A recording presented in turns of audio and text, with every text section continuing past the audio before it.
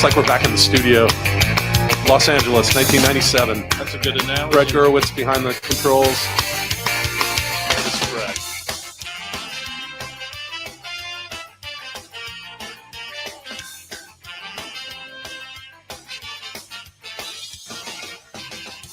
I don't need to tell the truth, but I never lie. I don't need to bow to you.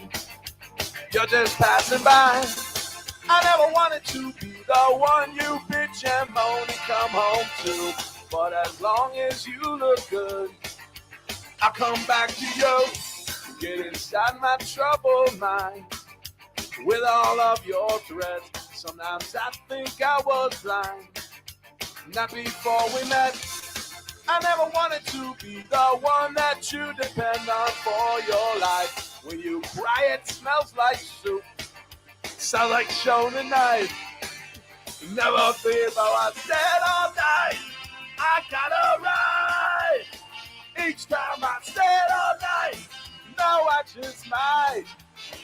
You make me stay all night.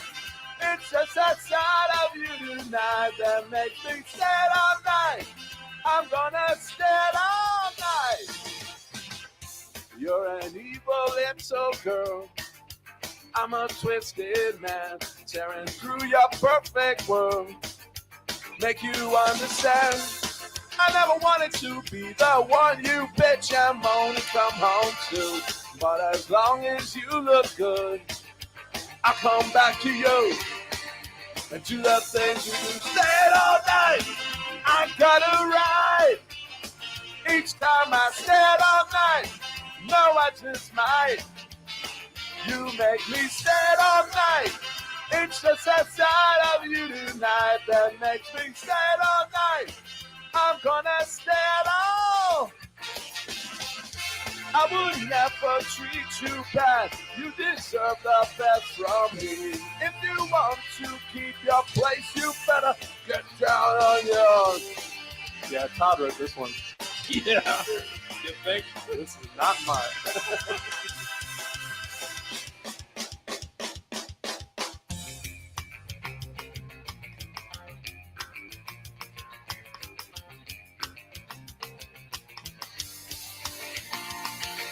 Stand all night, I gotta ride. Each time I stand all night, no, I just might. You make me stand all night. It's just that side of you tonight that makes me stand all night. I'm gonna stand all night. R.I.P. Todd. Text the round robin your questions, comments, wagers. Give us a reason. Sleeper fantasy play, your best alternative line, whatever you have. Text the round robin 757-354-5517.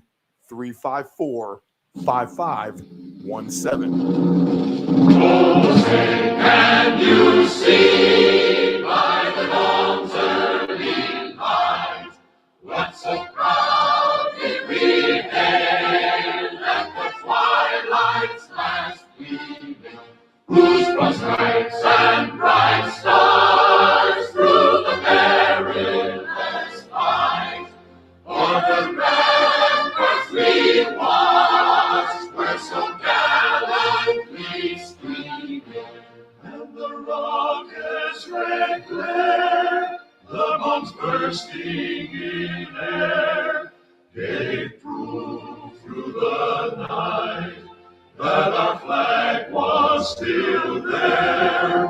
Oh, take us that star-spangled banner yet wave, for the land of the free and the home of the brave. This is the Deep End Broadcasting Network. You are tuned in to the Round Robin with Stephen Murray on Deep End Broadcasting.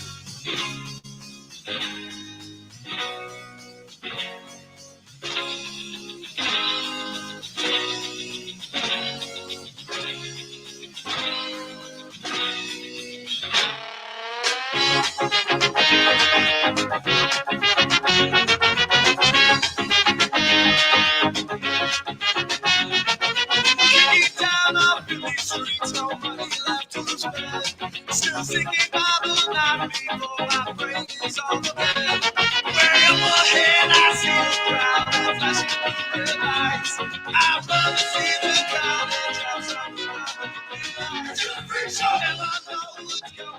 NFL Week 12 is already here. Can you believe that? Unbelievable. This is the Round Robin. I am Stephen Murray. This is the Deep End Broadcasting Network. We are live just after 7 a.m. Eastern Standard Time from our beautiful Chicks Beach studios in the lovely Virginia Beach, Virginia, the United States of America. And oh, how fast these NFL Sundays of the regular season fly by as we are butted right up against Thanksgiving football already. Wow. Good morning. Welcome in. This is the Round Robin. I am Stephen Murray.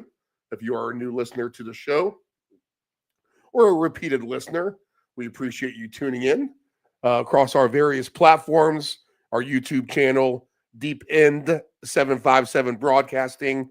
Of course, you can catch all the content on our website, deepend757.com. All right. I'm sorry, deependbroadcasting.com would be the right word for that. And you know what? Go ahead and text us your plays. I'll flash the number up on the screen. But you can text us at any time, 757-354-5517. That's 757-354-5517. And here's a little bit about the show in case you're new tuning in and what this show is designed to do.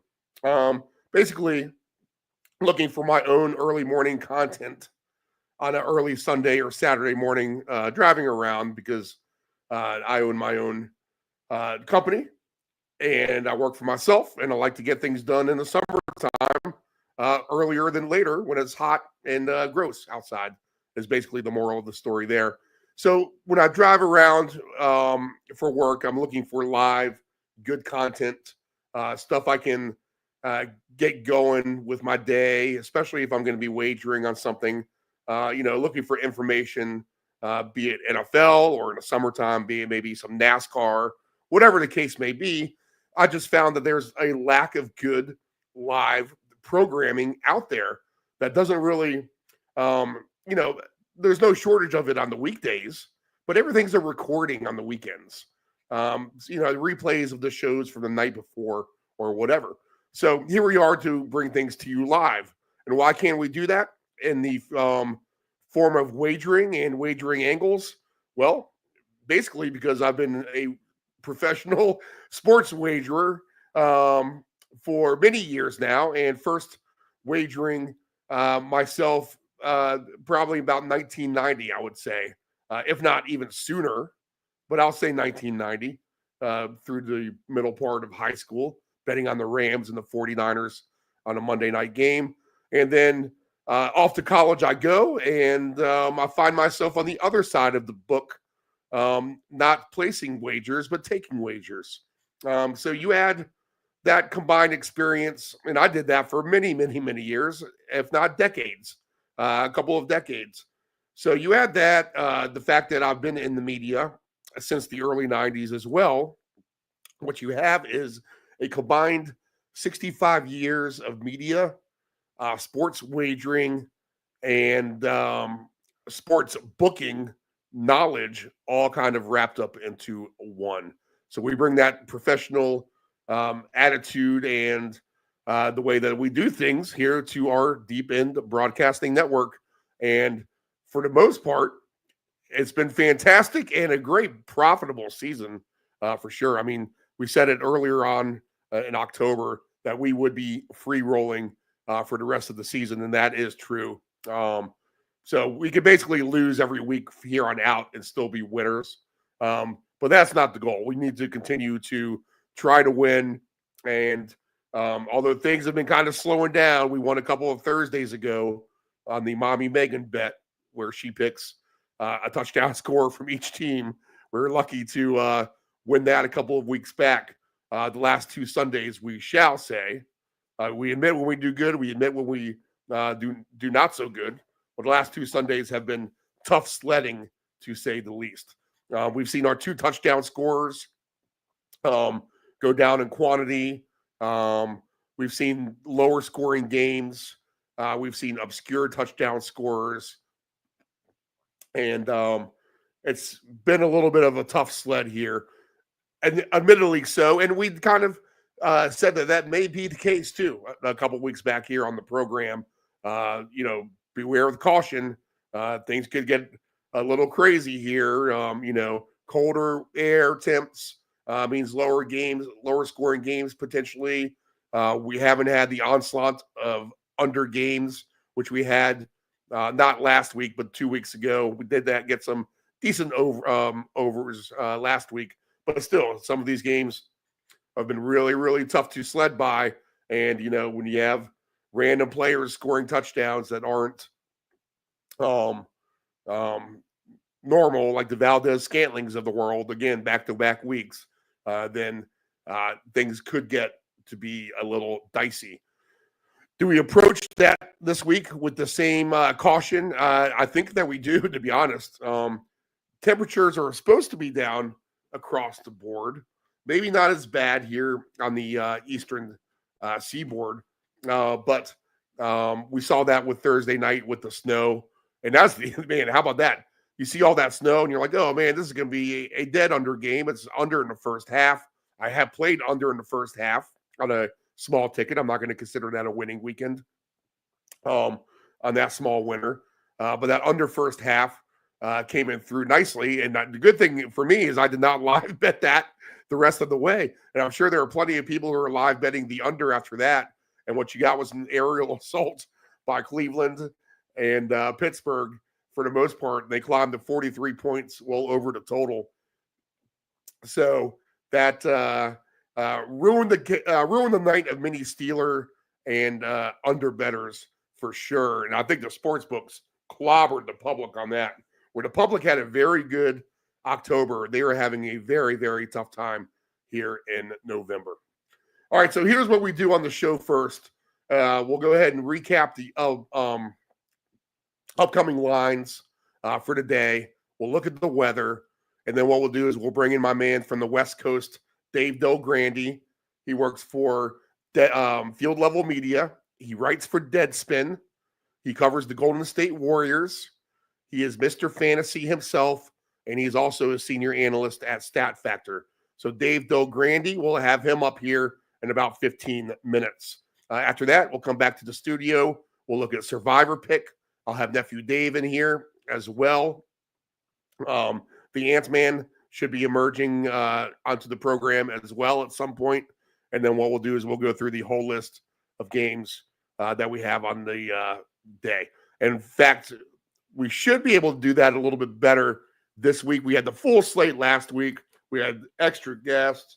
We were not able, in fact, the cardinal sin probably by me, and I'll never do it again, is I pulled the plug on just going over the anytime touchdown scorers. We went over the 2 touchdown scores, but man, I felt like I cheated myself.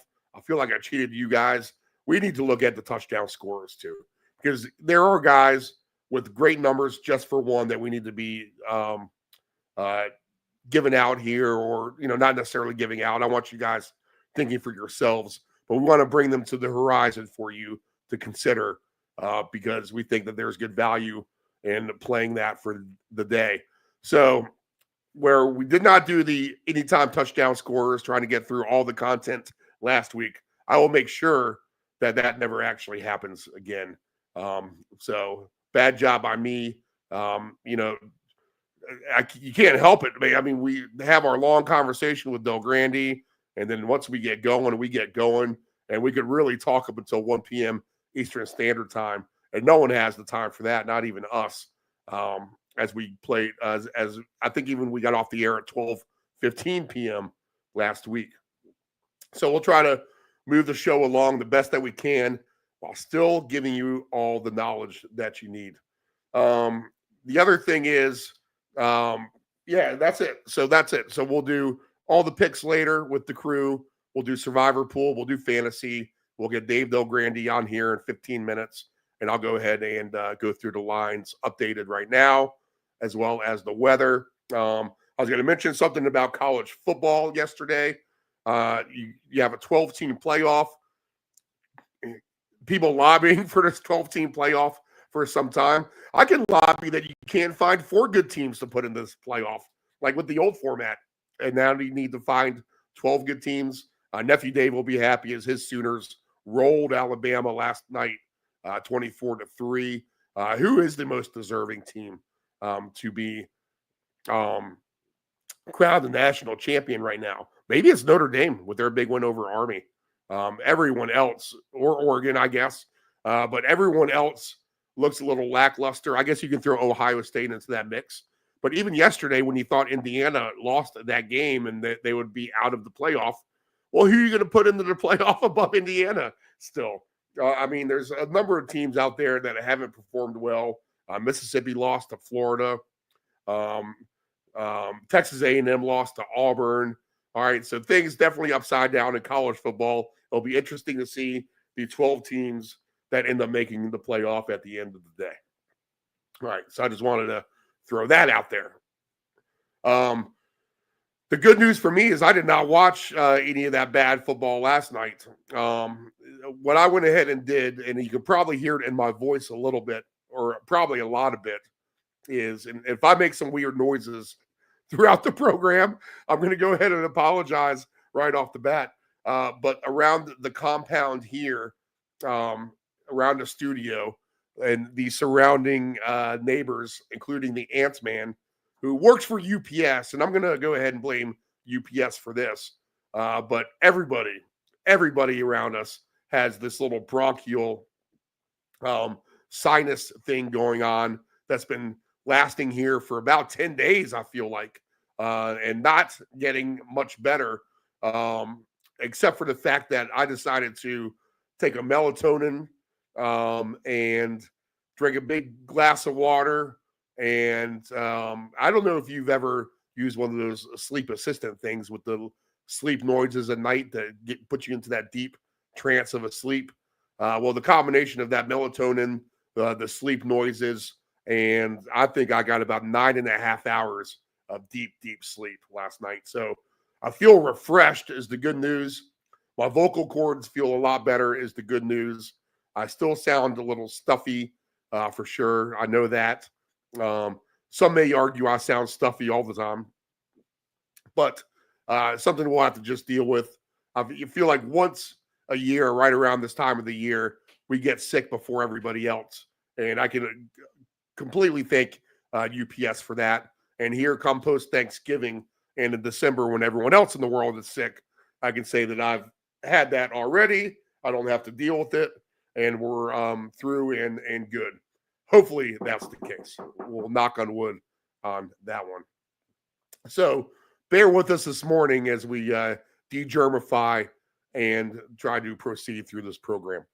Okay, let's get through the lines and the weather. Let's see what we have here. And I think we have a lot of dome games as well, right? Not necessarily. Yeah. The later window is going to be the more concerning of the weather. Yeah, we definitely have a fair amount of dome games. I need to get the Seattle forecast. That's going to be the main thing. Okay, -3.5 for the Vikings at the Bears, 39.5. No line movement in this game. The Bears competitive and losing to Green Bay last week. Minnesota wins at Tennessee. At this point, though, Sam Darnold has lost trust with the public, as have Caleb Williams. So Caleb Williams against a Brian Flores defense today. How will things go there? Interesting matchup and a tough one to dissect overall with the Vikings and the Bears. We'll get into that as the show goes along this morning. Tampa Bay is at the Giants, -5.5 for Tampa, over under 40.5. We get Mike Evans back for Tampa Bay. Good news for them. And Daniel Jones cut, the news of the week. Daniel Jones cut by the Giants. They don't even go to the backup, who they paid a lot of money for. They go right to the third stringer, Tommy DeVito, Tommy Cutlets, as y'all all know him as, for the quarterback for the Giants. this afternoon. What kind of message does that send to your team overall? Well, I think to me that sends a good enough message to make Tampa Bay my survivor pick, at least on the minimum. As of Tampa Bay, I got a couple good angles on this one we'll go through. But if Tampa Bay can jump on the Giants early here, then you could actually see this Giants team quit today on their ownership. -5.5 for Tampa Bay, 40.5. No line movement there, interestingly enough. A little bit of line movement here. The Dolphins are now up to 7.5 and 46.5. I'm not sure I understand why that move's happening, but we have Drake May and the Patriots who come off a tough loss to the Rams last week at home, now playing Tua here in his third game back, right? Yep, third game back for Tua. And the Dolphins, who are really trying to right this ship out. Even with Tua, they haven't been super impressive. Now they have this competitive Patriots team coming in, and they need to win by 8 points or more to win the money on the straight point spread line. I just don't get that line movement, to be honest. But we'll go through that this morning as well. A beautiful day in South Beach, 80 degrees and sunny skies down in Miami. Tennessee, no weather issues in Chicago or the Giants either. Cooler day in Chicago, 39 degrees right now. It's going to warm up a little bit more, but nothing wind crazy, no rain craziness there. Both of those teams will be fine playing in those elements, and no weather issues in the Meadowlands either. It looks like the bulk of the nasty weather has cleared out for the most part. So the Eastern Seaboard looks fine in terms of weather conditions today for the NFL. Tennessee will be indoors at Houston. Houston laying 7.5 points, 40.5 the total in that game with the Texans and the Titans. The Texans coming off the 3-touchdown performance by Joe Mixon at Dallas. Tennessee losing at home last week. We'll see if they can play hard in this game and try to play spoiler as we head down the stretch. That game, 1 p.m. Eastern Standard Time kick. The undefeated Chiefs lose last week at Buffalo, so they take their one loss now to Carolina, where they will refocus and try to move up forward. And if you're Carolina today, you're going to see a lot of red in that stadium if you're at that game. Bank of America Stadium. The Panthers catching 10.5 points, 43.5. I just don't know what the Panthers are going to be able to score here. I think the Chiefs can almost name their score. I would be shocked if this is competitive.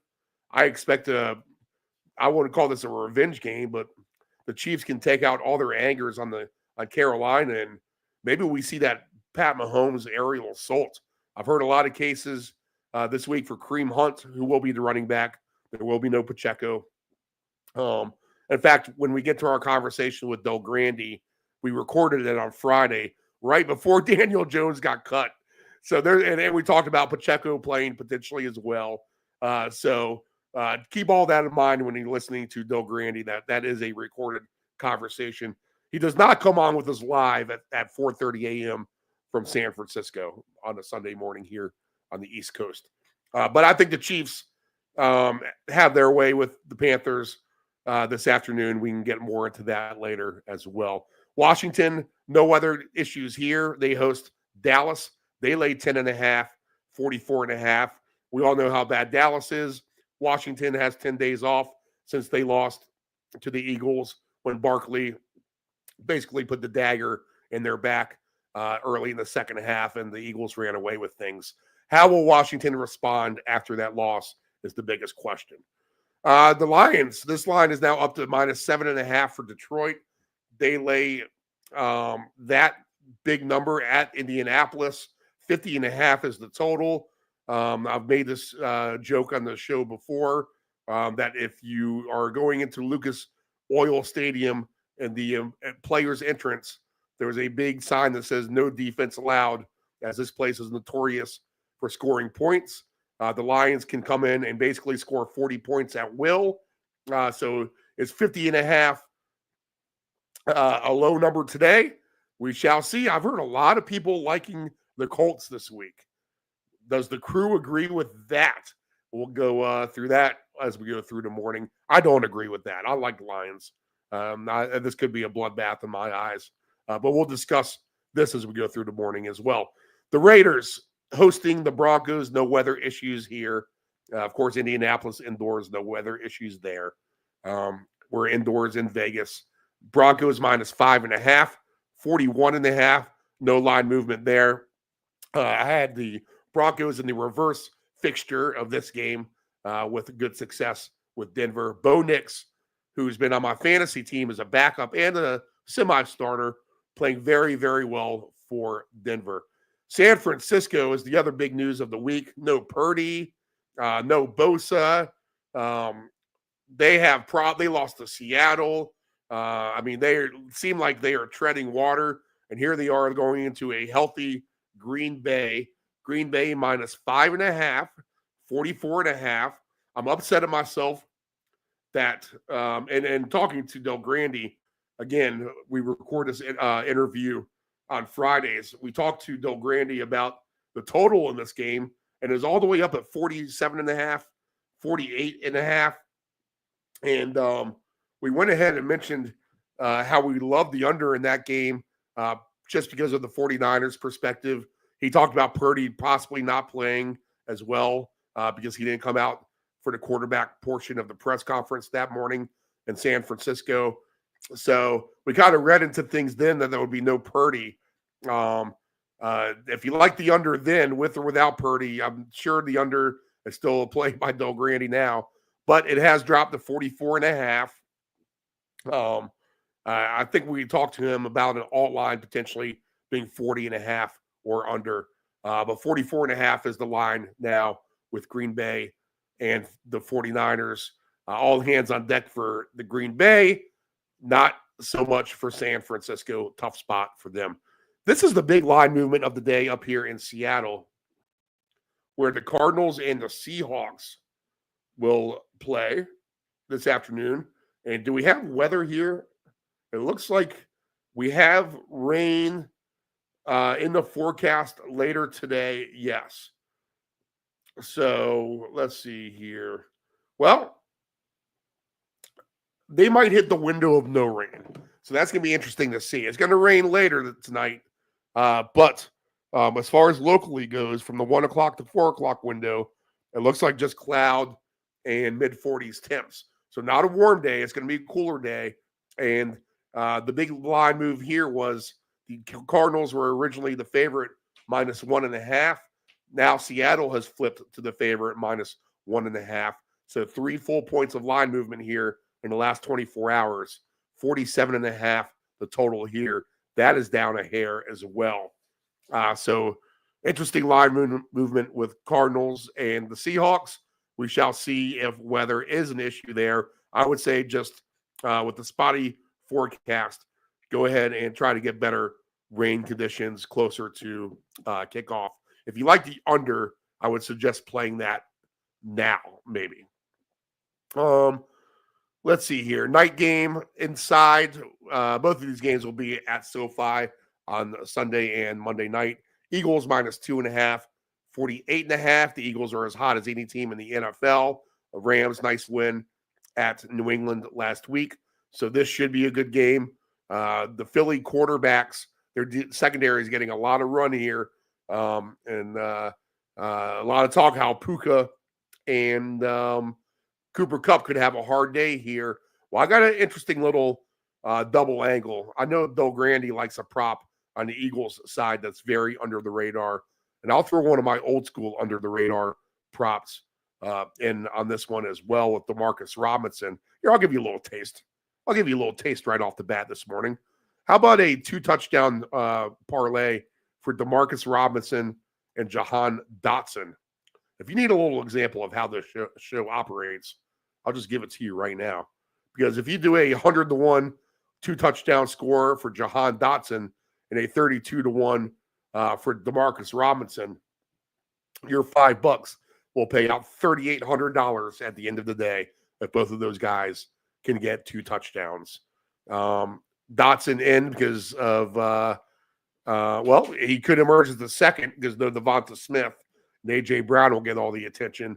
And then DeMarcus Robinson will be the open man if Puka and Kupp are indeed on lockdown. So a Jahan Dotson, DeMarcus Robinson, 2-touchdown parlay, paying $5 wins you $3,800. So that will find its way on one of my tickets today as well. So there's a little example of how this program works if you're new to the show. And then the final game Monday night, Baltimore and the Chargers. Baltimore -2.5, 50.5. No line movement here. I've been on the Justin Herbert passing prop for weeks now. That has been very successful. His baseline number is now up. So all the cheap numbers are gone on Herbert, on the perceived rushing team of the Chargers. Harbaugh has let him loose. And this is the Har Bowl. Is that what they call it? With the Ravens and the Chargers. Can Lamar Jackson bounce back after a tough loss at Pittsburgh last week? All right, so really the only main line movement comes in Seattle as they flip a full 3 points to Seattle being -1.5. The injury news for Purdy sends the Packers to a inflated favorite of -5.5, total down to 44.5. And then now laying 7.5 points are both the Texans and the Dolphins. Did the Texans move to 7.5, or is that an original line? I feel like that's what it was. The Dolphins was not 7.5. I feel like that line is up to 7.5 there. All right. So that's your weather. Those are your lines.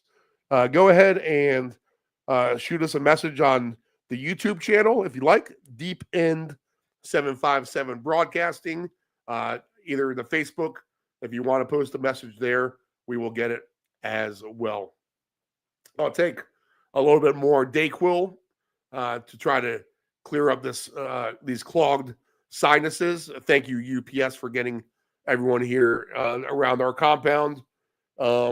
This little bronchial issue, we'll try to work on that a little bit more, and we'll come back with the crew here in about it's right around 9:45 or so. Maybe I'll even track down Coach Dale for 5 or 10 minutes and get his picks. But what we'll do now is we'll pipe in our man, as promised, from the West Coast, Castro Valley, California. He covers the Golden State Warriors. He's an NFL gambling expert. He is a columnist at Field Level Media, a senior analyst at Stat Factor, the founder of MrFantasy.com himself, and he also writes for Deadspin. So let's bring in our man from the West Coast in a prolonged weekly conversation, Dave Del Grande.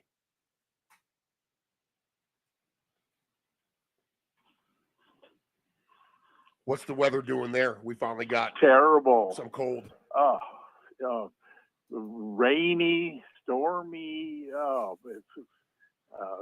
That Cleveland weather, nothing compared to this. Oh my God. I had to use my windshield wipers. Oh yeah. So what do they call that thing? I saw that on the news, but I didn't pay too much attention to that. Bomb cyclone or something like that? Yeah. I don't know. I mean, you talk about overreaction to things, when the weather gets below 50 degrees, it's like, oh my God, global cooling, Yeah. But yeah, it's the word bombed inappropriately probably, but it is there's a lot of wind. I mean, I wouldn't want to be playing football here today, especially when you're not used to weather like this. But the 49ers aren't at home this week anyway, so they don't need to worry about it. What do you know about the Outer Banks of North Carolina? I know that there's an ocean there. Okay, so the problem with that area is that it's just a barrier island. So if you know anything about oceanography and just how the environment works, the barrier islands are forever moving sand, relocating itself along the coast. So, and places like Buxton, Rodanthe. You see nothing but right now houses built in the 70s and the 80s, basically part of the ocean and just getting broken down continuously. And the more that we get some of these storms coming in, like the good old nor'easter, as you've probably heard, then the more damage that it does. But yeah, it's just kind of crazy watching all those houses that stood so beautifully in my youth just getting demolished into the ocean and basically the place becoming inhabitable. And that's North Carolina's fault. They knew this was going to happen, and it was just a money grab from the get-go. So basically, the insurance companies are the losers at the end of the day. But just to watch the houses get washed away, it's pretty crazy. Yeah, something we don't understand in California is why isn't there a California on the East Coast? I mean, what is the equivalent geographically to what would be the California coast? I mean, always sunny, a lot of great beaches. I mean, you looking across the map, you would think the Outer Banks of North Carolina would be perfectly, straight across the map. Right. Wow, that must be a pretty cool place, eastern North Carolina, and and of course, as you go a little farther south, South Carolina, of course, you've got a lot of great golf on the East Coast there. So maybe I'm looking too far north, but I've always wondered what the what is the equivalent of Los Angeles or even San Diego or whatever the coastline where the weather is just perfect or very close to perfect for that kind of environment. And there isn't that one city that on the East Coast that I would compare to San Diego. I'm not sure what it would be. Maybe you'd have to go all the way down to Florida to find it. Yeah. Pensacola, or that's a Navy base. Even here to some extent in recent winters here in Virginia Beach, we've had it easy. I don't think it got below freezing one time last year. Now we can definitely get the 10 to 12 days, every 4 or 5 years where it's hovering right around 20 degrees and kind of basically stays below the freezing mark. But I feel like we haven't seen snow in forever around here. And I don't know. This is a lot of the San Diego people actually end up here. And I think a lot of people here end up in San Diego just because of the two major Navy bases, really. Yeah. But I'll say this too about North Carolina. All right, so from Virginia Beach north, except for the eastern shore of Virginia, which is very rural area, and Maryland is a little bit to some extent. But once you get up to like Ocean City, Maryland, and Virginia Beach, and once you go north, you were talking about the population grid being hugged right on the coast, very populous areas, even the small towns or semi-big towns. There's no shortage of people is the moral of that story. But once you get into North Carolina, it's a little different. The Outer Banks have a big giant sound between them and the Mass land side of the main coast of North Carolina, and a lot of that is just dominated by farms. And then once you get to the southern part of North Carolina, beyond the Cape Hatteras area, kind of more towards the Wilmington, Camp Lejeune, where the big Marine Corps base is down there, which I was stationed there for about a year as a civilian doing environmental work. Actually writing, probably you were on my old podcast back then too, back before I knew that podcast would be so successful 15 years later. We were trying to string things together.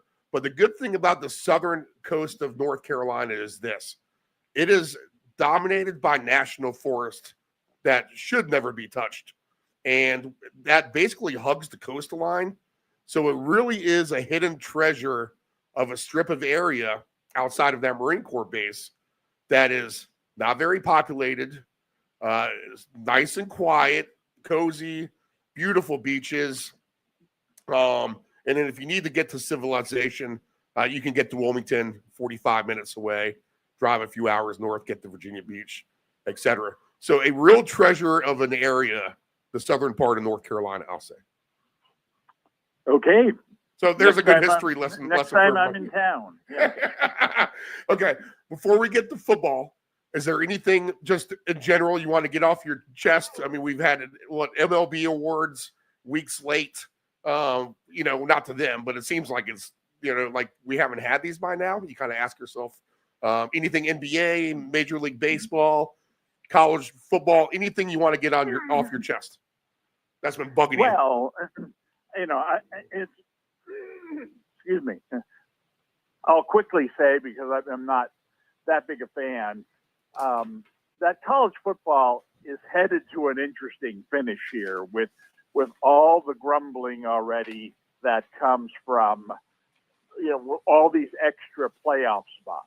And I mean, the one positive you would say about the old system was you lose one game, you put your season at risk. You lose two games and you're not getting in for the most part to the championship. Now you're talking about possibly losing three games, right, and still possibly getting in.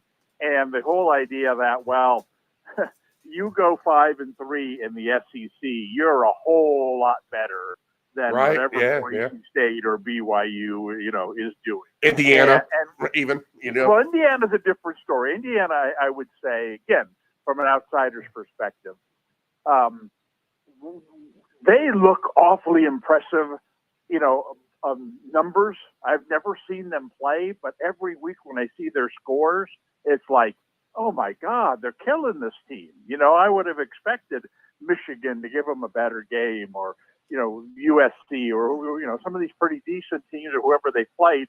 And so much of where they're going to land is going to be determined by this game against Ohio State this week, which might be a little unfair, especially if they lose a close game. Then what do you do with them? I would think that'd be good enough to get them in. But anyway, it's going to be a lot of controversy moving forward, and you just got to know that these people are praying for. You've seen it with BYU finally losing. Thank goodness. There's the committee members are saying they don't got to worry about BYU anymore. Well, now if Boise would lose, that would be really nice too. That's less likely to happen. Anyway, we're headed to a controversial finish there. The baseball, they've hired me to write an opinion piece on the baseball awards that I think is going to be posted tomorrow. I haven't sent it in yet, although I've written it already. First off, the baseball awards, for a month after the season, I think it's a terrible idea. This wasn't what I wrote about. Is this on Deadspin? They've been boring. I mean, it's been, gee, Ohtani won the MVP. Gee, Judge won the MVP. Yeah, we knew that 2 months ago, let alone, a month ago when the season ended. The one award, of course, this is my local bias, but the one award that I'm writing about is how in the world does Luis Gil win Rookie of the Year over Mason Miller? Mason Miller was a phenomenon this year. Yes, he's a reliever, right, who had only 28 saves. But for crying out loud, the A's were projected to win 27 games. Right. How many saves you're supposed to have? He didn't pitch a meaningful game all season because the A's were 15 games out of it by the end of April. No. Every game he pitched was meaningful because they didn't put him in the game unless they were winning by one run or the score was tied, as opposed to Gil, who I want to say he got 6 or more runs of support 11 different times. Yeah, he was average. He's very average. I mean, it's like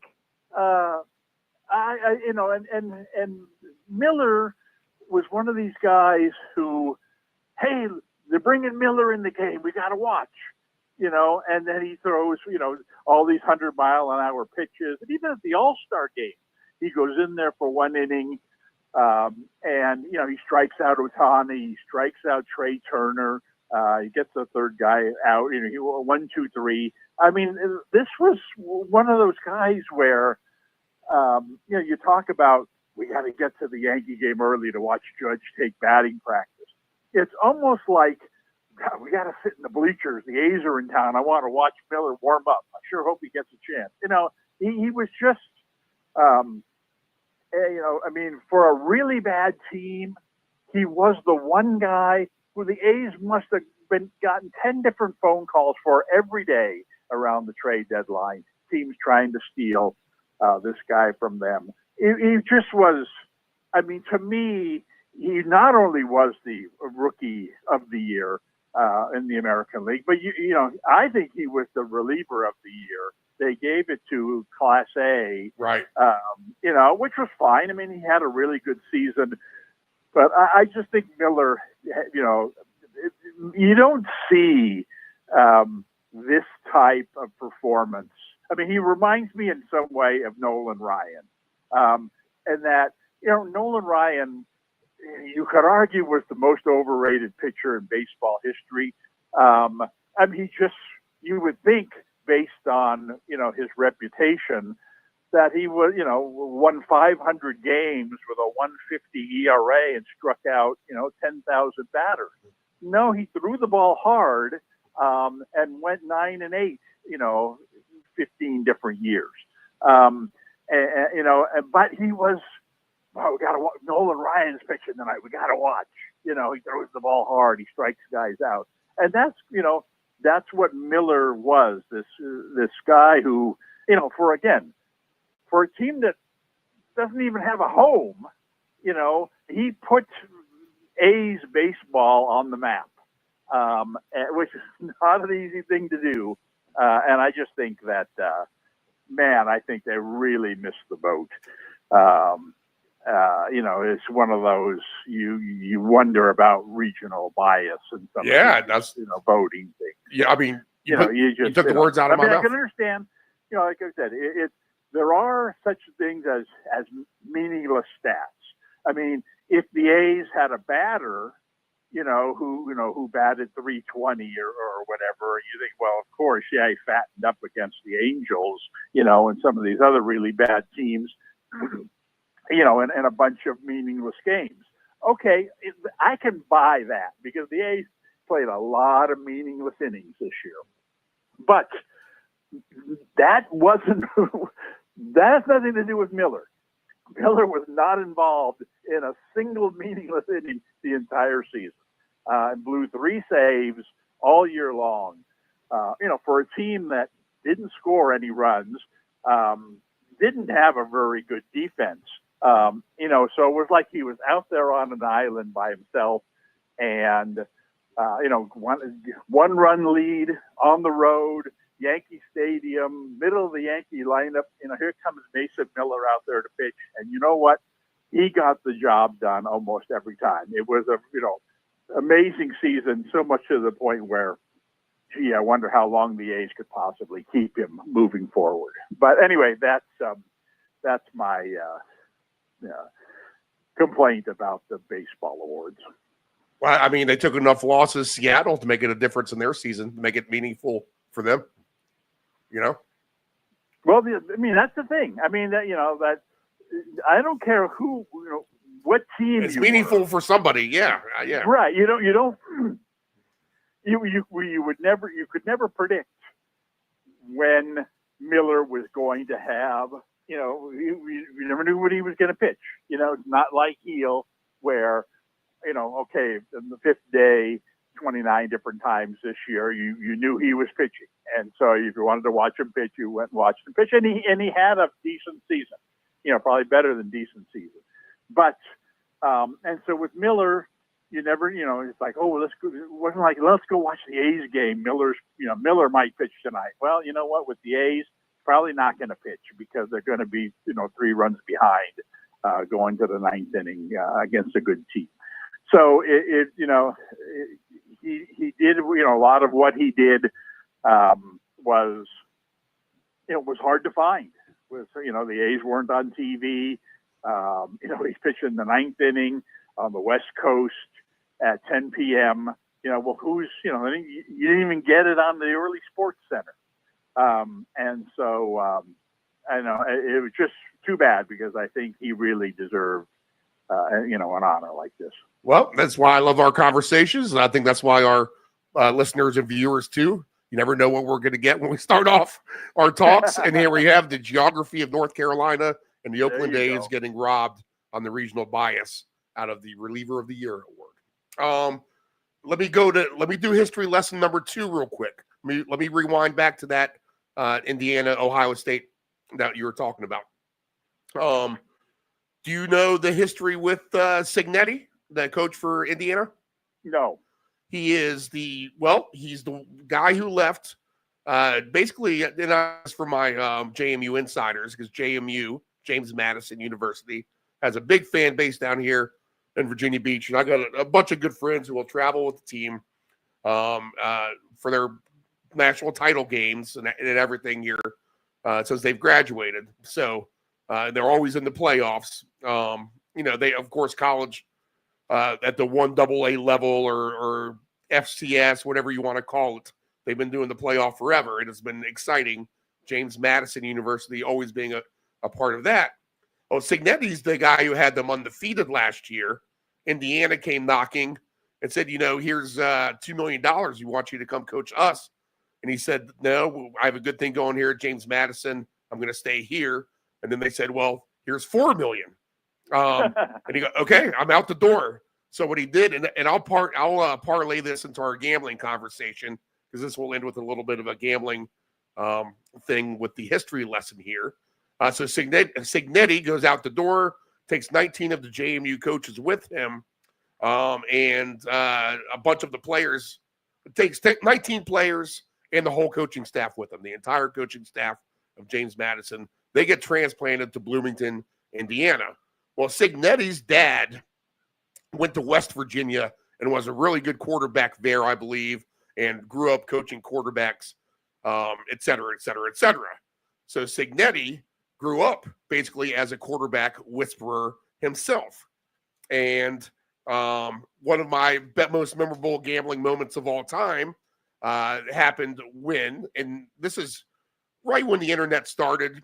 So if you were gambling on sports, you really had to do your homework. I mean, you had to try to get as much radio as you could, try to get newspapers, just try to be in tune with what's happening regionally more than anything. Well, one of my greatest gambling wins of all time came when the North Carolina State Wolfpack opened up the season on the road in Bloomington, Indiana, against, and it was Phillip Rivers as a freshman, against Antoine Randall L., who was the quarterback at Indiana. Indiana, I think, goes up 35-3 at halftime. And this is Phillip Rivers' first game ever as a freshman starter for NC State. So, all the hype was, when you're reading into it at the time, was, this guy Rivers is going to be good. He's going to be fantastic. Even as a freshman, you got to go with him. He's just unbelievable. And lo and behold, down 35-3 at halftime, NC State comes all the way back to win that game at the end, because Phillip Rivers goes absolutely insane there in the second half. The quarterback coach that day in that game was Cignetti, the coach of JMU, and now the coach of Indiana. How about that? Yeah. Small world. Yep. Okay. So let's go to the NFL stuff. Okay, 2 things. I see that replay assist is on the right track anyway, because during the Thursday night game, they had that penalty on the punt where the player for the Browns got ridden out of bounds by the guy from the Steelers, and then he kind of pulled him with him and made it look maybe worse than it was. And he went to break thinking, okay, the Browns are going to have, first and 10 at the 20-yard line, right at the peak of the red zone. And you come back from commercial, and the Steelers have the ball. So I'm like, okay, that must have been a replay assist thing. So it's good to see that working. And then I'm going to complain about the sports books a little bit. A lot of people aren't going to care out there. But if he would have gotten the first touchdown, I think this would have been a big deal. Justin Fields, just nowhere to be found on the odds board. Give him a rushing number. Just give him at least some odds for a touchdown. But none of the books had any of that stuff up for Fields. Probably should have had it up for Dorian Thompson-Robinson a little bit as well, knowing that they do play a little bit. This kind of snow game that you're not going to have rainy weather. There's probably going to be some trick running plays. Yes, that could be Fields. That could be Robinson. I'm just glad Fields didn't score the first touchdown and get everyone all up in arms. So those are the two things I noticed about Thursday night. Any comments on those? No, but I agree with you. I mean, at the end of the game, it just seemed that there were a couple of key plays where they, fortunately, waited to make the call until the replay assist, gave them the right answer. And there was one time, and I don't even remember what the play was, but it was a very awkward, at least 1 minute, maybe a minute and a half delay where the referees were just kind of standing there. And it's like, well, why are you just standing there? And then you realize, well, it's because the call is out of their hands now. The guy upstairs is telling them, whoa, we need to take a look at that. It was the one where the crazy play where Winston threw the ball and the offensive lineman tried to catch it. Right. Yeah, and then they threw a flag, and the broadcasters thought that he was being called for grounding. And then, there was a flag, and now they're trying to figure, now they're huddling up. Okay, well, was there a receiver, in sight? And he was in the pocket, so, you can't just throw the ball into the ground. And then next thing you know, they come back. I think they went to a commercial, and then they come back, and now they're being called for an illegal touch by the lineman, and this is a 5-yard penalty. They get to do third down over again. And if I remember correctly, Cleveland, which was down by 1 or 2 points. I mean, in other words, they needed a field goal to win at that point. They were going to go for 4th and 2. And then they stop, again, they come back from the commercial. Now it's like, what's going on? Now Pittsburgh's apparently accepting this 5-yard penalty that's going to give Cleveland a third down. Right. Again, it's like, what the heck are they doing?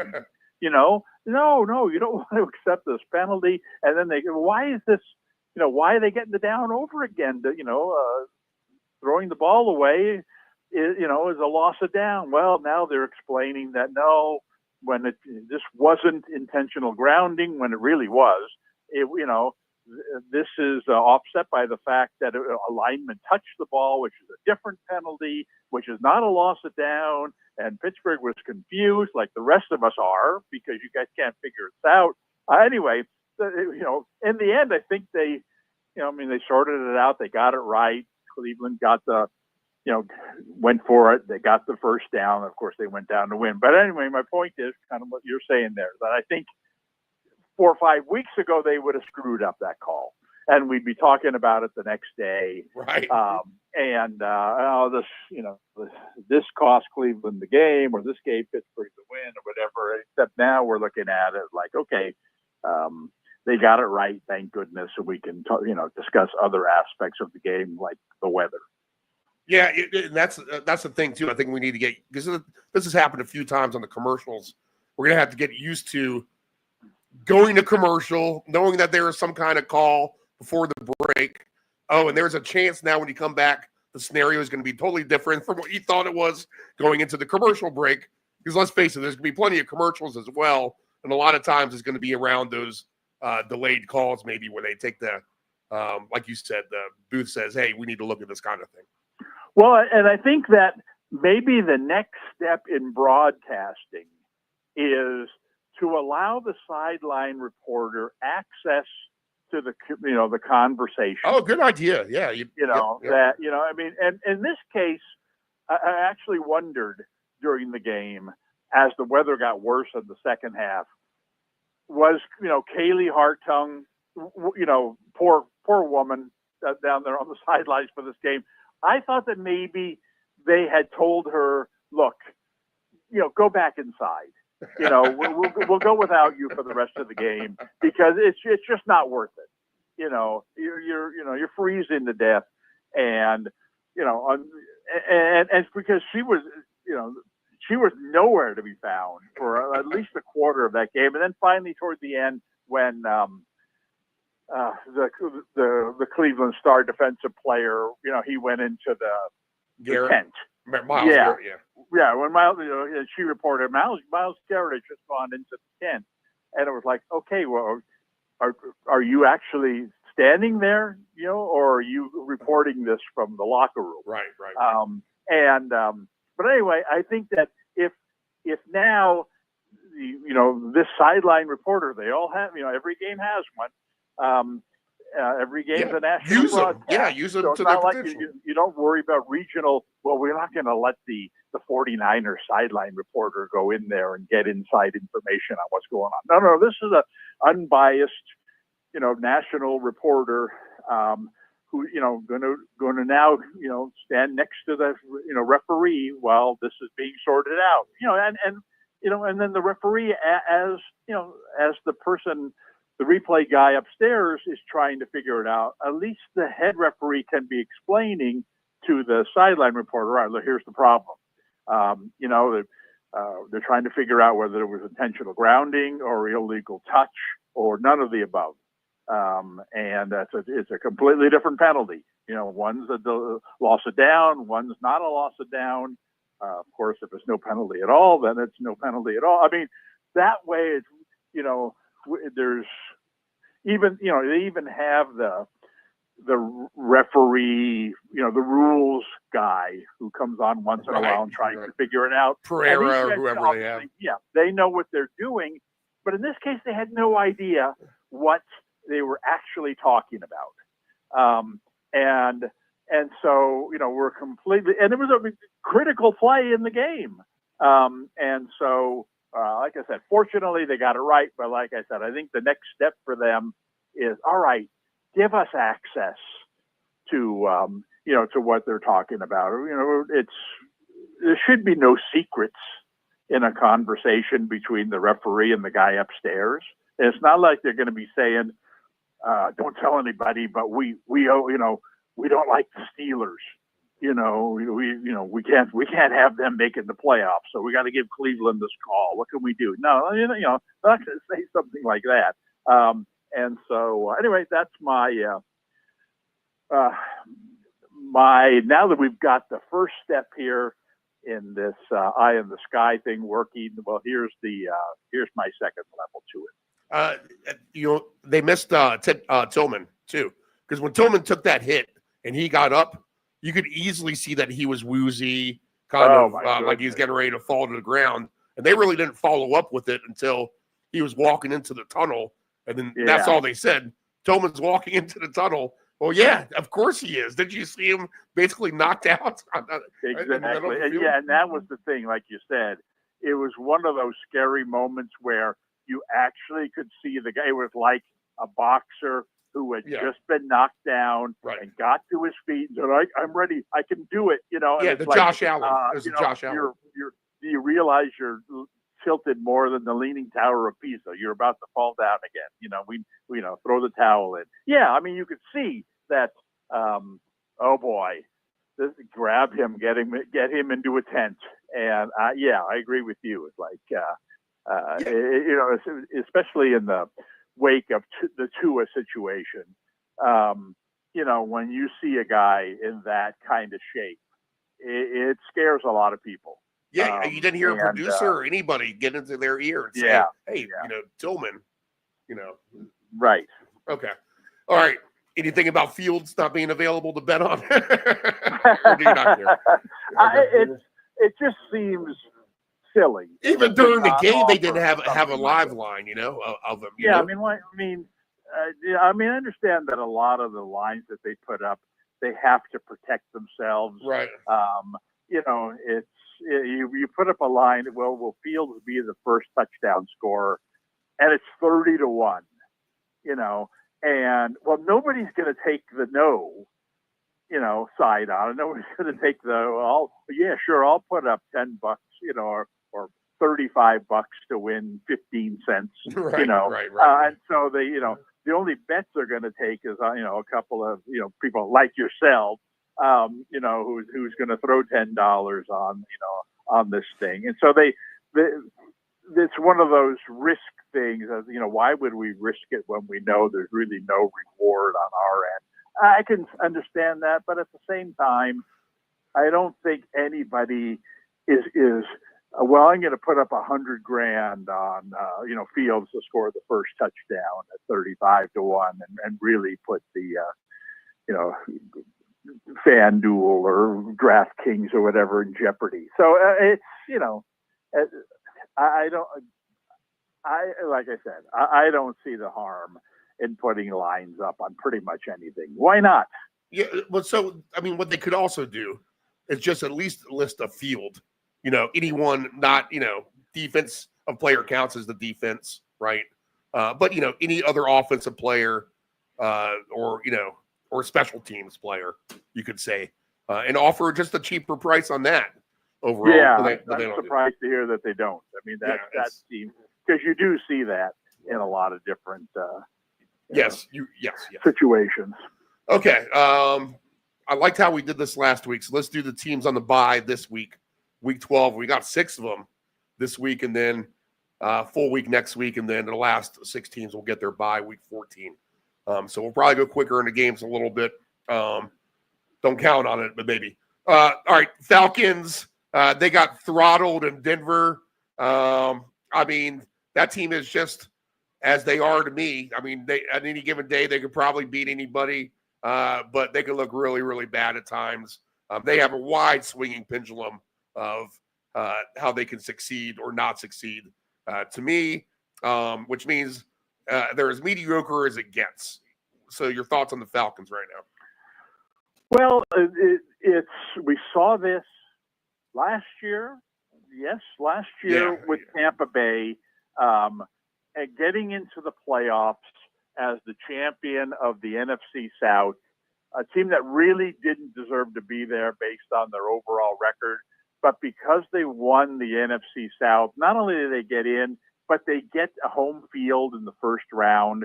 And then Philadelphia, which was staggering at that point, went down there and Tampa beat them. I think that's who Atlanta is right now. Atlanta, if you put them, you know, should Atlanta make the playoffs? Absolutely not. If they win their division and they go on the road, would they be competitive against any other playoff team? I kind of doubt it. But you put them at home in that playoff game, and against one of these wild card teams, and you know how it is.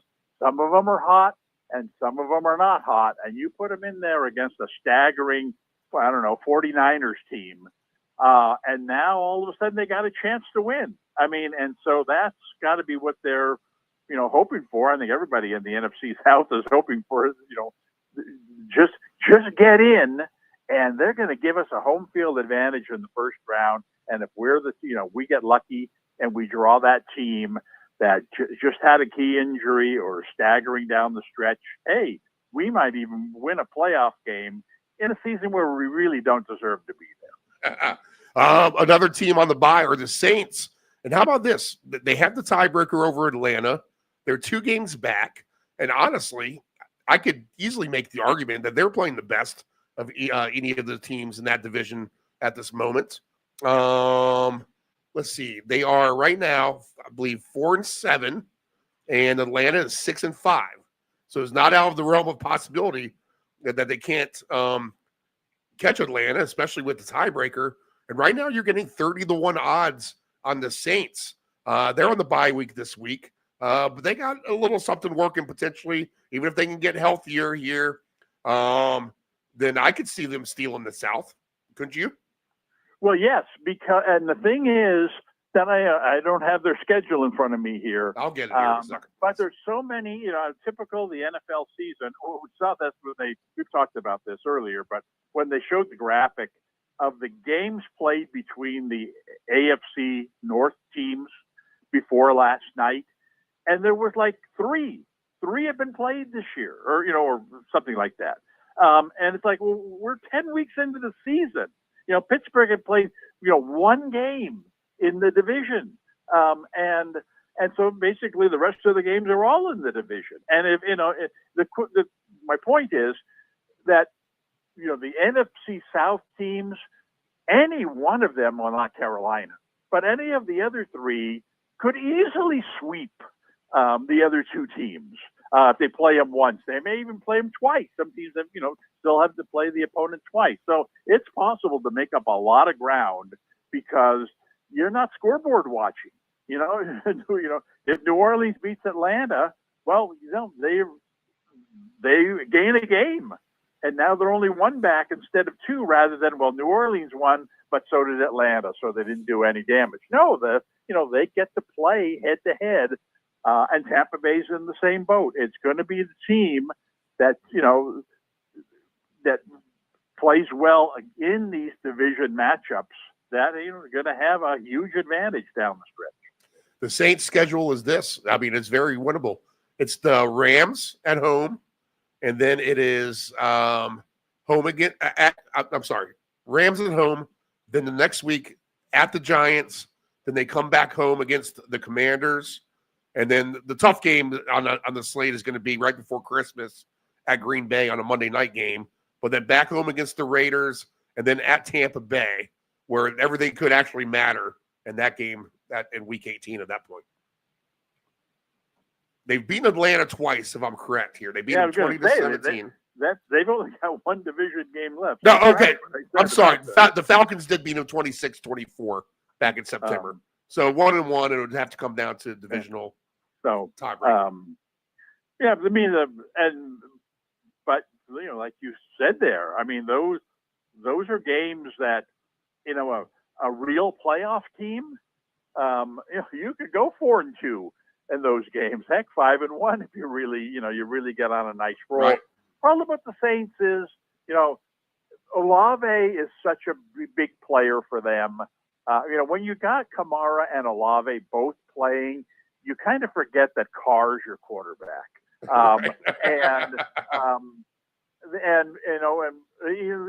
Olave obviously had a serious concussion. He's had concussion issues. There's talk about him maybe returning after the bye. He's missed several weeks now. And that's going to be big for them. Not only that he returns, but that he's healthy enough to play his normal game. And then all of a sudden they have offensive firepower. So that's going to be interesting to see the news next week, whether he's actually coming back. Okay, let's see here. Other teams with the bye week this week. I mean, we'll just start with Buffalo, 9-2. I mean, they're going to win that division easily. Home field is going to be the thing for them, potentially. I'll say this: if it's anything like Buffalo and like Detroit in the Super Bowl, or Buffalo and Green Bay, sign me up. I mean, that's fun, right?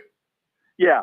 Well, there's I think there's a lot of fun teams. I mean, I think that, especially with if Detroit's involved, because they're going to score points. They're going to be usually give up points against the good teams.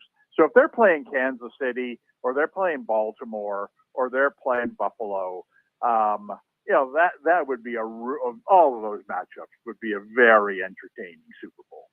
Okay, let's see. So the Broncos are in a low spot right now in the playoffs at 6-5. The Bengals are on a bye week.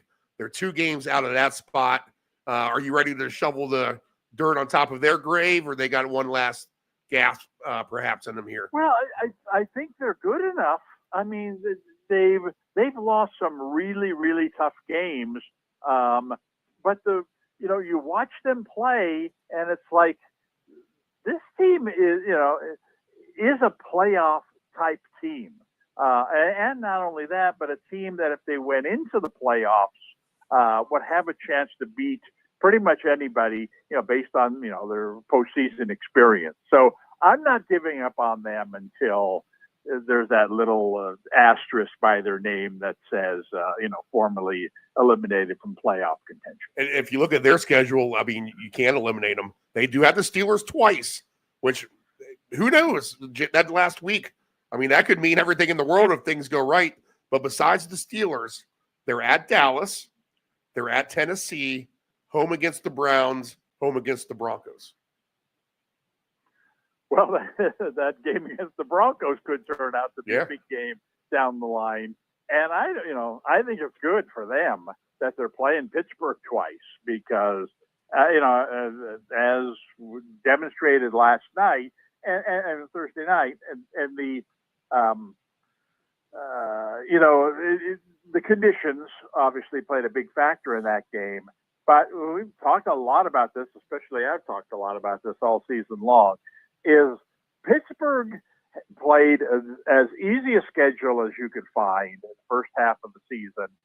And if, looking at their schedule down the stretch, oh my goodness, they could go on a big time skid. And they're playing a lot of games in the division. And that's not necessarily a good thing because, Cleveland, the worst team in the division, can still beat you. Obviously, Cincinnati and Baltimore are at least as good as you, maybe better. So I think that Cincinnati certainly has a chance to. It's nice when you get a head-to-head against one of the teams you're competing against. I'm talking about Denver, and you get two head-to-heads against team in your division that you're trying to catch. And I'm talking about Pittsburgh. So I think they're playing well enough to win all of those games. Problem is, it just hasn't been their season. Right. And what are the chances that a team that has found a way to lose so many times is all of a sudden going to find a way to win every week? Because one more loss, especially in one of those games, and they're pretty much doomed. Let's see. The Steelers schedule is they could fall apart here. Oh, my God. It's a monster. Yeah. At Cincinnati, home against Cleveland, at Philadelphia, at Baltimore, home against the Chiefs Christmas Day, and then home against Cincinnati again. I mean, not only is their division tough, but look at that 3-game stretch there. Philadelphia playing as good as anybody right now. Kansas City, no comment necessary. And then in between, was Baltimore? Yeah. Between Philadelphia and Kansas City. Yep, Baltimore. I mean, yes. We're having a great season. And then all of a sudden, oh, by the way, you're playing Philly, Baltimore, and Kansas City 3 games in a row. Oh, well, remember when we were 8-3? Well, now we're 8-6, and we still got to play Cincinnati, so you talk about some teams that have an easy schedule. This is the opposite. This is, it's catching up to them here. All right, here, let's see. Other teams with a bye this week. I mean, it's the Jets. I mean, could you see this thing getting completely? I mean, it already is getting blown up. But as far to say, like, Aaron Rodgers will be done, he won't come back next year, like a complete reboot from scratch? Or you think they'll try to rally this one more time? Well, it's going to depend on Rodgers. I think it's going to depend on Rodgers. The way he approaches the end of this season. I mean, if he basically, gives up on the season, then that opens the door for them to say, you know what, this just isn't working. We got to go in a different direction next year. Or if he's really, a leader and leads them to a couple of nice wins down the stretch, all of a sudden, the receivers are catching balls and Hall's running, and they finally get it clicking to where it was supposed to be all season long. Then I think that it's possible where they say, all right, let's get the right coach in here, and let's give Rodgers one more chance. We'll give him a do-over, and we like where we're sitting for next year. So I'd be surprised if it really blew up on them. Unless Wilson decides, I'm not going to play anymore or whatever, and then that gets it snowballing. I think that I think Adams is going to play hard the rest of the season. I think Rodgers is going to try to play hard the rest of the season. I don't see any reason why Hall, who's been playing really well lately, would give up on the season. I think a lot of it comes down to Wilson. You already see some cracks there. And if he has the right attitude down the stretch, I think that, Rodgers will as well. And I think that, they can salvage this season just with a couple of nice wins down the line. They don't need to make the playoffs. They don't need to win the rest of their game. I think that, if they can beat Buffalo, I don't even know if they still play Buffalo again, or they can beat one another of the contending teams to the point where they say, you know what, this is who we are. This is who we'll be next year. Stay tuned. Then I think they're going to be all right. Yeah, maybe they can play spoiler here down the stretch. Let me see if I can get their schedule real quick. And then we'll move on to Jacksonville, which is about as big as a fade train as you can take at this point, I think. The Jets, let's see here. They have Seattle at home, at Miami, at Jacksonville, home against the Rams, at Buffalo, home against Miami. So they can at least spoil a couple of the guys here down the stretch. Right, especially those last 2 weeks where they play division foes.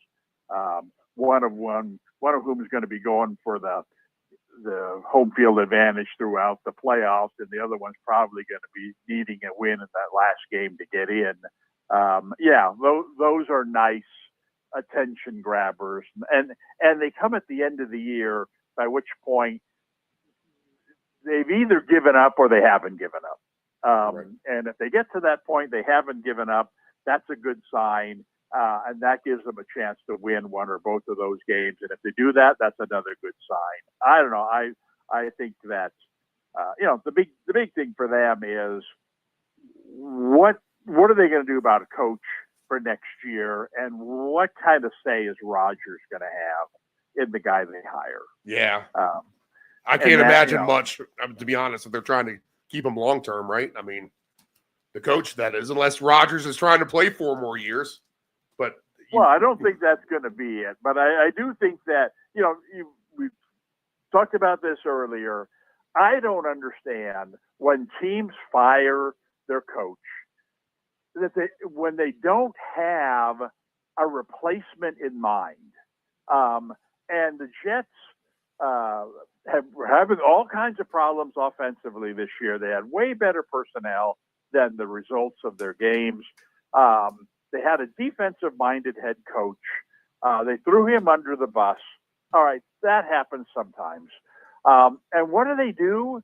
They promote the defensive coordinator to be the head coach. Well, how is that helping you offensively? It doesn't help you offensively. Right. And at the same time, they've been terrible on defense since then. Terrible. And it's like, wow, you could not have made a worse decision. Not the decision to fire the coach. I wouldn't have fired the coach. But these things happen. You get rid of the coach. But at least, humor us. Promote the offensive coordinator, or go out. They were talking about this last night with Thursday night with the Browns, and you got a guy like Mike Vrabel out there, not doing anything and looking to help out. You bring him in.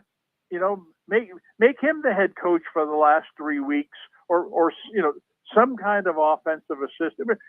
Mike Shanahan. I don't hear just somebody who with an offensive, mindset. Bring him in, try to fix this offense over the course of the rest of the season, rather than, we're not doing anything for our offense, which is struggling, but in fact, we're sabotaging our defense. So terrible idea. And I just think that if Rodgers has any say, they'll go out and they'll hire some kind of offensive mind to be their next head coach, and that could help spur next year's an improved offense attack next year, because they do have the skill position players to make it happen. Lincoln Riley, here he comes to the Big Apple. Well, there you go. Yes, exactly. Cliff Kingsbury. How about your boy from Indiana? Is he ready to? Yeah. Hey, yeah. Yeah. Right. The quarterback whisperer, Signetti, for sure. The Jets games will matter too. I mean, with the Seahawks and the Rams, it's not like those guys aren't trying to fight for a playoff. So that's going to be a big mutual opponent that both of those teams have in the West. We'll talk about them in a minute as we get through the list. But man, and this will segue to the Jaguars real quick. But man, doesn't that look like a juicy bet right now? The Jets over Jacksonville in week 15. I mean, Jacksonville has to be on the fade train right now, right? I mean, they are checked into that Cabo hotel. The season's done. Their coach is a dead man walking. Mac Jones isn't going to do anything for him. This should be easy bet against the rest of the way, right? You would think so. I mean, you talk, at some point, these teams, you got two types of teams now at the bottom of the pack in the NFL. One is you have a team like Carolina that wants to demonstrate that, we're a better team now than we were at the beginning of the year. Well, we're progressing. We're gonna, we're taking positive strides. And even though it would behoove them to continue to lose because then you get a better draft pick, they're more interested in winning a game or two and demonstrating that, hey, you know what? At the end of the year, we were the laughing stock early on, but we ended up winning 5 games. We're headed in a good direction. You get that kind of team. And then you've got this other type of team like Dallas, like Jacksonville, where they don't have this opportunity very often to get a high pick. And so why are we kidding ourselves trying to win games when let's just continue to lose games and get that player that we really need. Maybe Dallas needs the quarterback, and who knows what Jacksonville needs. But there's really no incentive for them. If either one of those teams wins 3 games the rest of the season, it's not like they're going to say, oh man, we built momentum for next year. No. You were terrible. You need to completely redo things next year. I don't care how you did down the stretch. And so why not just lose those games and put yourself in a better draft position and start over again? And I think that's where Jacksonville, falls among these bottom tier teams. The Jaguars will get thumped by the Texans next week. You got to assume. Then they'll be in Nashville, where Tennessee will please that home fan base with a win over Jacksonville. Then Aaron Rodgers will come to town and beat them down. And then for your viewing pleasure, Dave Del Grande, on December 22nd, you're going to watch your Raiders host Jacksonville. Oh, boy. And then the 29th of the battle for the first pick. The 29th of December. It might be interesting in that regard. Considering we've had scenarios where the Houston coach on his way out decided he was not going to tank for the first pick overall against the Colts. If you remember that controversy a couple years back. Titans at Jaguars again. Just another padded win for Tennessee probably. And then the Colts. You said beware of the Colts, Dave Del Grande. We'll get to them in a few minutes. But a game that could matter for them at the end of the day, hosting Jacksonville there on January the 5th. Okay. So what we do with Dave is we go through the list of AFC West and NFC West games. Obviously, if there's a fun, popular game, we're going to talk about that too.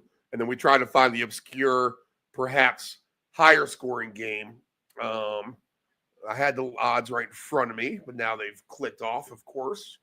So let me relog back on. But I'll just ask you, early slate for you, 10 a.m. Western Pacific Standard Time. The non-AFC West, non-NFC West, they're really making me do a full login here. What fun game might you see at that early window that you want to get involved with prop-wise? Could see a lot of points. You see anything you like? There's only one. I Okay. mean, it's a very unattractive. Okay, I'm on the list now. So let me get on here. Some decent games. I'm not even sure I would go that far. It's New England and Miami. It has to be. No, not New England and Miami. Detroit and Indianapolis. Okay. Right. Oh, yes, of course. I mean, The Lucas Oil Stadium where that says on the entrance of the door, "Don't bring your defense." Well, I mean, Detroit is the machine. Yes, they're absolutely. They're rolling. They got everything going. And they like beating your butt too. They don't want to call off the dogs either. Right, exactly. And my boy Jameson Williams is touchdown last week. Yep. I mean, Jameson Williams might be a superstar receiver. Before you know it, and I'm talking even before the end of the season. I mean, he's really coming on strong, despite shooting himself in the foot any number of times. If he can keep his head on straight, the way this offense is rolling, he could really have a monster finish of the season. Now, that's the Detroit side. Detroit's going to put up big numbers in this game. There's absolutely zero doubt about it. The question now is, what is Indy capable of with Richardson at quarterback? The good thing is their receivers are all healthy now. Downs is healthy. Pittman's healthy. I mean, if they had a passer, I would say, then they're capable of, catching the ball at the other end of it. Taylor is healthy and running well. They did run, they did kind of unleash Richardson as a runner last game, which was, I think is critical for them because they have to be that kind of a team where you're thinking, all right, it's either going to be Taylor or he's going to fake it to him and Richardson's going to run around the end. So we need to have 7 or 8 guys on alert, to stop Taylor, one of the league's elite backs, and stop Richardson around the end, who is, probably the elite running quarterback. Well, that should open it up for them to complete some long passes. Richardson throws a nice long ball. They got the receivers healthy. I think the potential is there for Indy. I don't know that they can match points with Detroit, but I certainly think that they're going to score in the 20s this game, with the possibility that this game could really turn into one of those 38-31 type of games. And so I think this game easily stands worse out. than that, maybe even 47-20.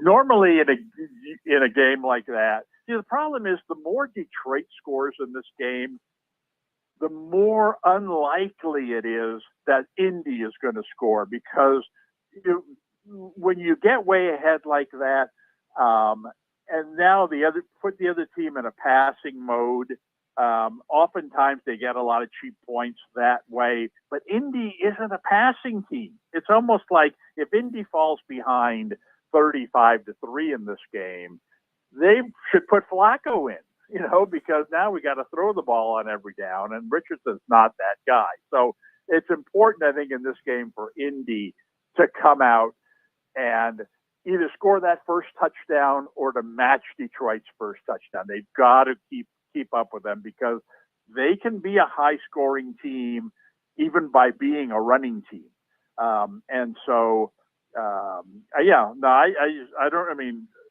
I'm presuming the total on this game is in the 50s. I don't see, I'd take both these teams over their projected total. 50.5 is the total for the game. The Colts total points is 20.5, and the Lions total points is 29.5. And I think you said it. Not a match for points, but not quite a match for points.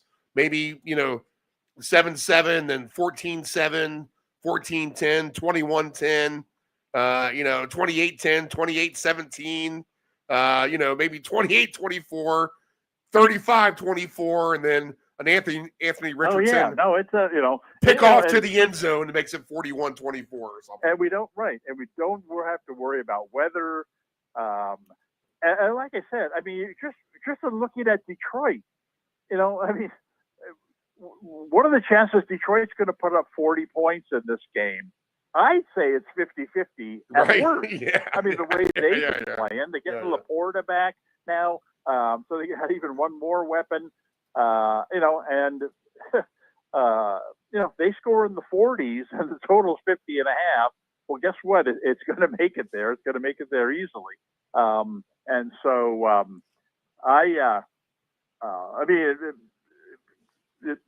Part of this is relative. This game compared to the other games on the morning schedule is night and day.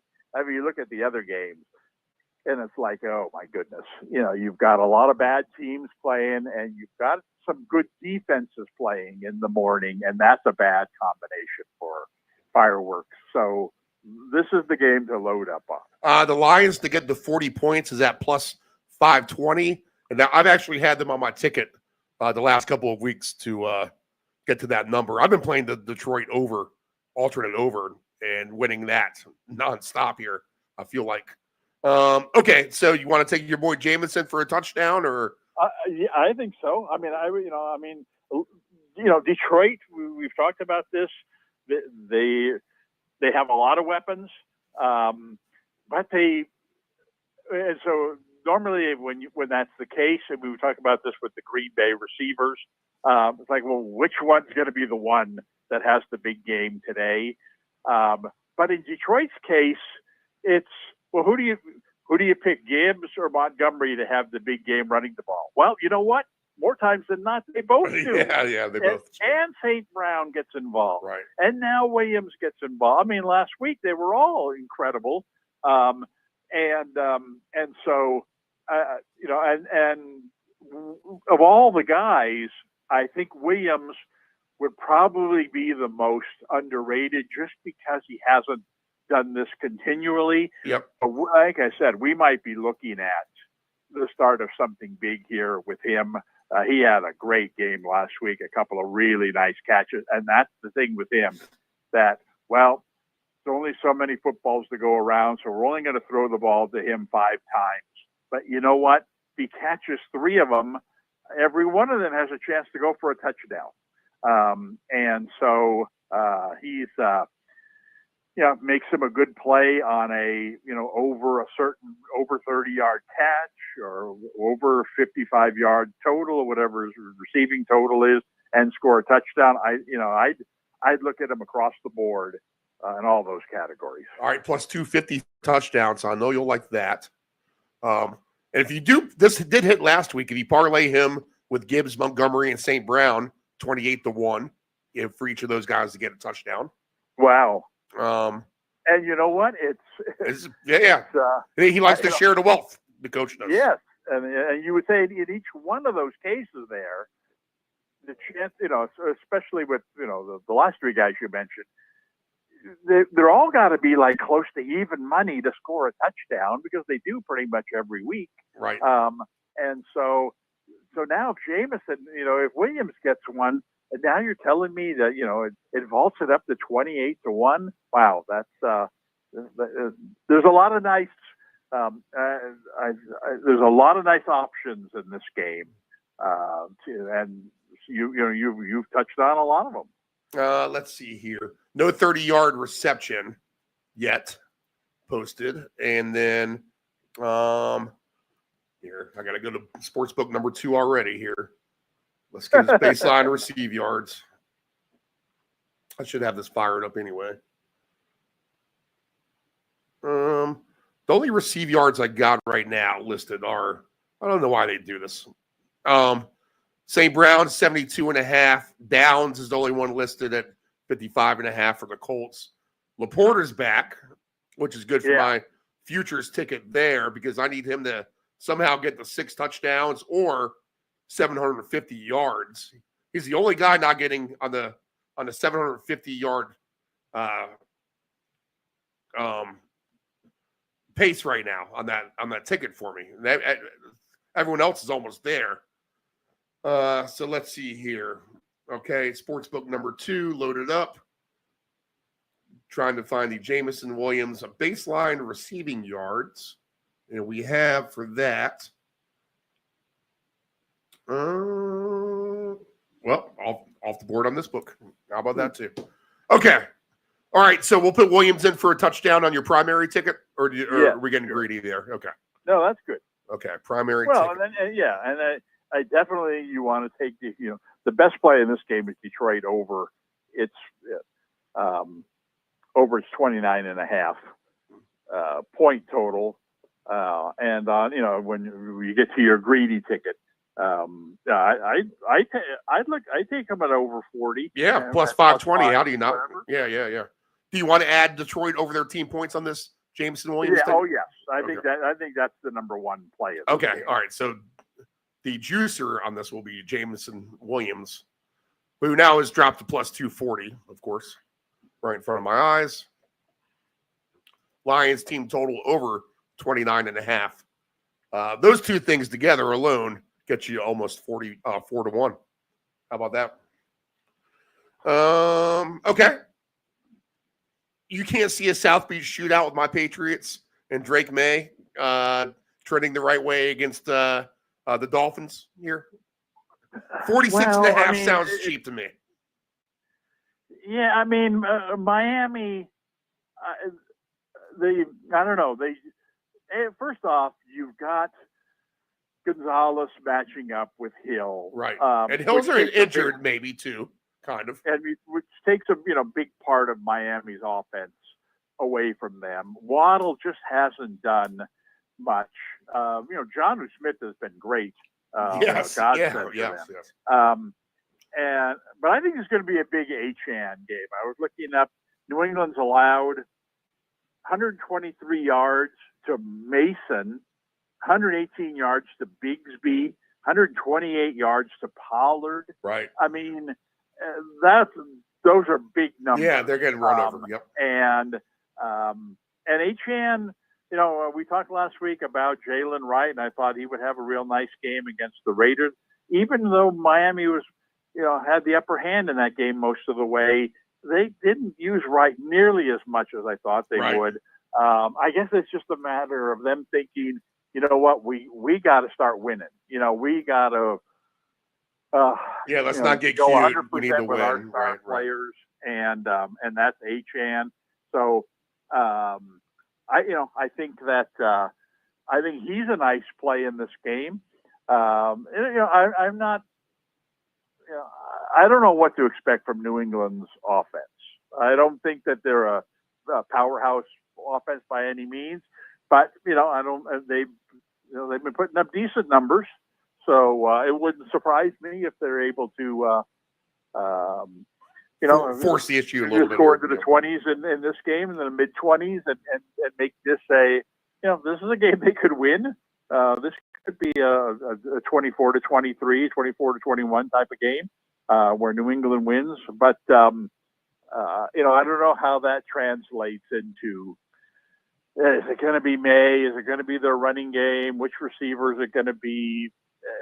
I just think that if I were to identify one guy in this game where I'm most confident, will score a touchdown, most confident I'll put up decent numbers, it would be Achane. Achane is 66.5 for his baseline, and then real big favorite here to get a touchdown, minus 210.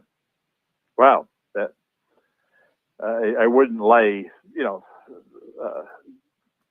that kind of number. Do you want to take his rushing yards?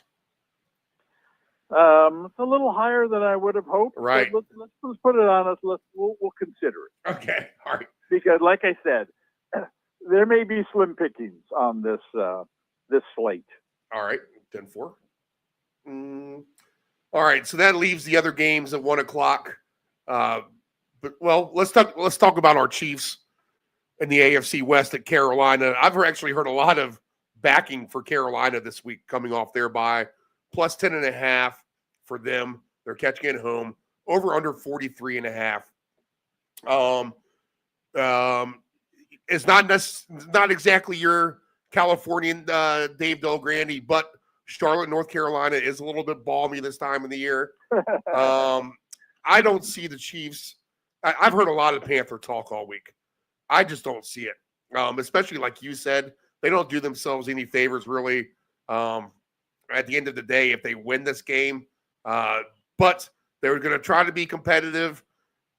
I just got to assume that the Chiefs get right here. I got to think that Hopkins has a big day just because that Carolina Panthers secondary is so bad. So give me a Hopkins touchdown at least. I'll look at him for 2. And at the end of the day, it might not be your 21, 28-point blowout, but I think the Chiefs cover 10.5 here, right? It really should be because, Kansas City's coming off a loss, and already, people are talking about how much they allow teams to stay in the game with them, and they haven't blown out anybody in a long time, and this is their opportunity. Had they won last week, I know we're not blowing out anybody, but we're winning every week. If they had that same mindset, I'd feel less interested. But I think last week, the balloon burst. It was like, okay, all right. So they were due to lose. Let's get back to playing better football. Forget about this unbeaten season. Forget about winning games by every game by 3 points. It was fun while we were undefeated. We're not undefeated anymore. So now our goal is to be a dominant football team. Who do we play next? Oh, we play Carolina. Great. There's a team we can dominate. And you got Pacheco possibly coming back. Looks like he is going to come back this week in some kind of a part-time role. So they would like to get a lead and get him 6-8 carries to get his feet wet. I think Kansas City should win this game real easily. I think Hunt. I think it's important for Kansas City to get off to a fast start in this game because it sets up, for them to try different things and play Pacheco in the second half. And I think Kansas City is going to be motivated to score the first time they have the ball. Hunt's going to be their back, and that situation. And he had touchdowns in 4 straight games, until the last 2 where he hasn't scored at all. I'd be interested in his number, scoring a TD. Let's see here. The Chiefs' total points is 27.5, which I like that. Kareem Hunt, minus 160. Pacheco is the same, minus 160. Yeah, well, that doesn't make any sense to me because, I can understand they get ahead in the second half and, maybe they try to get Pacheco in the end zone, but I don't think they're not going to put him at risk. Right. They're not going to run him an 8th time, a 9th time, a 10th time just to try to get him in the end zone in the second half of a game where they're winning 27-6. And so to me, he's less than 50-50 to score a touchdown as opposed to Hunt, who, I'm not crazy about laying $1.60 on something like this, but I think he's your most likely Chief to score a touchdown in a game where, like I said, they should be able to dominate this game. I do like the Hopkins at plus 170, and if the Chiefs are going to score some points, like I think, and I'll throw on a greedy ticket, Noah Gray plus 460. That's a big number for him. Let's see here. All right, so the Chiefs about name their score here, I guess. What's the total here? 43.5? How much can Carolina give you? I think the Chiefs defense should be able to dominate this game. Right. Keep the score down, run the ball. The more they run the ball, the more likely that the score is going to be lower. So I don't know. I wouldn't. I'm not interested in that. 10-4. Let's see here. I'm going to go correct score. Chiefs 34, Panthers 6, 160-1. There you go. That stays under the total. All right. Let's see. Yeah, and the other games, you got Minnesota, Chicago. Yeah, Dallas, Washington, Tampa. Minnesota's playing really well defensively, right? In recent games. And Chicago, did they really turn things around last week with anything they did? I don't think so. Flores against the rookie quarterback. That's a little tough here. Yeah, and in Darnold, even Darnold's got a sore shoulder now. I mean, that to me looks like a low-scoring game. 39.5 the total there. Tennessee and Houston, I have zero interest in. Right. Dallas and Washington. What in the world is Dallas going to show up with this week? I can't believe, now Lamb, he hasn't been practicing because of a foot injury. Ferguson's got a concussion. Right. I mean, you got to be kidding me. Are they really going in the tank? Is this the week they put Lance in there? This could be a really ugly situation for Dallas. I'll tell you that you want to you want a greedy ticket guy in this game. Schoonmaker got 10 targets last week, and if Lamb is not playing or is not himself, or they take him out in the middle of the game because he's hurt, they don't have their tight end, they don't have their number 2 receiver, they don't throw the ball to their backs. What's left? They've become the Raiders. They've got one target, and he's a tight end. So I can understand him getting so many targets last week. I can see him having a really big game here, and not in terms of 12 catches for 200 yards, but a lot of targets, eight catches, 60 yards, a touchdown or 2, especially if Dallas falls behind, which is likely to happen here. He'd be my, you want to throw a real long shot onto a 2 TD ticket. I don't even know if they would offer it for him, but if they did, at 45-1, keep an eye out for that. Let's see. You want him somewhere on your ticket for 55-1 for 2 touchdowns for Schoonmaker.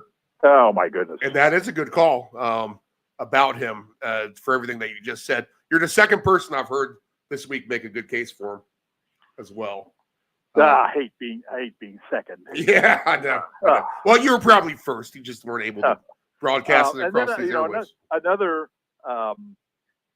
interesting game to me, but I have no idea how. Oh, before we get to it real quick, sign me up for Brian Robinson for a touchdown in this game too at -150.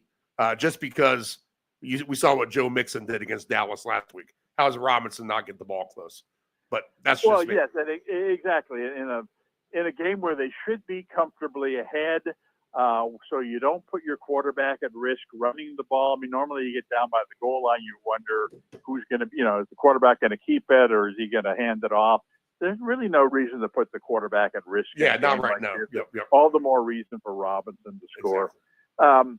But Tampa Bay and the Giants, to me, is a really ugly game, but interesting in the sense that what's going to happen with the new Giants quarterback? Is he going to be any different than the old guy? I did some research on him last year where he made 6 starts last year. And I had read that, he threw the ball a lot in those games, and that was going to be a good thing for the Giants passing game. But I don't see any evidence of that. I mean, he didn't throw the ball crazily in those games. Now, they weren't they weren't as good a passing team as they are this year. But in those 6 games, he was sacked 28 times. And he ran the ball 28 times. And so it's, just looking at those 2 numbers is like, okay. And he only has, I think, 1 interception. So he's not putting the ball at risk. The Giants don't really have don't throw their backs a whole lot. And so it looks like he will either take a sack, which is terrible for, any kind of scoring, thing in the game. And he'll also run the ball when given the opportunity. And that's what I would look at in this game. Because Tampa Bay is a bad defensive team. But Tampa Bay has a decent pass rush. If there were a number on Vita Vea, to get a sack in this game, I would certainly take it. I mean, if this guy's getting, 5 sacks a game last year and he plays the same way this year, who's going to get these sacks for Tampa Bay? Well, Vea is their best defensive lineman. He had 2 sacks against Kansas City 2 weeks ago. So I don't know if they offer a line like that. They will eventually. Yep. Yeah, I mean, I would take him to get a sack, but I'd also look at DeVito's running totals in this game because he, like I said, he has some really not. I don't think you consider him a running quarterback. It just seems that it's the way he plays. He's not going to throw the ball away. He's not going to throw the ball to the back. He's either going to get sacked or he's going to take off running himself. And if he runs the ball 6 to 8 times against a very bad Tampa defense, and they put a total on his rushing in the 20s, that is an absolute steal. 23.5. 23.5? Yep. And Baker's just 13.5. He runs the ball too. Well, this is, Tampa's defense is terrible. Tampa's getting Evans back. They should be able to put up, they've been great on offense. They should be able to put up good numbers offensively in this game. Question is, what kind of numbers can the Giants take advantage of Tampa's defense, which they probably will because everybody does. But how are they going to do it? I just think that the quarterback's history says that he'll get you that running total because he's going to get in 24 yards the first time he takes off down the sideline, but because he's going to get you 5 here, 6 there, 7 there, 4 there. Next thing you know, he's going to be at halftime. He's going to have rushed for 5 times for 30 yards, and you're going to be cashing your ticket. So I would definitely take him over the 23.5 rushing. I'll tell you this. I'm worried about the psyche of the Giants. And I think if they get down fast, say it's 14-0, they might throw their hands up in the air and just quit. I don't like, for one, Daniel Jones, if you heard his press conference at the end of the week there, he sounded like he was telling the judge and apologizing to the family of someone that he murdered, the way they was reading off of that paper. I didn't like that. I don't like the fact that they're bailing themselves out by not having to pay Drew Lock his incentives by not playing him, who is the second string quarterback. You bring the guy in for a reason, and probably just to avoid paying him, you're going to let DeVito play. I just don't think that sends a good message to the locker room at the end of the day. So I could see this team folding the tents fast, especially if Tampa were to score first.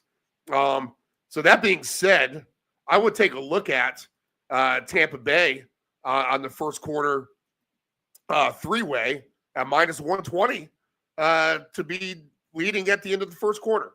So if it's a tie, you lose the bet. But I think there's going to be an emphasis here on Tampa Bay to try to score. Let's try to get up early. This team will quit on us. Baker's the better quarterback at the end of the day. And the Giants, they're ready to pack it in for the season here if this starts to get off ugly. So I would at least look at Tampa Bay in the first quarter, first half line, something like that here. I'm going to take them as my survivor pick, only because my options are limited at this point. At this point of the season, and the Giants' psyche is the main reason why for that. Yeah, and you know what? To be honest, I don't know what to think about, where they are mentally. I just know I'm 3,000 miles away, and all I read about the Giants for the last 3 years is how terrible Daniel Jones is, right, and how they got to get rid of him, and why they sticking with him. And etc. And, is that really the feeling in the locker room? And if so, then you could make a case that they'll be excited about this game as opposed to being demoralized or throwing up the white flag. I mean, they were doing great getting the ball to Neighbors earlier in the season. Now they don't get the ball to him at all. Is that Jones's fault? Certainly he's taking a lot of the blame for that. Can this guy get him the ball? I mean, so is Neighbors, is he, thinking, this is a great thing for me. I'm going to come out and have my best game of the season against a really bad defense. Or is he, going into a CD Lamb mode saying, oh, God, do we really have to play these last 6 games with this terrible quarterback? My back is hurting. And I don't know what their mindset is. I think they could go either direction there. So, I'll leave you to be the psychologist. As you wish. Well, if you haven't heard Daniel Jones doing his little press conference here, look for it. It really is a little disturbing to me. I mean, he is taking the blame for it, and it really does sound like he's apologizing to the universe for how bad the Giants are. Okay. So that should do it for the 1 o'clock games, right? Yeah. Nothing else of it. No props, nothing else exciting there. Okay. So we get to the 4 p.m. Eastern window, the 1 o'clock Pacific window. And, we'll start with Denver and the Raiders, your Raiders. Denver beat them the last time out in Denver. That was one of my locks of the week that week. But I don't know. I don't know if I trust Denver to lay 6.5 points here. The Raiders were semi-competitive in Miami before the Dolphins ran away with it at the end of the day. I don't think I trust Denver quite yet. What's amazing to me is the Denver is the worst team with tight ends. You would think that this rookie quarterback in this passing game, that they would have these tight ends involved left and right. Yet, if you're betting the tight end props for Denver, you're getting killed on them. Troutman is just 3.5 yards over under for his receiving yards this week. And they have Kroll as well, another guy I've taken a couple of chances on that the numbers are so low hanging that the 40-yard numbers pay so big. So a lack of tight ends for Denver, I just don't get it. Maybe these guys emerge here down the stretch. I don't know if I want to lay 6.5 points here. It's probably an uglier game too as well with the total 41.5. Why do I see this being something like, at the end of the day, 23-17 Denver? Maybe you can find some excitement here on this one. What do you got? No, I mean the Raiders. They've got they're both running backs injured, right? Madison and White are both injured, so they're down to Dylan Laub. I think as their running back in this game. Yeah, plus 280 for a touchdown. They have no real wideouts. They got Amir Abdullah too. I got him listed, or is he out too? Yeah, no, he's one of their 2 healthy backs. Right. Okay. Yep. Abdullah and Laub. So White and Madison. Both Right. out. Yeah. And they have no wide receivers. They have got a quarterback who's not doing anything. And so they've got one guy. They've got a tight end who they throw the ball to like 15 times a game. And Denver's decent enough defensively that they really should be able to shut down. I mean, if they can shut down Atlanta, now granted that the game was at home, they really should be able to shut down the Raiders. Good point. Yep. I don't see how the Raiders score more than 13 points in this game. They could easily be held at single figures. Question is, and I understand your hesitancy about Denver. Are they really good enough to go on the road and be a touchdown favorite over anybody? And just based on the fact that they've done well at home. I don't know. I don't know that they're that good. I just think that they're a way better team right now than the Raiders are. And that's not saying Denver's a great team. That's just saying that the Raiders are really bad shape and really need to keep losing to get the quarterback that they want next season. So I don't know. I mean, yes, I've seen the Raiders and Broncos play a lot of close games over the years, but those were worse Denver teams and those were better Raider teams. And I don't know. You talked about last week about the Raiders kind of being competitive with Miami, but this was a Miami team that was really struggling as going into that game, and they come out with a 17-point win or whatever it was. So if I looked at anything in this game, it would have to be on Denver's side, but I don't know what nothing stands out to me as this guy's going to be the obvious touchdown scorer, or this guy's going to have a big game. Like you said, the Raiders have been terrible against tight ends, and the Denver should be able to throw effectively to their tight ends, except they don't throw effectively to their tight ends. So that doesn't help us at all here either. So I'm gonna pass on this game. If I did anything on this game, I'd take a shot on the Raiders under their projected total. I'm presuming that it's higher than 17. Yes, let's see here. It is 23.5 for the Broncos, 17.5 for the Raiders. Yeah, see that to me is attractive. I don't see how the Raiders score, 2 touchdowns or more than 2. They could score 2 touchdowns and kick a field goal and still be under. I don't know where those 2 touchdowns come from. And even if they do, I don't see where a 4th scoring drive comes from in this game. Because, one of the things is, Denver's just not that good to where, Denver's ahead 24-0 at halftime. Now they're going to call off the dogs and the Raiders are going to get a couple of cheap scores. I just think that as mediocre as Denver is, they'll be ahead 13-6 at halftime, and they'll have to come out with some defensive intensity in the second half, and then we'll end up seeing the final score of the game 24-12 or something. So, that would be the only thing I'd look at in that game. I will say this: Broncos total points wise, I do see a scenario in my head where, let's just use these Raiders as a punching bag. We need, we are a potential playoff team. Let's get our reps in here, almost like the Detroit Lions model. We have a standard of performance where, we want to be as good as we can be every week. It doesn't matter who the opponent is. We want to just try to score and do as good as we can possibly do. The Broncos could have that mentality as they approach the playoffs or their harder games here down the stretch, trying to use the Raiders as a punching bag here.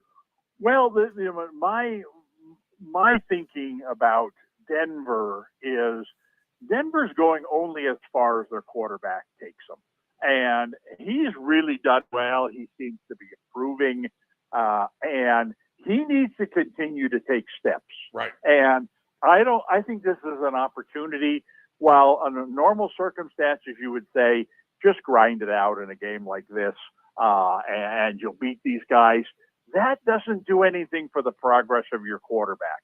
And if you need your quarterback 2 weeks from now, next weekend, to be better than he was last weekend, he needs to take another step in this game.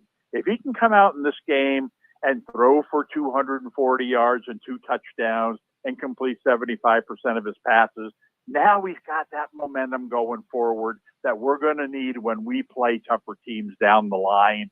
And so I can see where it's possible that Denver's incentive in this game is going to be, let's maximize our quarterback's chances of having a big game against a bad team. So it's, I don't know that that's their thinking, but I think it's possibly what they're thinking, because he's such an important player moving forward for them. And this is an opportunity to build upon that. So is that going to be their approach, or kind of like you said, why would they do that when they can just run the ball all day and smother a team like this? both of those are equally likely, in my opinion, and I'd only be guessing. So I'll sit back and relax and sit this one out. 217.5, the baseline for Bo Nix, which is only 5 more yards than Minshew, which is kind of weird. You would think it would be a little more. Well, but again, like you said, if the approach is let's smother them with our running game, then they can win by passing for 150 yards. Right. So I don't know. I don't know. I don't. Yeah, it's a better plays on the board, hopefully. Okay. Yeah, I mean, we talked about this earlier. That when there were some kind of mediocre plays earlier as well. They don't sound like good plays, but wait till we get to the afternoon slate and see the ugliness there. And this is a game where there's ugliness in this game, and there's another afternoon game where I think there's ugliness as well. That must be the Cardinals and the Seahawks, right? That would be the Cardinals and the Seahawks. The Cardinals coming off a bye, and then Geno Smith sends all the Levi Stadium fans home crying on their way out after he runs the ball into the end zone, which – that was a long run too, right? No, not long, but long enough to go over his prop and to get a touchdown. If you somehow bet all that stuff at the end of the game, you're excited to see. We'll get to the Niners in a minute. But the Cardinals here are a favorite on the road, -1.5, 47.5. So talk about the ugliness here. You just said it. Well, that's the question here is how good is Arizona? They certainly look good recently. But I think we're going to learn a lot about them in this game because, like you said, they haven't been predicted to win a game like this for a long time. When they go on the road in the NFC West against, 3 teams that have all been pretty good for like the last 10 years, they're 7-point underdog. They're 10-point underdog. Right. They're, can they be competitive in this game? Now, for them to go out and, whoa, this is a way better Arizona team. We can now go on the road and be the favorite, be expected to beat Seattle. Ooh, boy. I mean, they could be this good, and defensively they're playing great. And so I wouldn't be surprised if they won this game. I also wouldn't be surprised if they lost a close game just because they just don't have the experience of winning. When they've won this kind of game, it's been, because they caught the other team a little off guard or they shocked them in some way. Seattle's going to be prepared for, what they see from Arizona this week. They're going to be expecting to see a real good defensive team. And it might be so good defensively, Seattle can't do anything about it. But Seattle, Seattle's done well defensively. Their game against 49ers last week, Geno was in a position to win that game because that they played well defensively. They kept stopping the 49ers, in Seattle territory. So I can see too, when you think of the Cardinals in Seattle, you think both teams in the 20s, 24, 23, 27, 21, a fairly high scoring game, but these two defenses are better than that. And so I'm not going to be surprised if this is a very low scoring game where first team to 20 wins this game. And it's possible that it's all it's going to take is 20 to win this game. I don't see where the points are coming from. So I'm, from my perspective, if I've had, my fantasy season were on the line with some of the, big guns in this game, man, this would not be a game that I'd be looking forward to. And to kind of play into what you're saying here, in this kind of environment on the road, loud as well, very loud place to play. You got to figure that Arizona is going to try to really get James Conner the ball, ball control offense. Win this game ugly. They win lower scoring games anyway, for the most part. And to win this game on the road, you got to think that it's going to be Conner and a big portion of him throughout the game.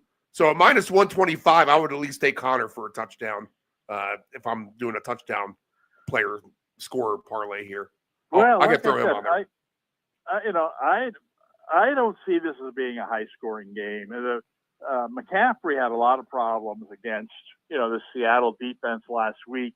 I don't know, in a game where, 4 touchdowns maybe in this game. You have two teams that can pass the ball, have some decent receiving weapons. I don't. Yes, who's the most likely to score touchdowns in this game? Probably the running back on each team, but not to the point where I'm willing to. Right. Okay. Right. Again, when you talk about some of the higher scoring games we talked about earlier, when your team's going to score 3 or 4 touchdowns, all right, chances are, your running back's going to get 1. But when your team's only going to score 2, you know what? And I don't know. I'm not willing to take that. Okay. If we have 2 potential duds with the other 2 games, are your 49ers and Packers going to be a little bit more exciting game? Also at the 1:25 p.m. Pacific window, 4:25 Eastern window. Can we get points here? What's Purdy's status? The 49er fan base, they have to be a little bit shell-shocked, maybe is the right word. I'm not sure. You're out there. You can give me the pulse of the fans out there with the 49ers. But not a good look from the 49ers here overall. And a tough place to play here, Lambeau Field, on Sunday, where it'll be cold, but it won't be like it was in Cleveland with the snow and the precipitation and the wind. So good game here late in the day Sunday. What do you expect to see here? Well, you're talking about the fan base. And one of the problems in sports is when teams have success, that their fans start believing that they're going to have success all the time. And even when things aren't going well, it's hard for the fans to think that it's possible that their team just isn't very good. We've seen this in this market with the Giants for the last 10 years. They won 3 World Series titles in a 5-year span through 2014. And they basically haven't done anything since. They had one really good season. But every season, when they get to August and they're 60-60, you still have a majority of the fans saying, oh, but our pitchers are going to be healthy down the stretch and we're going to make a run and we'll sneak in as a wild card and like we did before and we'll win the whole thing. And then it doesn't happen. And the Warriors, it's the same way. The Warriors had a great run there. They even came back and they won again, 2 years ago. But you watch them last year and they're off to a slow start and they get 2/3 of the way through the season and they're barely a 500 team. Oh yeah, but we've got Curry. He gets hot and we get into the playoffs. We could still win a championship, and they don't even get in, or they lose in the play-in game. The 49ers are the same way. They were the big loss last week, no doubt about it. But the 49er fans, are of the mind that we've got the best team in football. We just need to get everybody healthy, which never happens in the NFL, by the way. And we, even if we lose to Green Bay, even if we lose the following week to somebody good, Buffalo, we can still get into the playoffs. And if we do, we can beat everybody. So I don't think they see this as a big game. I don't think they see the last week's loss as be as devastating as it might in the end, it might have been. And now you go to Green Bay and, of course, you're still without Ayuk. You've got Kittle probably coming back this week from his injury, but now Purdy's got a sore shoulder. And interesting, you talk about press conferences. Read what you will into this. On Wednesdays, Shanahan talks to the media. On Thursdays, they have their defensive coordinator talk to the media, and they have their quarterback talk to the media. Well, they canceled the quarterback interview yesterday, which has never happened, but led people to believe that they don't know who the quarterback's going to be this week.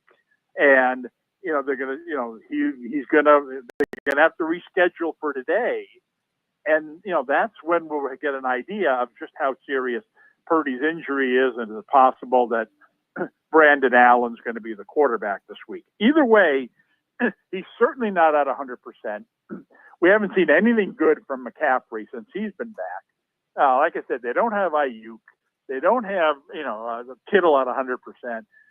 Debo has been terrible in recent weeks with his sore ribs. I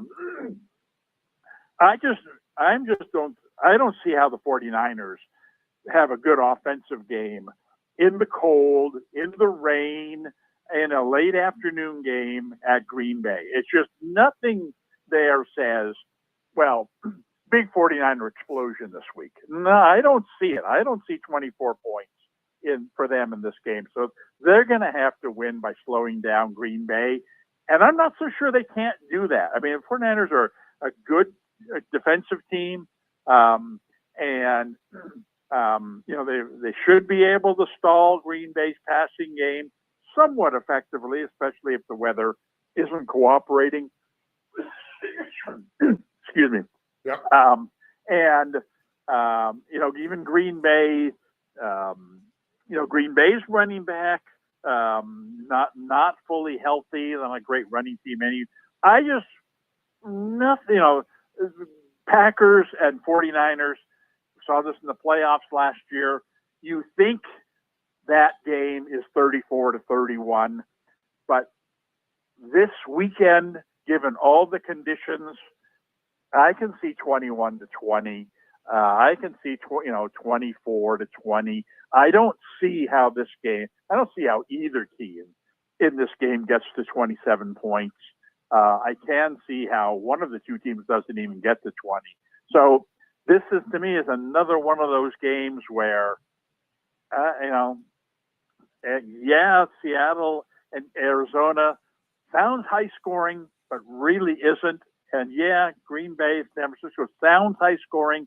Well, I don't think it is. And so I'm not crazy about this game either. Packers total points 24.5, 49ers 22.5. Now, last week I thought I was doing something smart by moving the over-under in the 49ers Seattle game. I moved it all the way down to 39.5 points from 48.5 points. So that's almost 10 points.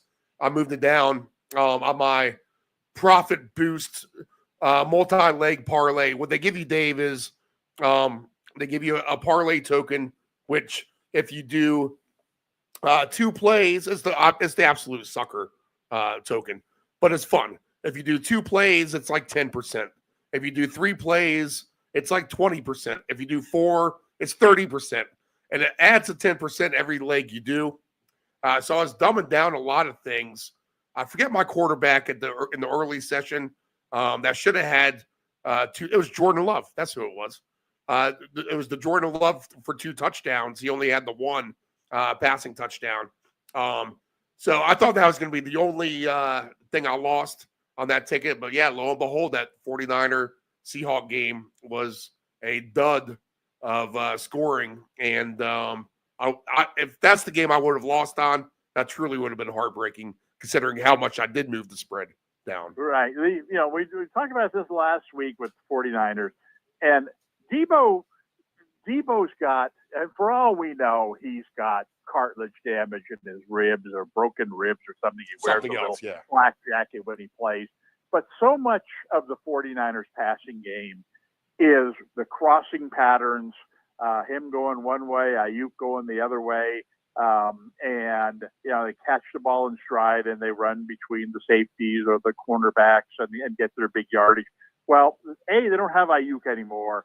And secondly, and Debo, they're not throwing him the ball on those patterns. And it's hard to tell whether it's because he's not open or because they're not running a whole lot of those patterns anymore, because he doesn't want, they don't want him to get hit. They don't want him in the middle of the field, getting hit in the ribs. And now he's out for the rest of the game. And now you've got, Brandon Jennings and, God knows who else, running your patterns for you. So it's Brandon Jennings, Jawan Jennings. So I just think that's a big factor. People are saying, well, why isn't Purdy throwing the ball more? Last week he held the ball a lot. He didn't throw the ball downfield a whole lot. Well, it's a very good chance because nobody's getting open, because you can't use Debo on the same patterns that make him so effective. Of course, Kittle wasn't there last week as well. I think we're going to have a very, very, very heavy dose of McCaffrey in this game, both running the ball and catching the ball. And what I think is going to be a pretty conservative game plan. Now, if Purdy doesn't play and Allen's in there at quarterback, well, now you come to expect that McCaffrey's going to get going to have a busy day, and that just makes it harder for him, because now everybody's going to be keying on him, knowing that this, second string quarterback is not going to be throwing the ball down the field very often. So that's a big question mark in this game. And if if Purdy's out, then the game becomes even lower scoring. So I'm, I just, again, all three of these games we talked about in the afternoon, I really have very, very little interest in any of them. All right. For a lack of nothing else better to do, could you take down the 49er Packer total down to 40.5, take the Seattle Arizona total down to 40.5, and get paid to 1 on your money? Well, that would be interesting. Yeah, that would be the greedy type of ticket that I think would be worthwhile, or take one of the two teams and drive their total way down in the game. But that's just to have a rooting interest, that would be a fun thing to do. Good idea. In fact, you could actually do that on your greedy ticket, those two, and throw the Lions over 40 points and get a real nice payout, probably. Well, hey, heck, you could, if you could, I was thinking of saying this before, but what about taking the Raiders to score under 10? All right. Let's just add it all up and see what we get. And throw that on there at, whatever, 10 to 1 or whatever. Now you've got. We're going to get paid better than that. Let's see here. All right, so I'm going to put the Lions over 39.5, and it won't be hard for me to go back and add our primary plays on the primary ticket, because we only have 2. We might have 1 or 2 more here. We'll find out here in a minute. Let's see, Raider alternate total under 10.5, which is at 3-1 odds.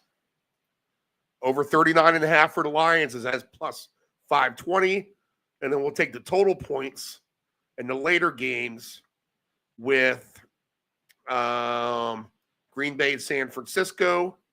We'll make the total combined points under 40.5 at plus 200.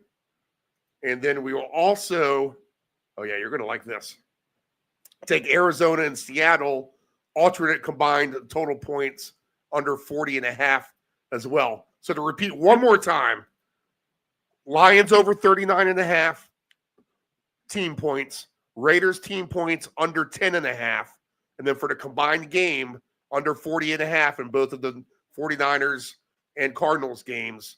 $10 will win us $2,370. There you go. Now that gives you a rooting interest in the afternoon. That does. And if you, a simple $20 bill is almost $5,000. I mean, that's a good way to spend $20 on entertainment. Yeah. Or a lack thereof if you get past the Detroit game.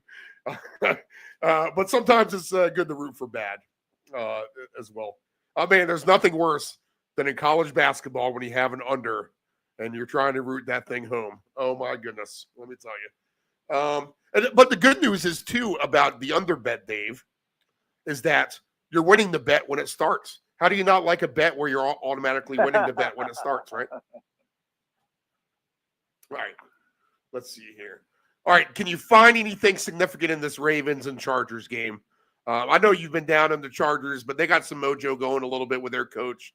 It's the Harbaugh Bowl. 50.5 is the total here. The Ravens were disappointing, to say the least, in Pittsburgh last week. I fell asleep, so I didn't see the Charger-Bengal game, but the TV was on, and every time I kind of woke up a little bit, I could kind of tell it seemed like it was a good game overall anyway. But I think at some point the Chargers almost blew that, I believe, as well, if I look back at the box score. But Ravens, Chargers, what do you like here? Anything fun? Fun game, maybe? Well, this is a game the Ravens really should win. Right. I agree. The only hesitation that I have in this game is in I don't know how many years Jim Harbaugh was the head coach of Michigan. I don't know, 6-8 years, whatever it was. Right. He was very, very in tune with his brother's team, as was the Harbaugh dad. I'm sure during the off season they looked at their films and, Jimmy, tell me what you see about, our defense. What do you see about our offense? Dad, what do you see about our quarterback? Whatever it is, I'm guessing that Jim Harbaugh knows much, much more about Baltimore's team than any other team in the league. And he's a brilliant coach. You know that if there's a way to attack Baltimore, if they've got a weak link, he probably heard it from his brother last summer that, man, I can't stand the fact that we're starting this guy at left guard. He's a terrible run blocker, whatever it is. And now Jim Harbaugh knows, this kind of information. And this concerns me because, it's almost like having 2 weeks to prepare for a Super Bowl and you learn a whole lot more about the opponent than you do when, normal 1 week thing. Right. And the coaches, can make a big difference. Well, here's a case where I think the one, because John Harbaugh knows nothing about the Chargers. I mean, there's no reason for him to have studied up on the Chargers over the years. His brother didn't have anything to do with it. But Jim Harbaugh knows everything about the Ravens. So even though I think the Ravens go into this game with a significant talent edge, a game that they really should win.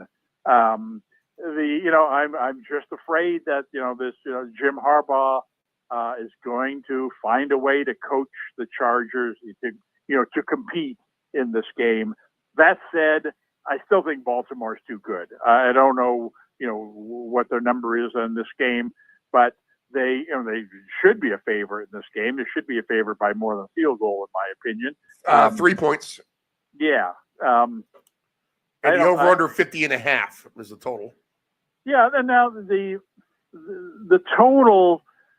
I mean, Baltimore's games have been very, they're high scoring. High scoring, yeah. And Herbert is having a very good year passing the balls, surprisingly. McConkey got hurt in that last game, and I don't know, he hasn't been practicing this week. He would be a big loss if he weren't in there. But I think Baltimore's going to find a way to score points in this game. And like you said, the scary part about last week's Chargers game was when the Bengals got serious, they looked like they were far and away the better team in the game. In the second half of that game when they scored 21 points in a row and then the guy missed the field goal. I mean, that was basically a blowout in the second half of the game once Cincinnati figured out what was going on. And I think Baltimore is every bit as good as Cincinnati, if not better. I don't know. I think the line is very enticing. And I think Baltimore is going to win this game. I think Baltimore will figure out a way to score points in this game. That's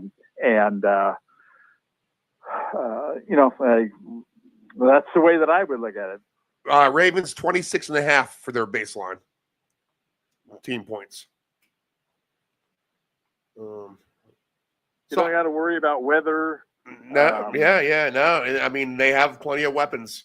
That's for sure. Yeah, and the Chargers,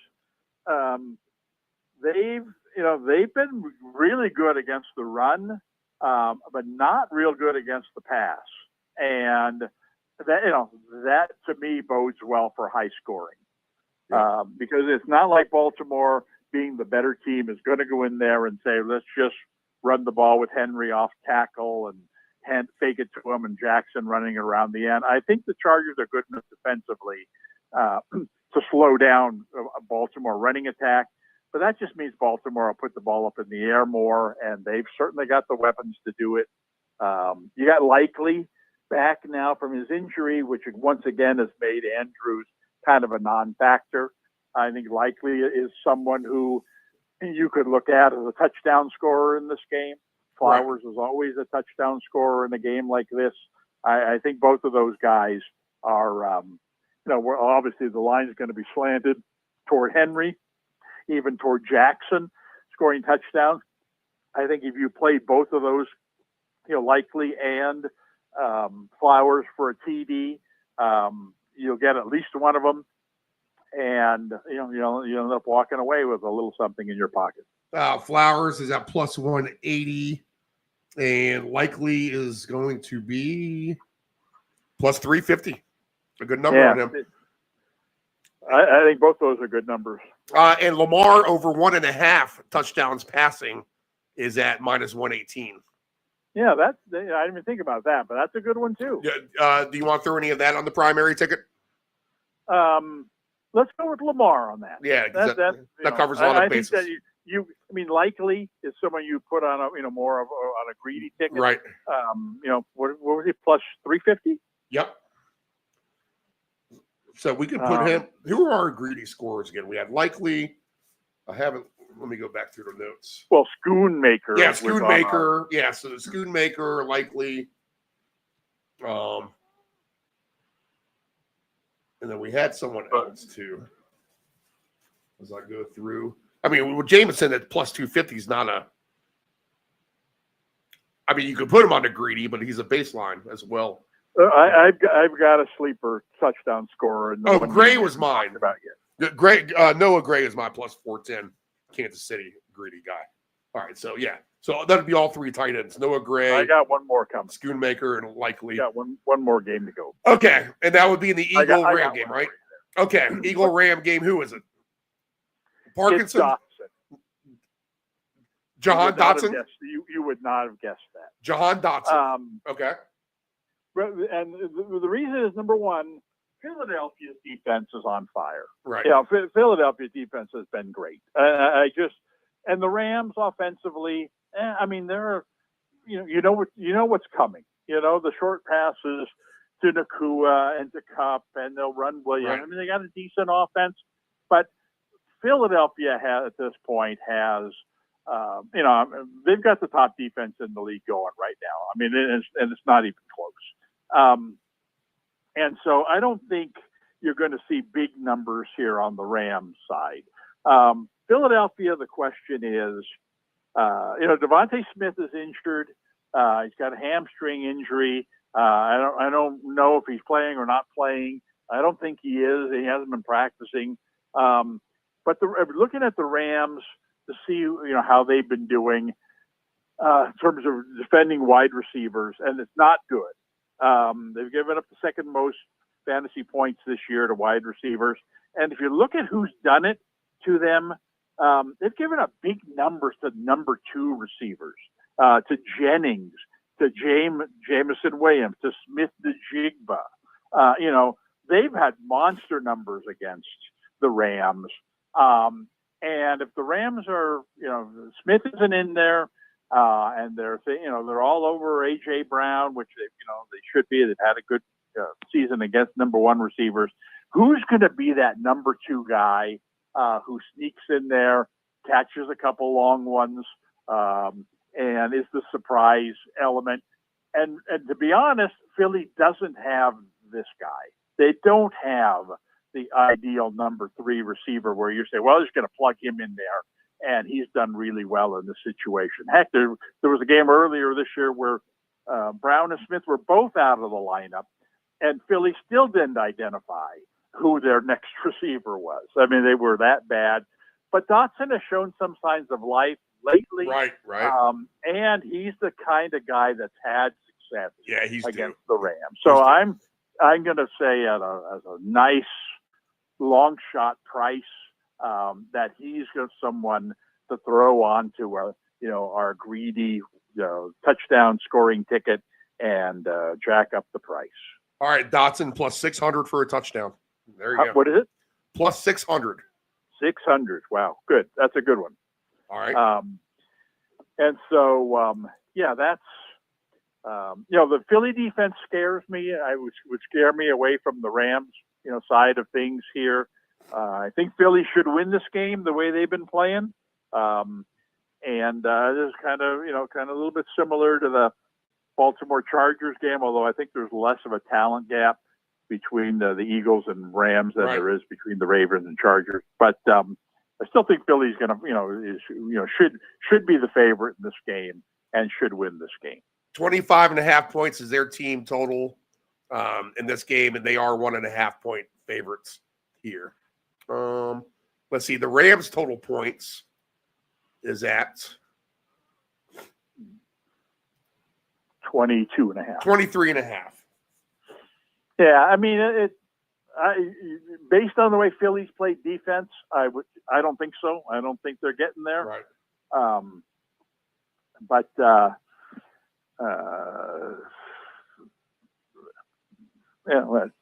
I'm not as confident in this game as I am in some of these other lower scoring late games. Okay. So I'll go with I'll stick with the Dotson on his TD. Throw him on to the the Schoon maker, the likely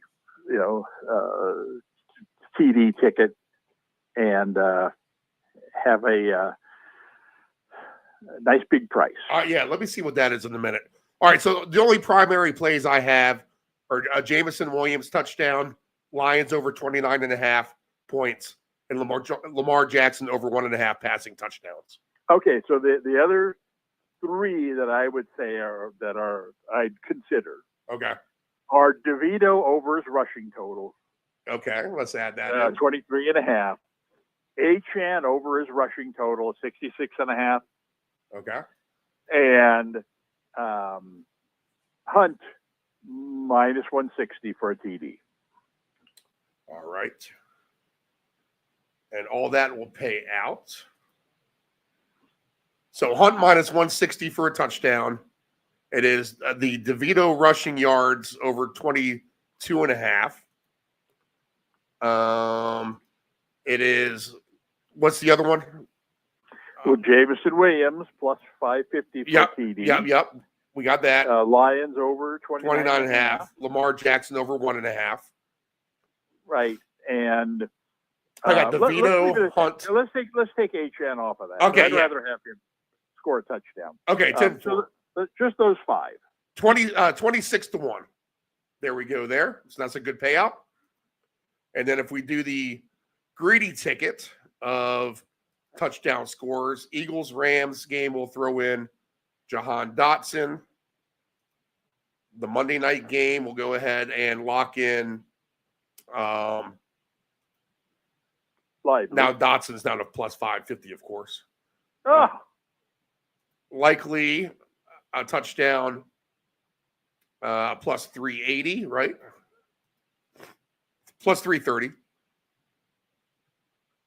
And then let's see here. The other one is the Schoon maker, either with at 2 TDs at 55-1. 2 TDs is 55-1 for Schoonmaker, and then he's plus 430 for an anytime touchdown, and all that is $10 to win you $1,368 for those three guys. Okay, we got it all covered. Got it all covered. Okay, fantasy-wise, let me make sure I got my facts straight here, because we were kind of laughing about it last week, and now I got to bring it back up here. As I told you, if it all came down to it on Monday night, then it's going to come down to me needing the Houston defense, and also I had the kicker Fairbairn for Houston as well. So let me go back to that scoreboard in week 11. And I was trailing, let's see here. I was trailing pretty big here going into Monday night. And yes, I was trailing about 24 points going into Monday night, and I was going against Ferguson. Well, Ferguson gets hurt. He scores 2.1.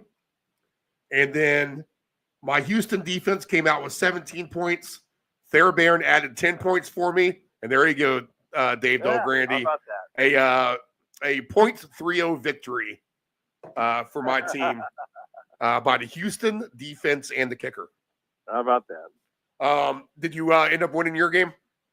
Yes, I had a good week. Much needed. Not no explosions, but good, solid performances by pretty much everybody. And then I got a break. So I'm 3 games out of the last playoff spot going into last week. And the 4th place team in my league lost.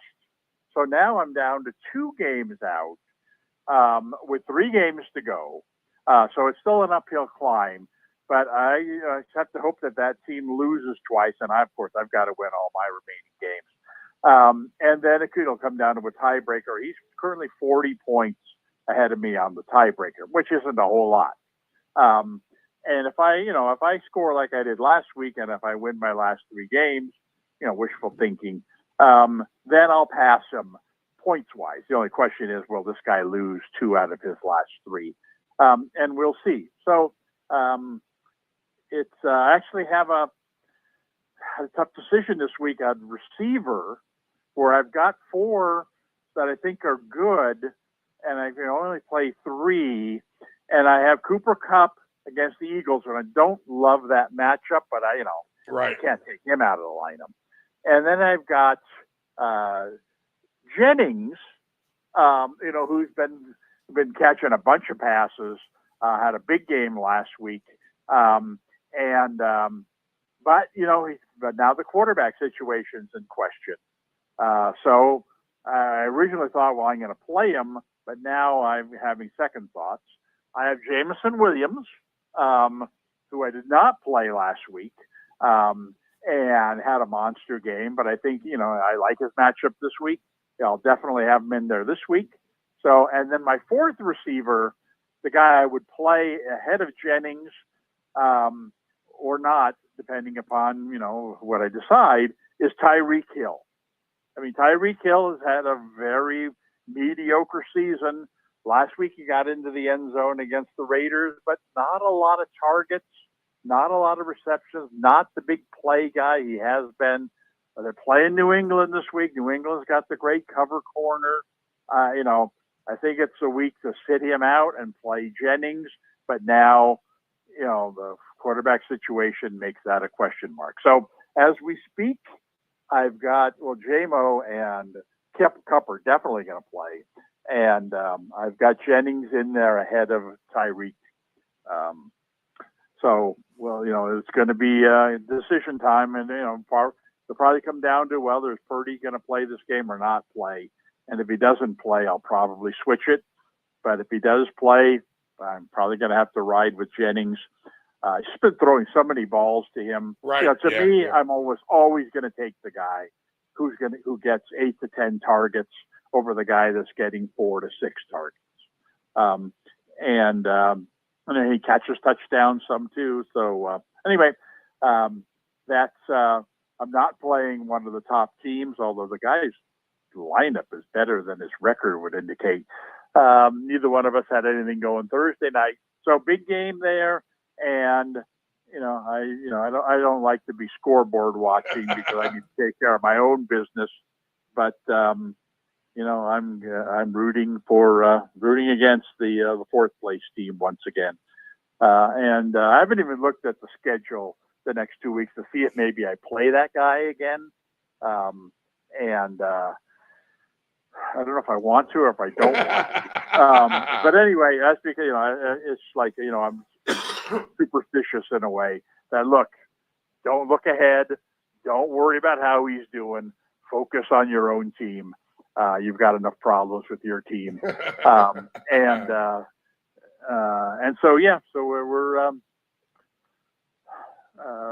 we need to take care of business this week. could be a stressful Sunday evening in the Del Grande household. Rooting for Cooper Well, Kupp it's, to break through that vaunted Eagles secondary. Well, that's the thing. You know, if it comes good? down to it, and I don't, like I said, I don't know off the top of my head what the other guys got going.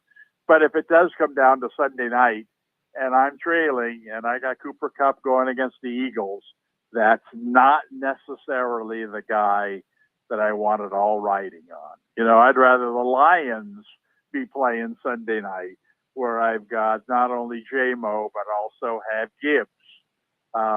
Now I could be making a nice comeback. But instead, they're going to be the ones that get me off to the big lead early in the day on Sunday, and then we'll hopefully go into that night game already with the win assured, and I won't have to sweat it out. All right, I'll talk to you after the weekend so we can come up with a plan for the Thanksgiving show. All right, and then everything after that. Great. All right, we'll see how our primary ingredient tickets do, Dave. Have a good weekend and enjoy the game. Okay, thank you.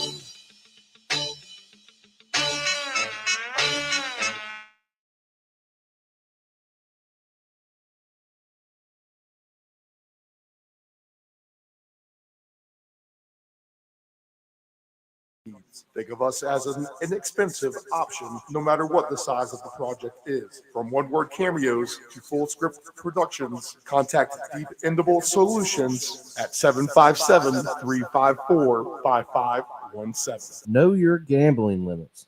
Don't ever bet what you can't cover. Wagering on sports is only fun when you do it the right way. Not every bet will win. When you get on a bad run, know it and avoid trouble. Know your gambling limits.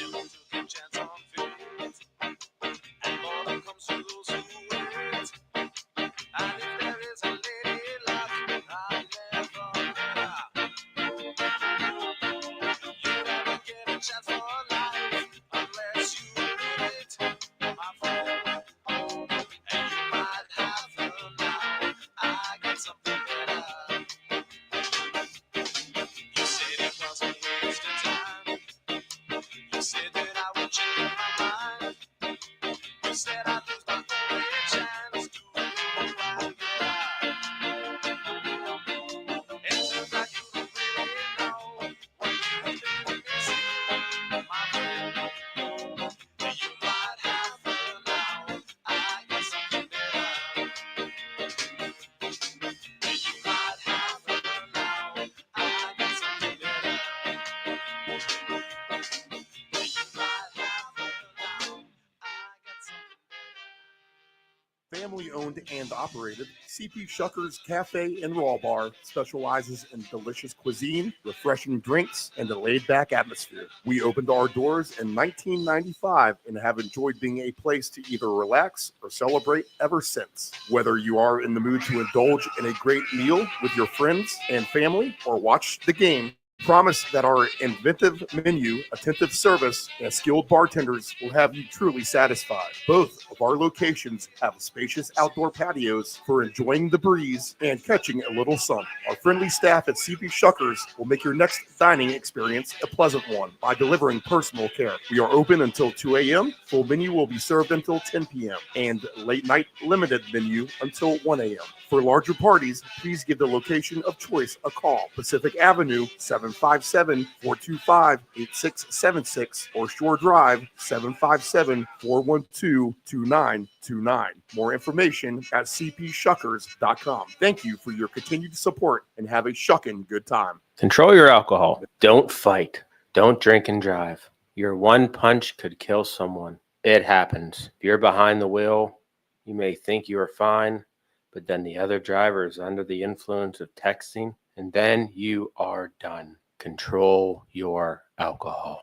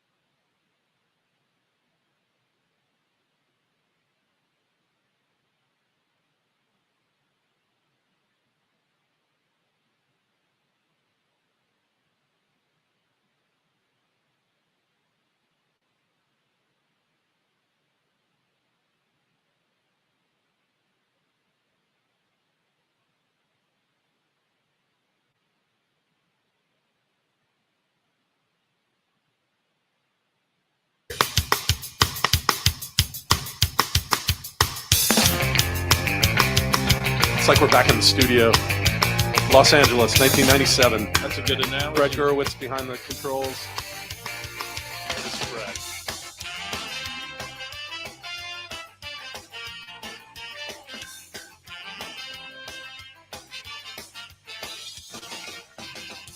I don't need to tell the truth, but I never lie.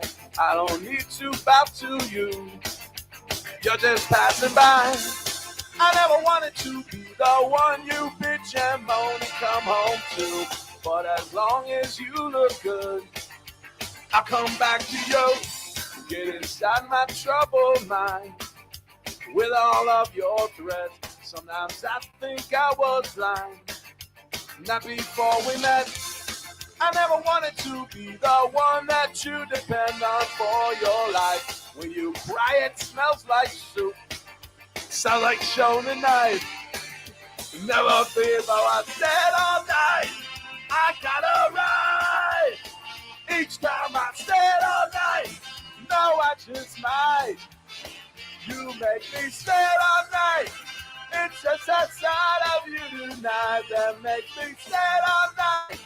I'm gonna stay all night. You're an evil little girl. I'm a twisted man, tearing through your perfect world. Make you understand. I never wanted to be the one you bitch and moan and come home to. But as long as you look good, I'll come back to you and do the things you do. Stay all night. I gotta ride. Each time I stay all night.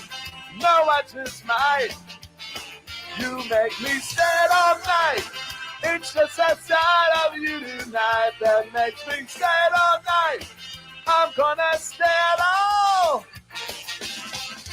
I would never treat you bad. You deserve the best from me. If you want to keep your place, you better get down on yours.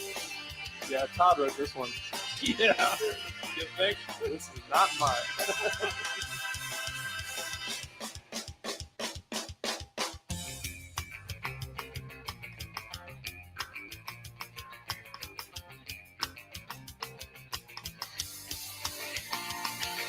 Stand all night, I gotta ride. Each time I stand all night, no, I just might. You make me stand all night. It's just that side of you tonight that makes me stand all night. I'm gonna stand all night. The round robin back live, 10 a.m. Eastern Standard Time. I am Stephen Murray. Nephew Dave now in studio. Good morning, Nephew Dave. Good morning, sir. We are broadcasting live from the Chicks Beach Studios in the lovely Virginia Beach, Virginia, the United States of America. So good insight there by Del Grande. We'll go through the new lines. Let's see what kind of updated movement we have now. And we'll go through our survivor picks. As I'm still alive, we'll have to see if Nephew Dave's still alive. He was talking about taking Pittsburgh the other night. So we'll have to see what he says about that. And then we'll go through the whole slate of games. Dave, did you use Pittsburgh on your survivor? I did. Oh, Yep. no. Yep. Something was telling me about that game, and I should have listened to myself. God, I had a couple other teams that I could have probably easily gotten away with. Took a gamble, did not work out. If you've been paying attention in weeks past, you'll notice that we've had tickets rotating on throughout the screen. Full disclaimer, wanting to be the best that I possibly could be for this week. I really haven't made too many bets, just one or two. I'll try to produce those as we go along through the morning here.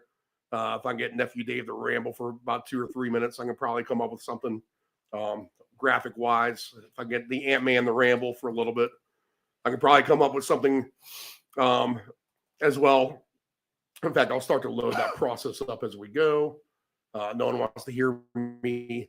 The least exciting thing in sports broadcasting, Dave, is listening to someone doing production on graphics. That's not what we're here for. But I will work on it as we go. All right. So you got a list of games for me? Give me the updated spreads, where we're at now, what you're seeing on your sports book. We will talk about Survivor as well. Let me get our Survivor graphic up. All right. And what do you got? Oh, well, Steve, let's start it off here with Tampa Bay heading to New York, take on the Giants. Buccaneers -6.5 on that spread. Total is 40.5. So that line's climbed from 5.5 to 6.5. Yes, yep, it has at jumped. least at your book this morning. Let's see what I'm seeing on my end. I still see a 5.5 juiced to the 6. So you're going to widespread of numbers there. Yep. All right, go ahead.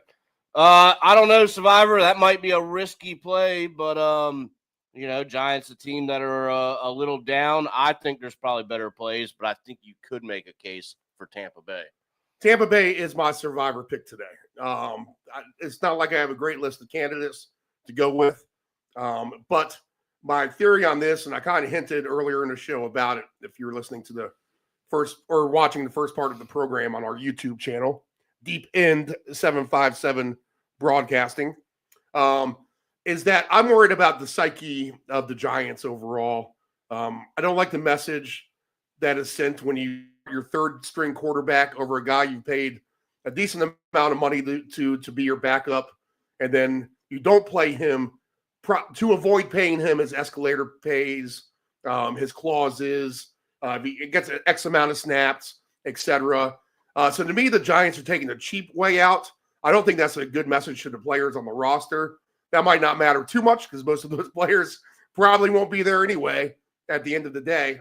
Come mass changes in that organization. But to me, I would not be shocked. I mean, you hear teams quitting, and yeah, I think there are cases where teams quit. Professional football players at this point of the season, you never want to call them quitters. But if there's a team that might throw in the towel today, especially if they get down a couple of scores, it could be the Giants against Tampa Bay for sure. So give me Tampa as a survivor pick. All right. What else we got? All right. And if you hear that in Dave's voice, he's got it too. And I mentioned it earlier in the program. You might hear it in my voice as well.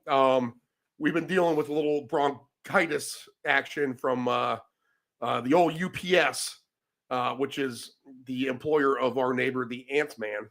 And I think everyone has a little bit of the bug going around. Better to get it out of our system now, Dave, than later on, right? Absolutely. Perhaps. So excuse us if we sound like we're in the patient first during the show this morning. All right, we have the Chiefs taking on the Panthers. Game is at Carolina. I don't think that matters none. If you have the Chiefs, I think you could use them here. 10.5 is the number. So minus 10.5 for the Chiefs. Over under is 43. Steve, if you have the Chiefs, I think you can take them. I think you could definitely take the Chiefs today if you have them around. I'm not sure how many people actually have the Chiefs left. I feel like a lot of people have had scenarios in which they could have used them already. Right. And it skated by like I did. I skated by against Cincinnati. So if you have the Chiefs left, great spot to use them today. Absolutely. All right, next up, Tennessee Titans taking on the Texans. Maybe a real nice spot for the Texans here at home. -8 favorite. Over under is 40.5. Steve, if you have the Texans, I think they have a spot here too. This is a weird game to me. It is. Only because I feel like Houston plays to the other team's talent level a lot of times. Now, they look great against Dallas, but can't anyone look great against Dallas at this point, to be honest? So it's scary in that sense to take the Texans today. I think you can definitely use them. I would be a little bit afraid of this. Levis has been playing a little bit better, just a little bit. And even though they got rid of Hopkins, they still are running hard with Pollard. Westbrook-Akine is scoring left and right for this team. So it's just an interesting scenario to me for Houston in that divisional game with Tennessee. I can see where you would want to use them, but I think that is the kind of play where you might win Survivor because everyone else takes Houston and loses, and you take an off the wall pick today. Not saying that Tampa Bay's off the wall. Probably a good portion of people on Tampa Bay as well. Right. Well, I like the Houston at home factor. They seem to be a better team at home for whatever reason. So that would be my reasoning there. Next game, Steve, near and dear to your heart, the New England Patriots heading down to Miami to take on the Dolphins. -7.5 for the Dolphins. Not sure that I love that number. Your over-under is 46. No survivor here at all. I think New England could surprise some people today. I think New England could definitely surprise some people today. Man, what happened? went and saved all these. I'm trying to get this graphic together, Dave. Right. Where you're going. Signed you right out. And then everything I saved here didn't go to the right place. Okay. I think you put Miami in the same group of as Houston today. Yes, it looks attractive, but man, that's scary. Oh, I have it week 2. That would be why. It's week 12. All right. I think you put Houston in the same boat as Miami today. Divisional game. It's just kind of scary. Yes, they should win that game, but at the end of the day, that's the one that you lose your survivor pool on. Yeah, I don't like it at all. There's much better plays, I think. All right, next game up. Dallas Cowboys heading to Washington. Washington a 10.5 favorite right now. Over unders 45.5. Divisional game. If I was in, I'd already used Washington, but if you have them, maybe a good spot here. Steve, what do you think with this game in Washington with two bitter rivals? The difference between Dallas and the teams like Tennessee and New England is that we just use the Q word quit. I'm not going to say that the Cowboys have quit, but man, it is not pretty down there whenever it's happening. So I do not put Washington in the same boat as Miami and the Texans. And if you have Washington for survivor pick, I think that's a very, very decent pick today. All right. Minnesota heading to Chicago. Figured this should be a decent game anyway. Vikings -3 favorite. Your over-under is pretty low at 39.5. Steve, do you take the Vikings? Or I don't know. I think the narrative of the year is that, one is Brian Flores against Caleb Williams. So that's good. Yep. Right? You think that's good. But that Sam Darnold factor, I think, trumps all that. I think everyone is starting to lose faith in Sam Darnold a little bit. I think it's across the board. People's, from the get-go said, this can't keep up. There's no way this can keep up. And it's not keeping up. Just no ifs, ands, or buts about it. So scary to me in that regard, Dave, that I would not trust Minnesota here just because Darnold could throw this game away. Yeah, I completely agree. Again, a divisional game as well, something that I try and stay away from. Perfect example, Thursday night, I made that mistake and paid the price.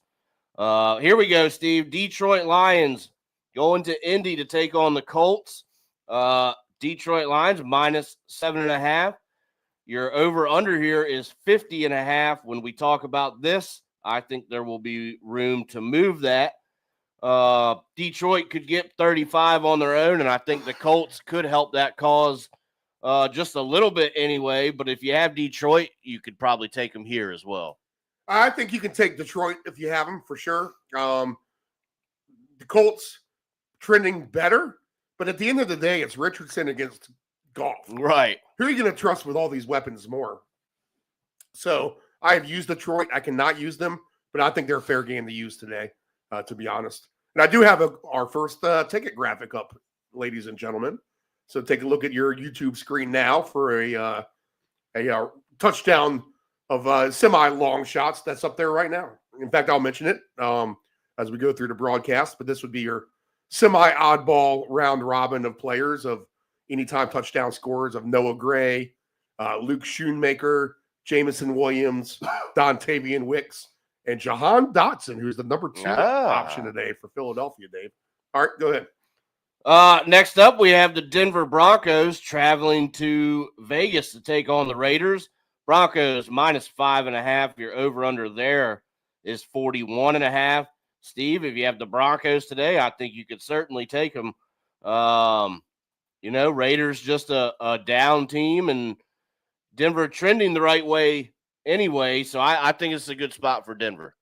I think you could use Denver if you have them. I've used Denver already in the same scenario against the Raiders in the first time around. Yep. So if I had them to use again, I certainly would. But it's kind of a sketchy game at the end of the day. Divisional on the road, I get it.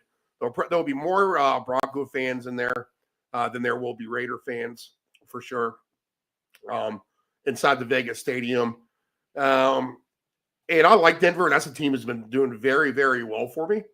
So at the end of the day, I think Denver's a safe pick, but just don't be surprised. It's not like they're the world champions of the universe here. Right. That somehow they lose this game to another professional football team. All right. The San Francisco 49ers with a tough task today, going to Green Bay to take on the Packers. Packers, your -5.5 favorite. Over under is 44.5. Steve, I love the Packers today in this spot. I do too, but I've used Green Bay already. So the survivor picks been down to literally me and Miss Kelly here since the Bills beat Jacksonville. The Commanders beat the Bengals on that Monday Night Football. So I've just been trying to use the good teams the whole time, and the Packers have been in that category, so I'm wiped out with them. But yes, Dave, Packers are a good option. 49ers shorthanded. Definitely concerning to me today. All right, the Cardinals taking on the Seahawks. Figure this will probably be a pretty good game at 425. -1 for the Seahawks. A little bit surprising maybe there. It is at home. 47.5, Steve, is your total. This is a complete stay away in a survivor standpoint for me. Well, Dave, I mean, this game flipped a full 2.5, 3 points, depending on what book you looked at. Arizona opened up as the favorite here. This is a tough game. This is almost a de facto type of playoff game in a way. Not really, because the NFC will allow some of these teams still to lose and have a chance at the end of the day. And these two will be amongst those. If they lose, that they're not out of it. But, man, you'd like to get this win today. No survivor at all. No, none.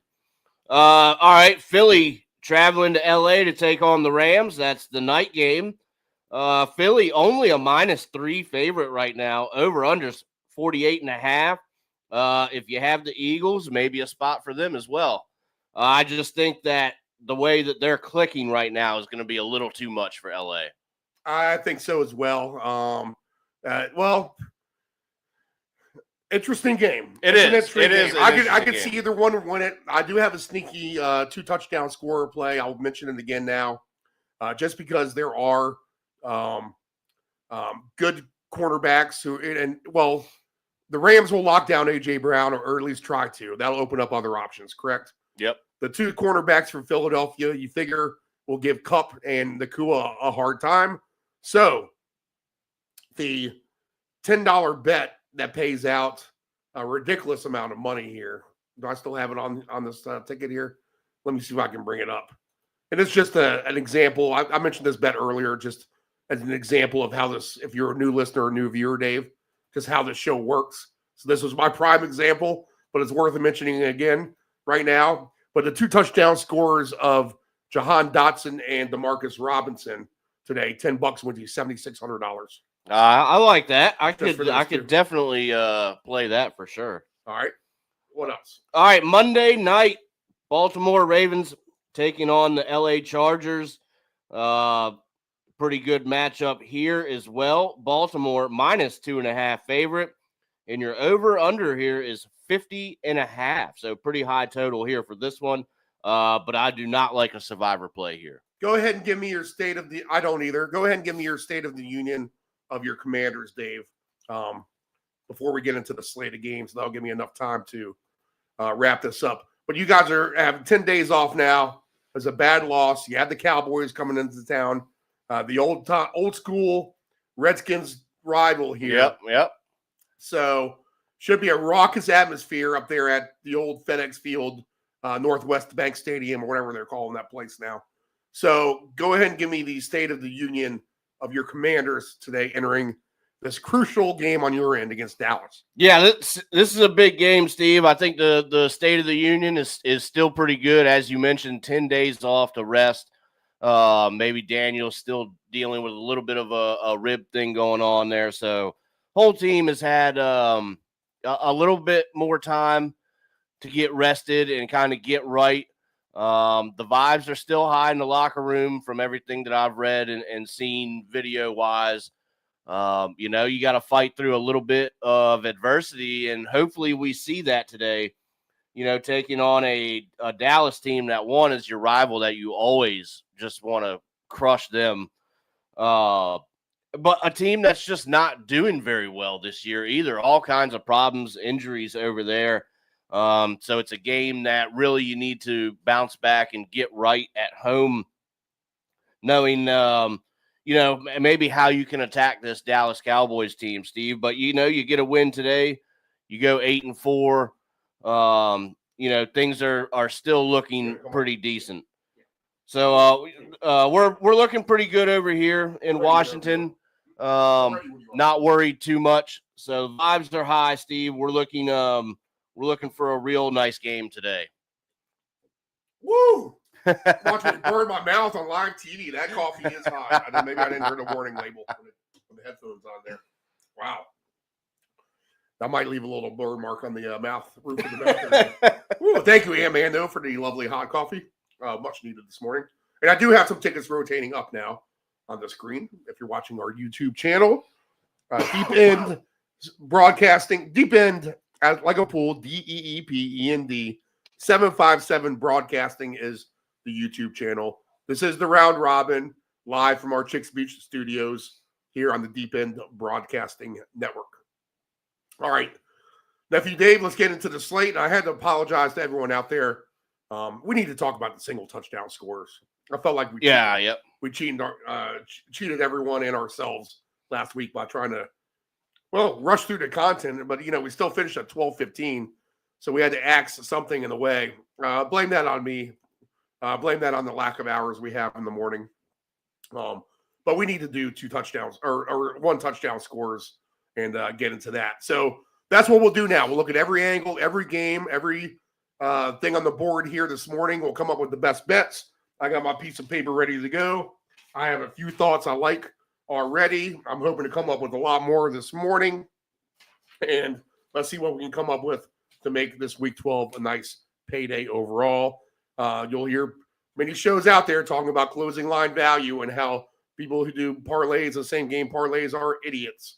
But the fact of the matter is this: if you put down $10 and you can turn that into, let's just say, $2,500, which we're able to do here on the show, on this program, then that 10 goes into 2,500 250 times, and we're not going to lose that $10 250 straight times before we win our next bet.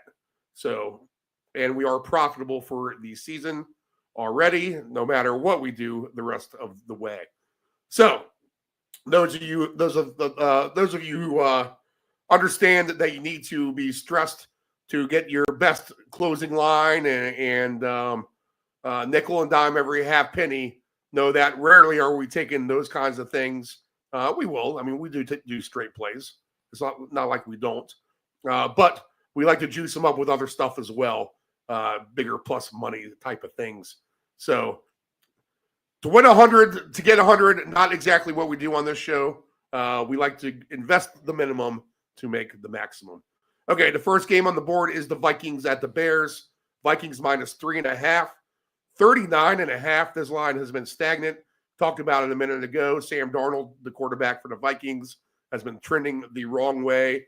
Caleb Williams better his last time out. Maybe should have won that game against Green Bay, but the coach let off the gas at the end. Timeout in his pocket. Let the clock run down. They settled for what I think was a 47-yard field goal when they could have tried to get 10, 15 extra yards or so to make that kick a little bit easier. In any case, Green Bay blocked it, and thus my survivor pick last week carries me to victory and continues. If I win, I can thank that block kick here at the end of the day. I can thank 2 plays and survivor for me. That block kick, Dave, and that pass interference that wasn't pass interference by Kansas City against Cincinnati that got everyone up in arms that the Chiefs never get flags. This is a hard game. I don't know what to read into it. Justin Jefferson's been dead. He hasn't done anything prop-wise, but he is plus 120 for a touchdown. What does that tell you? Aaron Jones plus 135. DeAndre Swift plus 175. Rashawn Johnson plus 240. Addison plus 310. DJ Moore plus 320. Roma Dunze has been better, plus 340. Hawkinson's going at plus 350 here. Maybe he's the option today. Keenan Allen plus 390.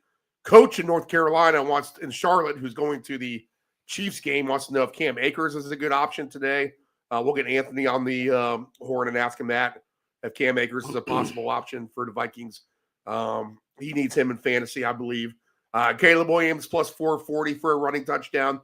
Cole Kmet all the way up to 5-1. Minnesota defense is 7-1. That's an interesting one to me, to be honest. As a defense, maybe a defensive parlay today would be the way to go. And the Vikings are 7-1 for a defensive touchdown. It is a Flores defense, confusing Caleb Williams. So interesting number there. Let's see here. The passing props for this, I'll get to the 2 touchdown scorers after Dave gives his take. But Caleb Williams, 200 yards and a half for his baseline. Darnold, 227.5. Sam Darnold passing touchdowns today is at 3 touchdowns plus 460. Caleb Williams, 3 touchdowns is actually at 12-1. 2 touchdowns plus 280. Oh, man. I just feel like this is tough sledding all the way around, any way that you dice it. The receiving numbers, let's see if we get some decent low ones here. Johnny Munt, 7.5. Jalen Naylor, 12.5. DeAndre Swift, 13.5. That kind of seems low in this type of game. You got to figure Swift has to be a receiving option against this Vikings defense. So that's one angle I'll look at here. I'll note DeAndre Swift receive yards. Aaron Jones, 14.5. Addison, 37.5. Hawkinson, 37.5. Jefferson, 80.5. Keenan Allen, 37.5. Roma Dunze, 46.5. Moore, 47.5. Cole Kmet, just 24.5. Again, another potential option against this tough Viking defense. Nephew Dave, what might you be looking at here? Yeah, this kind of a weird feel to this divisional matchup, Steve. I agree with you. I do think right now, though, if you're going to go by way of touchdown score, the best option for the price today is Cole Kmet, and I have him on a ticket, getting a real nice number from that. Flip side of the coin, I am going to give Jefferson another shot here. He's in another touchdown scores ticket. So, Steve, I think we just kind of keep this one simple, but I really do love that Cole Kmet play. And I think there are some low hangers here that maybe you could take advantage of. And maybe we see a little bit more action than we think we're going to out of this one. Yeah, all right. Cole Kmet, 5-1 for a touchdown. I mean, that's pretty decent. I mean, you got to love that. Aaron Jones, 63.5 rushing yards. Caleb Williams, 23.5 rushing yards. Darnold, 13.5 rushing yards. DeAndre Swift is at 47.5 for his rushing yards. Let's see here. As far as 2 touchdown scorers go today, I mean, you always have to look at Jefferson regardless. Plus 850 for that. Aaron Jones, 10-1. DeAndre Swift, 13-1. Roshan Johnson, 21-1. Yeah, I would consider Swift for 2 touchdowns today. I kind of like the Aaron Jones angle, maybe. Yeah, I've heard a little bit in favor of him for sure this week. Jordan Addison, 31-1. DJ Moore, 36-1. Hawkinson, 38-1. Dunze, 38-1. Cam Akers, 41-1. Keenan Allen, 49-1. Caleb Williams, 55-1. Cole Kmet, 65-1, Dave. For 2 touchdowns. You know, I think that could go on to a madness ticket if we're doing that today. All right, so touchdown madness has been a long shot of 2 touchdown scores, in which I've already hit once on at least the 2s. But I'll tell you what, if you can pair a third one together, which and a few times on these madness tickets, I've had 3 or 4 or 5 guys with 1 touchdown. So close on a few occasions as well. I would say that for 2 touchdowns today, that Mr. Cole Kmet at 60-5-1 can certainly go on a 2 touchdown madness ticket, because that's madness. He's 65-1. All right, David, anything else here? No, we'll see what we get come 1 o'clock. All right, scurrying along now. 6 teams on the bye this week as well. I got all those teams down there on the ticker. Buccaneers and the Giants. Buccaneers, I see 5.5. Dave saw 6.5. 40 now and a half, 6. 40.5 is the total I see. 1 p.m. Eastern Standard Time. Here comes Tommy DeVito. Here comes Baker Mayfield. Here comes Mike Evans back in the lineup. Again, I just mentioned a few minutes ago, I worry about the psyche of the Giants going from first string to third string and not wanting to pay the second stringer his clause money. So what does that send to the message to the rest of the franchise? Could we see the towels getting thrown in? I will say this for this right off the bat. I think there's an emphasis today that Tampa Bay gets on top of the Giants early. I don't know if that means a couple of long balls, Baker gunslinging in this and attacking, maybe some good screens to the wide receivers. I expect Tampa Bay, and I'm hoping they win this coin flip. I'm expecting Tampa Bay to really put an emphasis on getting ahead of the Giants early in this game. I think if you want to take a first quarter three-way winner on Tampa Bay minus 120, just straight up to be the winner of the first quarter or ahead at the end of the first quarter, I think Tampa Bay is going to try to score quick here. I get it. The Giants defense can be stingy, but there's just going to be that little extra added emphasis in the game plan. Hey, guys, let's get up 14-0. This team might quit. And especially if the quarterback looks bad. So I would take Tampa Bay to score in the first quarter. But not only that, David, I would back it all the way out to the main category here under the NFL. And we have the weekly specials for all teams. And we have the first player in the 1 o'clock window to score a touchdown. And I'm going to take, in fact, I've already taken Bucky Irving at 42-1 to have the first touchdown in the 1 o'clock window today. I like it. So give me Bucky Irving as the Buccaneers get close to the goal line. They'll feed him the ball to be the first 1 p.m. touchdown scorer this afternoon. Let me get back to the lines of this game. For the game, anytime touchdown-wise, Evans is plus 140, Irving plus 165, Tyrone Tracy plus 170, Rashad White plus 175, Cade Otton plus 220, Neighbors plus 230, Singletary plus 330, DeVito plus 360, Rondell Robinson plus 450, Baker Mayfield plus 500. Don't be shocked if he gets in the end zone today. Shows the Giants what it's like to have a quarterback who's capable.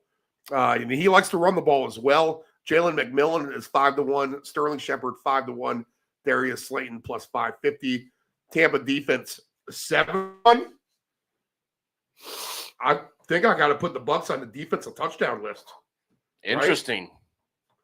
Right? Against DeVito 7-1.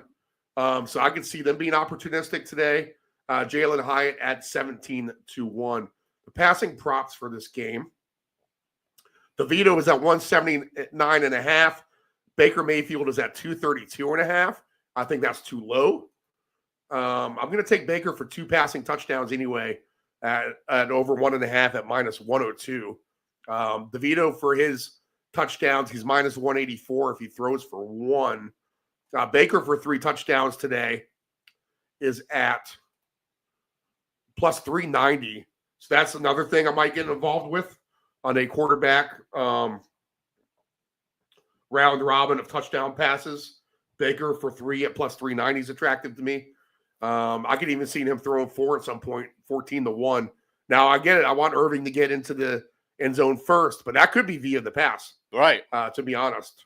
DeVito for his passing touchdowns today, 2 for him is at plus 320. 3 for him is at 14-1. I want nothing to do with that. Dave Del Grande does like the DeVito rushing prop at 23.5 because he does run the ball a lot. Baker Mayfield is just at 12.5 today for his rushing yards. That, to me, is low. Plus 340 for 25 yards. So I'm going to mark all this on my sheet of paper. Baker Mayfield for 25. And even for 40 yards, Baker Mayfield running is at 12-1 odds. He's had 40 yards here on a couple of on occasions this season already. So I think some good numbers to be had here with the Buccaneers. But give me that first touchdown scored of the day. Bucky Irving 42-1. I'll play with some Baker rushing numbers. I'll play with some other stuff as well. Let's see, receiving wise, let's just go through that, and then I'll give it to Dave. Theo Johnson, 21.5. Slayton, 28.5. Tracy, 12.5. K. Otten, 44.5. Jalen McMillan, 21.5. Sterling Shepard, 17.5. Mike Evans, 55.5. Bucky Irving, 14.5 for his receiving, seems low. Rashad White, 21.5. Rondell Robinson, 35.5. And Neighbors, 56.5. Irving just at 45.5, huh? So Irving, what can you get for 40 yards for Irving, Dave? Do you see that on your All right, list? let's take a look here. I got plus 210 for 25. The 40s are not open on my book yet. Rashad White for 40 for me is at plus 310, plus 116 for 25. You want Bucky for 40? Yeah, what do you got? 5-1. I like that number. I would like that. I mean, he's going to get that before Baker runs for 40, for sure. I think this is a big day about Bucky Irving. I think you see him with 2 touchdowns potentially here in this game as well. So Bucky Irving is 11-1 for 2 touchdowns. So I got to do Bucky to receive plus 2 touchdowns on my notes. Tyrone Tracy, 12-1. Evans, 10-1. Rashad White, 13-1. Neighbors, 19-1. Kate Otten, 19-1. Wandale Robinson, 60-1. DeVito, 40-1. Singletary, 33-1.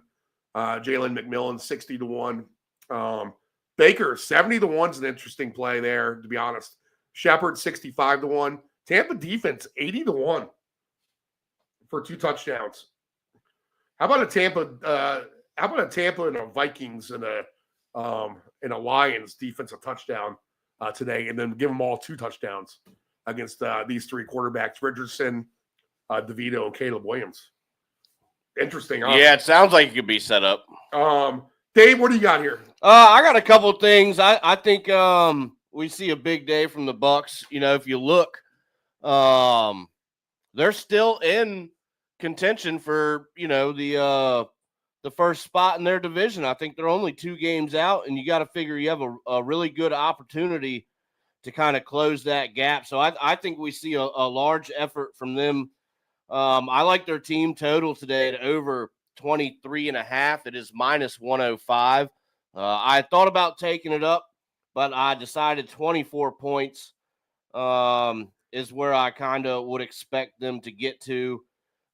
Steve, I did play a Jalen McMillan receiving yards, 40 plus 240. He's in a what I call the 40s club ticket.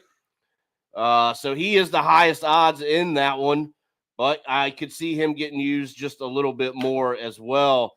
And then we have 2 different plays here as well, Steve. We have Rashad White and Bucky Irving to get in today. I wouldn't be surprised if both of those guys go in today. All right. For 2 touchdown madness, Dave. I like the Baker Mayfield if we're doing that. All right, let's do it. Baker Mayfield, 70-1 for 2 touchdowns. Baker and Cole Kmet. If you just did those 2 guys right now, 10 cents pays $433. So and also, Steve, for 10 cents. The old saying we always say of shop around, because that's only 45-1 on my book. Oh, wow. All right. Baker Mayfield, Cole Kmet on 2 touchdown madness already.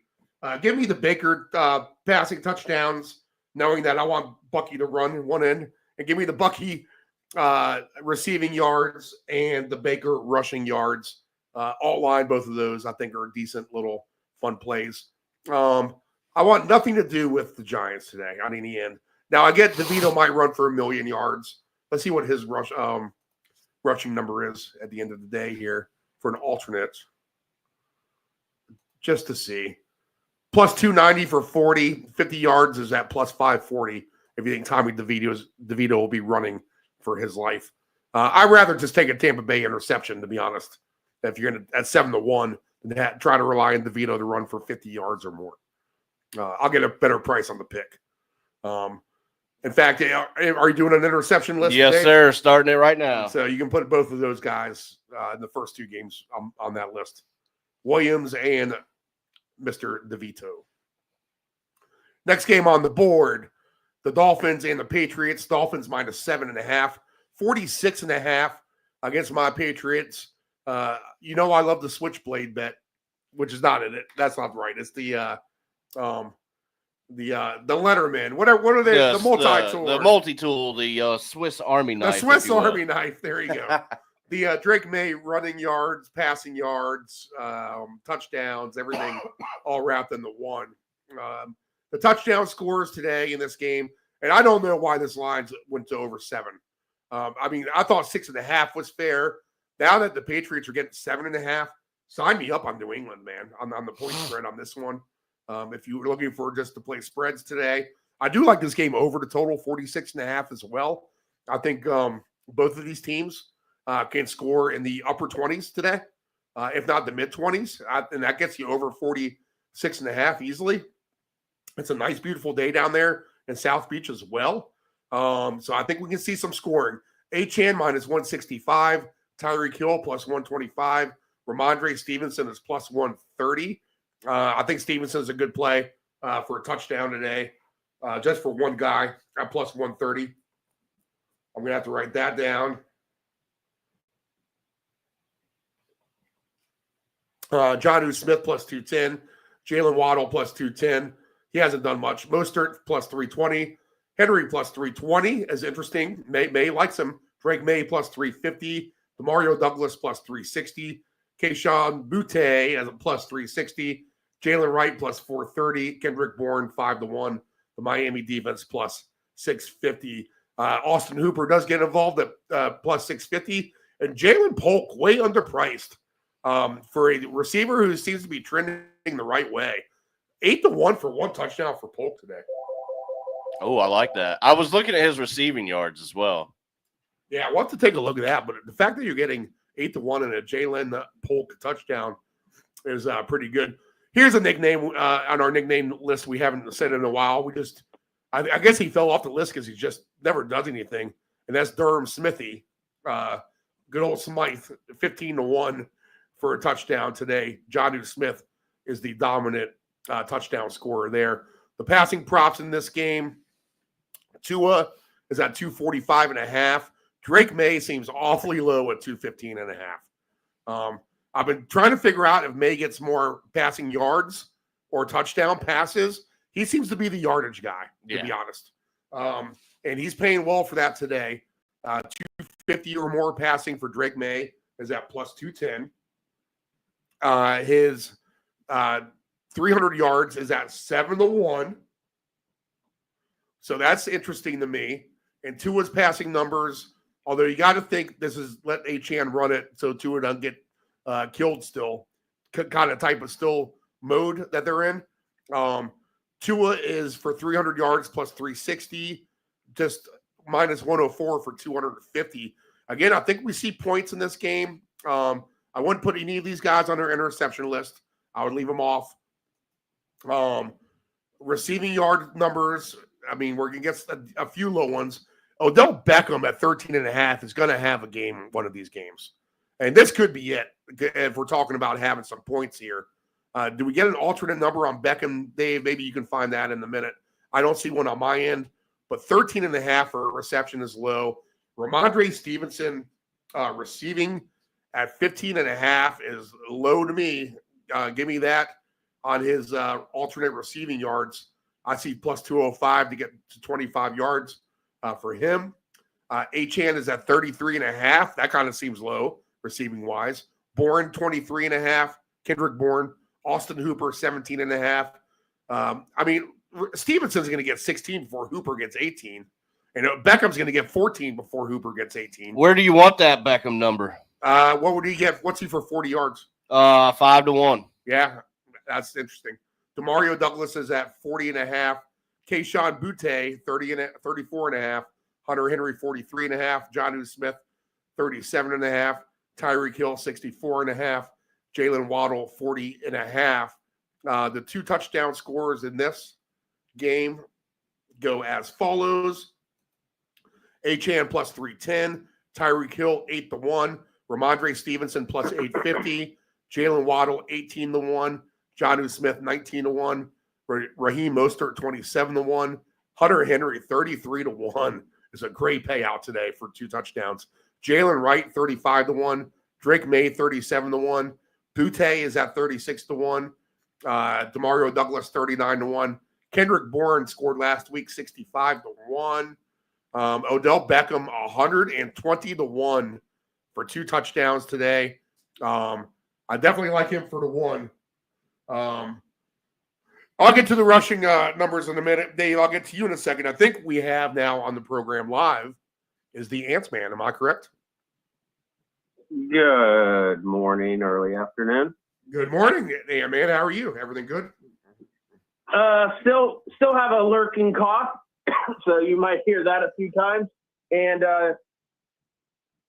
woke up this morning. Trust me, we already told the listeners and the viewers we're blaming UPS on all of our coughs. But go ahead. Oh yeah, I did it. It's still going away. And nothing more than getting a text message this morning from my PNC bank saying, "Did you spend $650 on a bunch of random crap?" Oh yeah, you got hacked, right? Wow. Oh yeah. $1.99 from MetaPay, $236 from Walmart.com, $264 from Walmart.com, and randomly enough, 15 cents for Samsung Pay. I didn't even know that existed. So that was it. So Anthony will not be purchasing anything today on his debit card because it's it. So that's my morning. I wish that was just a little bit louder. It was funny. That's the Tom Brady is deflating for everybody. Sound like. Yeah, that sucks. I mean, we live in a world, man, where people are fucking assholes. What do you want me to say? Even the IT guy gets that. Damn it. That's probably your reaction when you woke up. All right, man. More important things you have money in your account to gamble with, right? So I do have a little bit. I do have a little bit of chump charity in the account, so we'll be all right. Go ahead. Oh no! It's funny because I got the text message this morning, and we always get hacked and spammed and all that crap, and I didn't think anything of it. So I'm like, oh, whatever. And then the girlfriend's tanning, going to the damn store. All I wanted because I'm going to be making the fantastic breakfast crunch wrap. All I wanted was a little Taco Bell Chipotle seasoning. My card gets declined. I go, oh my God, this is real. Couldn't believe it, but. That's why I got the girl of my life. She spent a nice $3.64. Breakfast crunch wrap will be coming in about an hour or so. Anyway, football talk. Yeah, go ahead. We're on the Dolphins and the Patriots. Yeah, I mean, this is a game you're going to be interested in. I have a feeling. Go ahead. Well, you got bright, sunny skies in Miami. Yeah. It's tricky to reference because they already played each other in week 4. But that was without Tua, and I don't believe Drake May was the starter. I think Jacoby Brissett. So it's really tricky to figure out, the angle. But when I see 46.5, I see possible fireworks. And this Drake May guy can play. I think you guys found your quarterback. Any of the numbers, any of the odds, I'm in for. I have Tyreek in one of my leagues. I have Achan in another one of my leagues. I actually think I have Mostert in one of my leagues.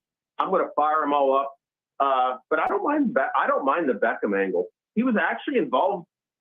He only got 4 targets last week, but they were good targets. And he's obviously older. He's not what he was in New York, or Los Angeles, but. I can see him getting in the end zone. What's his odds just to get at least one? His odds to get at least one. Excuse me, I've actually just did something really crazy here. 1 touchdown for Beckham today is at. I have 7-1. Anthony has 7-1, and I see plus 650. So a little bit better on Dave's side. Yep.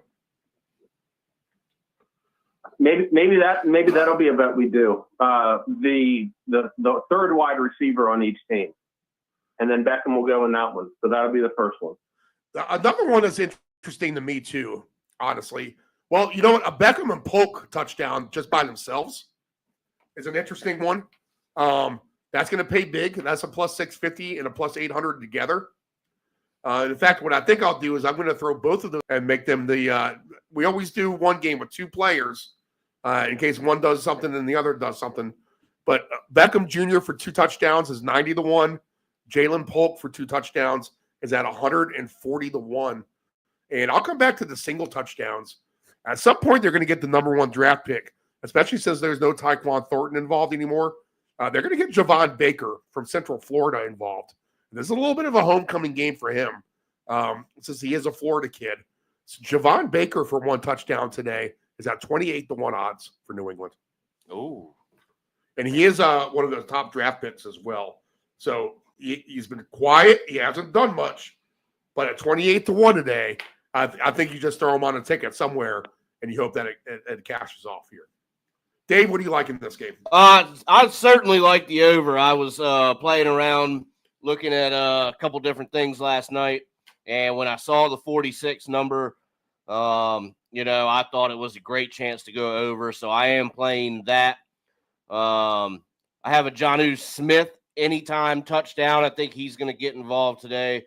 But another play I really like here, and we were close last week, is over 20.5 New England Patriot points today. That's a plus money number. So I like that play today as well. Oh, what's the number for the Pats to get 28.5 points? It has to be big. If we're going to go to 28.5, we're going to get. And I think the safer route would be 27.5. All right, 27.5 is at plus 440. Right. 28.5 would be 525. Another thing we like to do on this show here is the alternate team totals. And I do like a Patriot alternate total here. So I would agree with Dave on all that. And the baseline numbers, I'll just go over those real quick. Dolphins baseline today is at 27.5. And the Patriots baseline is at 19.5. So I think the simple over 19.5 for the Pats is good. In fact, what I did is on the multi-leg profit booster, it starts at 15% for, I think, 3 legs. And then every leg you add, it adds 10% all the way up to like 100% or whatever it is, 85%. But I did a 65% booster. And what I did on the majority of the picks is I dumped things down. And I think I made the Patriots over 16.5 for their total today. Yeah, I could definitely see it. They, like Ant said, I mean, Drake May, he can play. And I think, we kind of thought that, him coming into the league. But New England's feisty, and I just think they have an opportunity to at least get their points today. Miami, maybe with that same opportunity, and I just love the over 46 number. All right, on 2 touchdown madness, we have Cole Kmet, we have Baker Mayfield. I'm going to throw in the 2 of these guys. I'm going to throw on Beckham and Jalen Polk. And right now, if you just round robin these guys, Cole Kmet, Baker Mayfield, Jalen Polk, and Odell Beckham Jr., just 10-cent legs. So this is just 5 2-game parlays and 2 different 3-game parlays. A total investment of 70 cents. Pays out right now $95,000. How do you not do that? Yeah, yep. So I'm plugging these numbers as I go along, and I'm going to go ahead and lock it in. Anything else here, Anthony? It's a full green light by you, right? Yep. Yeah, let's move on. All right, rushing prop-wise, real quick. Achane, 66.5. Ramondre Stevenson, 54.5. Drake May, 26.5. Tua, 2.5. Jalen Wright. We might see some more Jalen Wright today, actually, 2 in a higher scoring game. 19.5 seems like a low baseline number for him. And I do see all numbers on Jalen Wright, plus 490 for 50 yards or more. He probably wasn't used as much as we thought he would be last couple of weeks, but maybe if they're phasing Mostert out a little bit, Jalen Wright, you start to see get a little bit more bulk of the carry as well. All right, Tennessee and Houston. Houston 7.5. Over under is at 40.5. Nephew Dave, I'll start with you. All right, let's see. What do we? I like a Nico Collins anytime. We'll just start off with that. I think that's maybe kind of the obvious. I like Houston here at home. Like I said earlier, they just seem to play better at home. But you know what I did, Steve, is I did take your man, Nick Westbrook-Akine, to score today. Hey, how do you not? I mean, he's red hot, and he's got a decent number to do it, so why not? And then another thing I did is I played a special on this game as well. We're going to look for the Texans to score in every quarter today against the Tennessee Titans. Ooh, that's an interesting one there for sure. Let's see. Westbrook-Akine for a touchdown. What's your number? Let's see. We have for Akine plus 320. And I see plus 390 on my end. Love it both ways, really. Other touchdown scores, Mixon scores every game, minus 190. Nico is an interesting one today for one, plus 140. Tony Pollard is at plus 165. In fact, I do like Nico for one. He's going to be on my one touchdown guy ticket. Tank Dell plus 210. I think he can score today for sure as well. I think if we want to do a Nico and Tank Dell, a touchdown each, and take their receiving yards over, I think you can do that. Calvin Ridley plus 250. Dalton Schultz plus 380. Akine plus 390. Levis plus 480. Stroud 6-1. Mechie 6-1. Houston defense is at 6-1. And I'll talk to you about this in a second, Anthony, when we rewind to what you missed with the Vikings and the Bucs a little bit. But I have a touchdown ticket going with the defenses of Tampa Bay, the Vikings. I think I could throw the Houston defense on this ticket too, as well, for a round robin. So the Houston defense, I'll match it up in that other defensive scoring scenario with the Buccaneers and the Vikings, and soon to be the Lions when we get to that game as well. But that's a good number for the Houston defense. The 2 touchdown scores. And if I do all these defenses for 2, which I'm going to do, the Houston defense is 55-1. Stroud's 80-1. Mechie 90-1. Okunakwo 140-1. Dalton Schultz 38-1. Ridley 23-1. Tank Dell 17-1. Mixon plus 270. Nico Collins 10-1. Tony Pollard is at 12-1. I think for 2 touchdown madness, let's just go ahead and throw. Oh man, I mean, Mixon can't score 2 touchdowns every week, can he? I feel like that he does. Let me think about that. But I kind of just want to throw Nico Collins in there at 10-1 and try to make him our ringer for today. So I guess I'll do that. But I don't know, Ant-Man, what do you like here in this Houston-Tennessee game? Anything?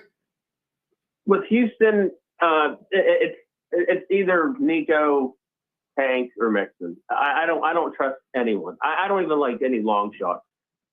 Could it happen? Sure. But this team, unfortunately, C.J. Stroud has been a disappointment. And of course, with Nico going, getting hurt big, being out for the year, and Tank Dell is not their number one. But he could always have that long one. So he'll probably be the one I take.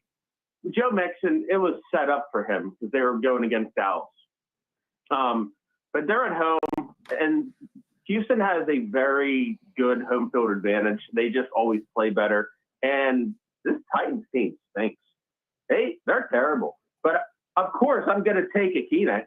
The dude's been scoring, I think, it's like 5 straight weeks? Yep. One way, he's their number one receiver. You said it yourself. Yeah. Yeah. I mean, Calvin Ridley's there great. I mean, he could have a game, but I don't like the odds. I'm going to keep betting Akine until he stops scoring. You got to. Absolutely. There's really no one else. Yeah. I mean, Spears is out, I believe. Could you take Pollard? Sure. Maybe if you look at an alternate receiving prop for Pollard, because they're obviously going to be down. They should lose this game because Houston really is better, even though they've been underwhelming. But Houston's at home, division rival. I think they're going to want to put them to bed. But I don't mind Pollard alternate receiving yards. Tony if it's Pollard. available. Let's see. Dave, you might have to look that one up. I don't see it. No, I do have it. Well, I just have him for 25 at plus 164. So what is he, Dave, if he gets to 40? Plus 3 40 is plus 425. Yep. And should he somehow get to 50, you're getting 7-1. Why is it that you have that and we don't? I would take that in a heartbeat. I could take him up to 60 for 12-1 as well. Interesting. That might be pushing the limit, but when is Tyler Boyd ever going to do anything? Coming over in free agency. His numbers are so low, too. They're very tempting, but he never catches the ball. The baseline numbers for receivers in this game, Pollard is 17.5, Boyd 16.5, Schultz 27.5, Mechie 19.5. I thought Schultz would have the revenge game against Dallas on Monday night. Not really. Didn't happen. Okanakwo 17.5, Westbrook-Akine 29.5, Mixon 16.5. That's low to me. You got to take Mixon receiving yards every chance you get. He always gets over his number. That's his auto play as a touchdown is for him. Ridley is 60.5, Tank Dell 48.5, Nico Collins 77.5 here in this game. It's a scary divisional game. Texans can play down to their competition sometimes, and that worries me. At the end of the day, Anthony, is this is this priced right with the over-under? Over-under is right at 40.5, or can this game somehow fly over this? I don't know. I mean, let's put it this way. I'm not going to be heavily invested in this game. I don't think this is going to be on one of the top TVs. I have no fantasy. I have no interest in fantasy stuff. The only bets I'm going to make is, like I said, Akine, and I might do the fact that Nico's back, and the fact that they're not playing against Dallas, which is the Joe Mixon show. Of course, could he get 2 touchdowns again, 3 touchdowns? Of course he could. But if I'm going to play anything, I'm going to do the Tank Dell. I think he'll be part of my 80 in the score parlay. All right, there you go. Nice. All right. Yep, I do like some. I like Dell and Nico today. I just do. I just feel like it's their turn and not Mixon, right? I mean, all right, Dave. It's their turn. Yeah. All right, next game. You guys ready? Yep. Commanders and Cowboys. Dave already gave his State of the Union of the Commanders. They're laying 10.5, 44.5. The touchdown scores in this game go as follows. Robinson minus 145. Love it. Let me get my piece of paper ready on this Commander side of things. So Robinson for 1. Robinson for 2 might even be my ringer play on this one. Jaden Daniels plus 140. Rico plus 155. Eckler plus 160. Scary Terry plus 170. CeeDee Lamb plus 210. Ertz plus 270. There's Ezekiel Elliott. He still plays for the Cowboys plus 310. Noah Brown plus 320. Luke Schoonmaker, under the radar play perhaps today, 5-1. Jalen Tolbert 6-1. The Washington defense is at 6-1. Do I put the Washington defense? I just feel like this is the game where Dallas can throw a pick 6. Possible. To Washington. That defense has been trending better too. So I'm going to maybe put them on my list of defenses to get a touchdown today. The Washington defense. They'd be the oddball guy that could do it. Almighty Zacchaeus is at plus 650. Luke McCaffrey has done nothing at 8-1. De'Ami Brown 8-1. Jerry McNichols 9-1 for touchdowns. 2 touchdown scores in this game. Robinson is at plus 350. I'm just going to go ahead and put him in touchdown madness as the ringer. Jaden Daniels plus 850. Rico Dowdle 10-1. Austin Eckler 10-1. McLaurin 12-1. CeeDee Lamb 18-1. Ertz 26-1. Zeke, the real Zeke, 31-1. Noah Brown 33-1. Schoonmaker 65-1, and the Washington defense 70-1. I'll go ahead and have a I don't even know if they'll let me round robin all these defenses at 60-70-1 together. But go ahead and give me Robinson for a touchdown for sure in this game. I don't know if Dallas keeps this semi-competitive or not. You feel like the whole world's on Washington, which would scare me if I'm a Commander fan in that regard. The rushing yards, Robinson 74.5. I just feel like he's going to have a big day. 38.5 for Daniels, 22.5 for Eckler, Dowdle 51.5. It is a little bit warmer outside, not as windy and nasty out, so there is definitely a scenario in which we could see some points. Receiver-wise, baseline, CD 65.5, McLaurin 62.5. Zach Ertz has been money. 27.5 seems too low to me for Zach Ertz. Noah Brown 36.5. Eckler 21.5 receiving yards seems low to me on that front, to be honest. 13.5 for Dowdle. You feel like that's low for whatever reason, and that maybe that's the Cowboys' issue is they don't throw it to their running backs this year. Schoonmaker's 25.5 seems low to me. Brian Robinson at 5.5 seems low to me. Tolbert 23.5 receiving yards for him. There are some low numbers in this game. Flournoy, Flonase, Ryan Flonase, 12. There you go, another nickname for our list. 12.5 is his over/under, and he went over that on Monday night as well. All right, we've heard from you about the Commanders, Dave, already. Anthony, is this a fire it up special? CD Lamb, can you get off the snide here? What's your take on this one? I think he could, but you saw what Mixon did against him on Monday night. So Brian Robinson all day. And that'll be probably everything I bet for Washington. Let's put it this way. We all just want a happy day. We want a happy day today, correct? Yes, sir, we do. Happy wife, happy life, happy days, happy life. So let's just root for Washington for our boy. Brian Robinson is the only thing I'm touching on this one. I'm not touching anything with Dallas. I don't know what they are. They're broken. All right. If there's an alternate with Rico for receiving, but that's it. Boys, you need to give me the opportunity to use the new sound bite I have on the board. Ready for it? Let's see. Oh, great. So this is going to be one of those ones where you press the button and you got to wait. The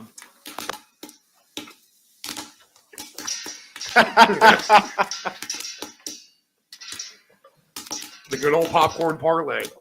Can Brian Robinson be a piece of that today? Yeah. I like it. I like it a lot. I also have your Derrick Henry. Here comes the train. All right. Brian Robinson for me too. All right, Dave, what are you looking at here? Yeah, I have Robinson as well. Obviously, I like Zach Ertz. He's got a pretty good number to get. I do like today. that, Dave. I'm gonna have to take a look at his alternate number. Yeah, Zach Ertz is definitely worth taking a look at. Don't you see a scenario where Zach Ertz is just running free through the Dallas secondary who doesn't care about? Oh, absolutely. I mean, I have him 40+ receiving yards at plus 145. I think he could definitely go to 50, so I think you can get a little bit better number there. What else do we have? We have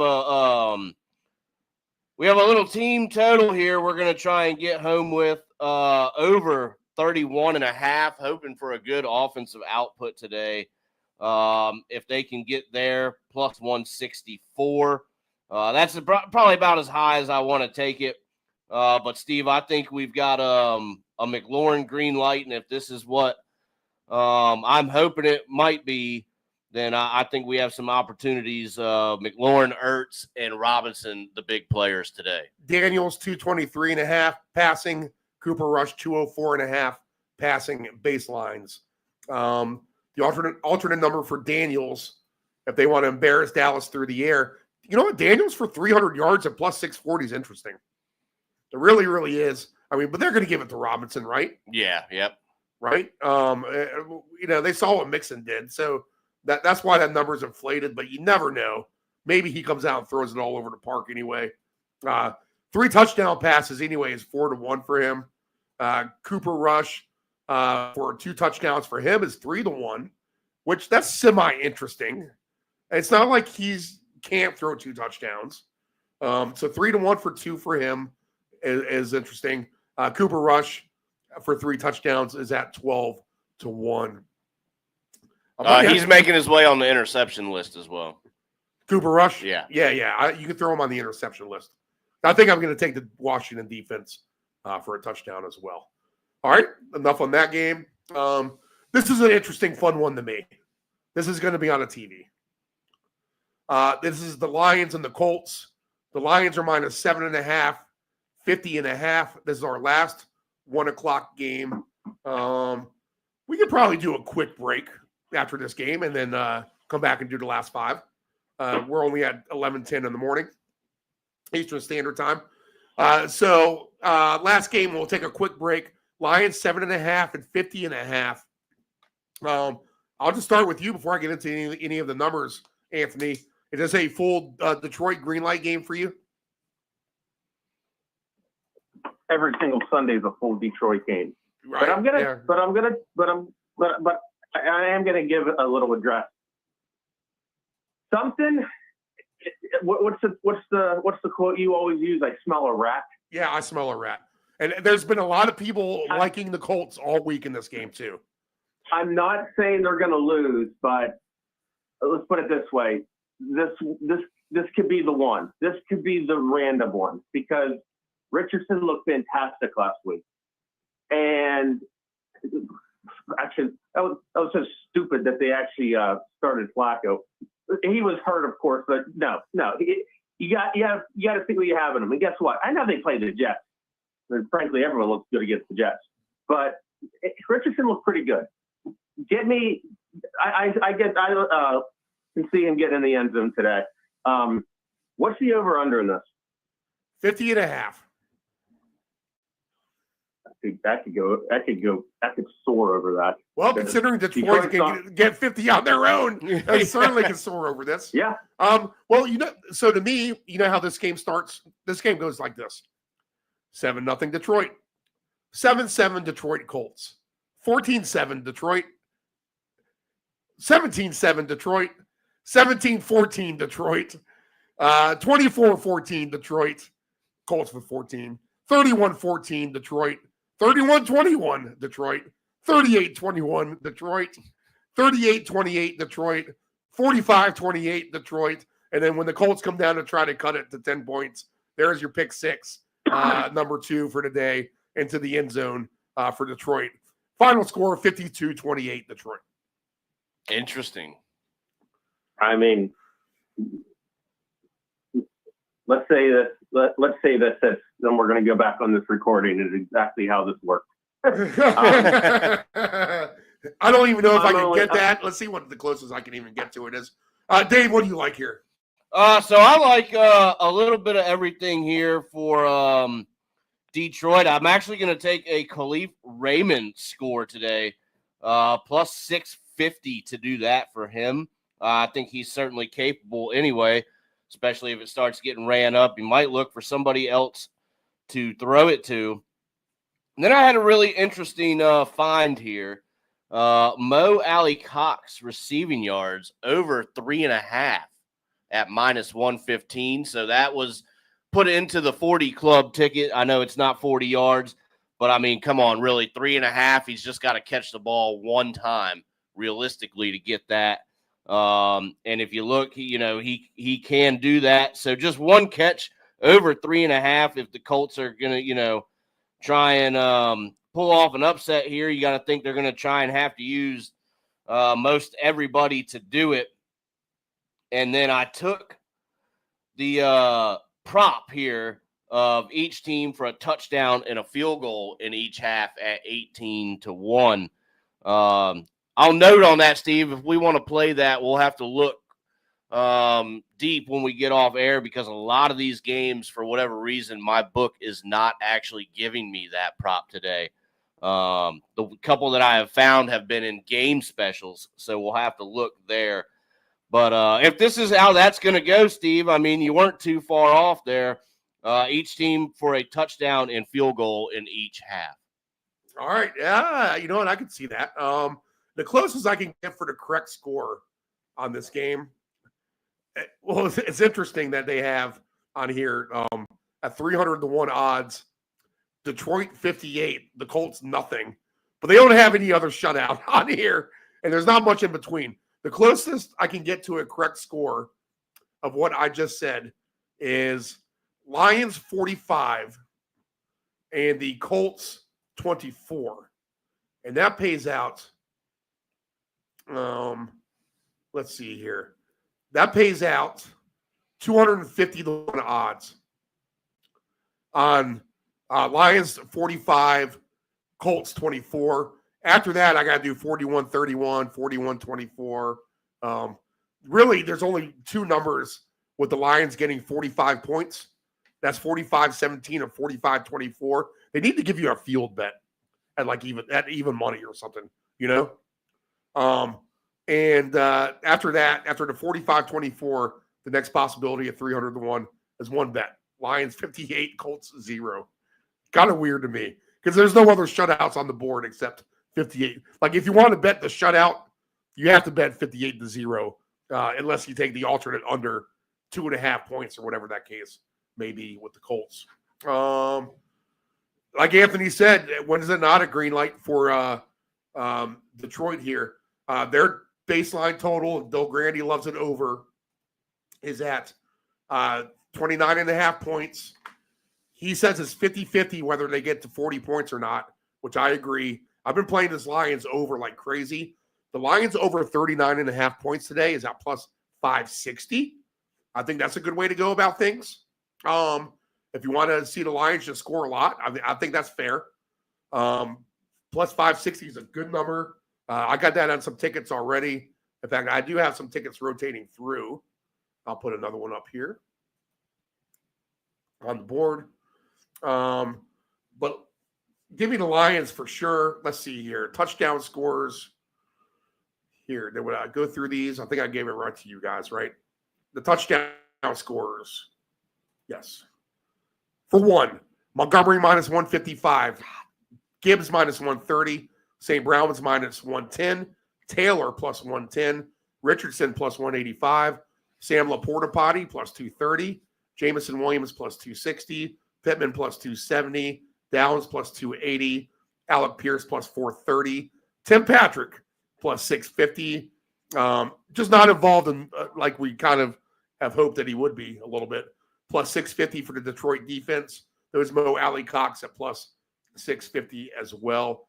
For 2 touchdowns, Montgomery plus 330. Gibbs plus 420. St. Brown plus 550. Jonathan Taylor 7-1. Richardson is at 15-1. Sam Laporta, we'll throw him on 2 touchdown madness. 19-1 for him. Why not get Laporta back involved after having a week off? Jamison Williams 22-1. That's kind of the interesting one I kind of almost want to do for 2 touchdown madness. Should we take out Laporta and put in Williamson or leave in Laporta? Yeah, I have. I'm actually going to play Williams in my 4-pick 2 times touchdowns. So we'll put Laporta in here for something different. Or do you want to play Williams? I like Williams. I like Williams too. All right, so we'll take out Laporta. In fact, maybe I need to play both of these to be honest. Pittman 27-1, Downs 29-1. The passing props here: Goff 250.5, Richardson 205.5. Goff for 3 touchdowns passing is at plus 285. That's good enough for me. What's Richardson for 2 passing? Plus 190. 9-1 for Richardson for 8-1 for Richardson for 3 passing. He will not get his yards, but he can get your passes. You got to figure. You have to figure this is at least a big rushing game as well, at least for Taylor. Or at least he's going to get the opportunity to make it that way, right? 69.5 for Taylor. Gibbs 66.5. Montgomery 58.5. Richardson 43.5. Jonathan Taylor to get to 100 yards today is at plus 270. I don't think that's the worst play in the world, to be honest. And receiving prop wise, let's see here. Jonathan Taylor receiving yards plus 280 to get to 25. It's kind of interesting to me. Get them out in the flats, and that little that they have like the little pick and roll play they kind of like to use with Richardson and Taylor. Whether Richardson runs it or Taylor runs it, or Taylor ends up in the flats for a pass or whatever the case may be. Del Grande loves Jameson Williams. How do you not? He's been on fire. His receiving yards 43.5. Montgomery's is 11.5. Tim Patrick just 15.5. Adonai Mitchell 11.5. Mo Alley Cox 3.5. Gibbs 18.5. Laporta 35.5. Josh Downs 53.5. Pittman 42.5. St. Brown 73.5. Fire it all up, boys. Fire it all up here for 2-touchdown madness this afternoon and everything else. I'll throw Jameson Williams on this 2-touchdown madness ticket. I'll throw Sam Laporta on here as well. That will close out the 1 o'clock ticket with Laporta, Jameson Williams, Brian Robinson Jr., Nick Westbrook-Akine, Nico Collins. I don't even think this is madness. Odell Beckham Jr., Baker Mayfield, and Cole Kmet. Now it's madness. Towards the end, we get to the madness. Let's see here. So a total investment of $11.80, and you're averaging about $400 on the average if you get 2 of them, and if you hit 3 of them, you're going to average out about $11,000 or so. Yeah. All right, so we'll go ahead and fire that guy in. All right, guys, anything else on this one? Nope. All right, let's take a quick break, and then we'll come do the other 5 games. Y'all want to do that real quick? Yep, sounds good to me. Anthony, I'll put you on hold, or you can just call right back. You want to do that? I'll just stay on them. I'm making the old bacon and eggs right now. All right, let's go ahead and cue up a commercial break, and we will be right back after this. Actually, let's do a shorter commercial. Yeah, there we go.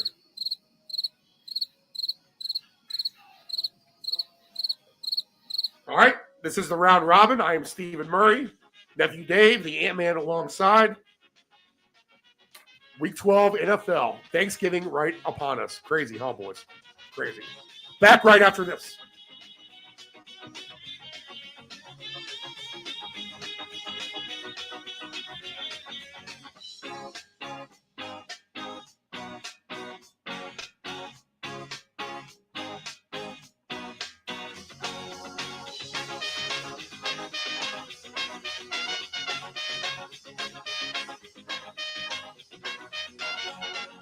Family-owned and operated, CP Shuckers Cafe and Raw Bar specializes in delicious cuisine, refreshing drinks, and a laid-back atmosphere. We opened our doors in 1995 and have enjoyed being a place to either relax or celebrate ever since. Whether you are in the mood to indulge in a great meal with your friends and family or watch the game, we promise that our inventive menu, attentive service, and skilled bartenders will have you truly satisfied. Both of our locations have spacious outdoor patios for enjoying the breeze and catching a little sun. Our friendly staff at CP Shuckers will make your next dining experience a pleasant one by delivering personal care. We are open until 2 a.m. Full menu will be served until 10 p.m. and late night limited menu until 1 a.m.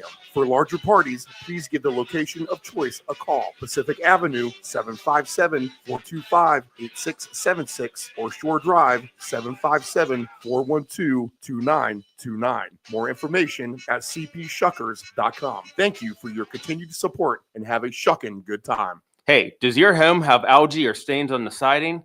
Is there grime built up on your deck or brick patio? Coastal Pressure Washing Services has a warranty of professional services.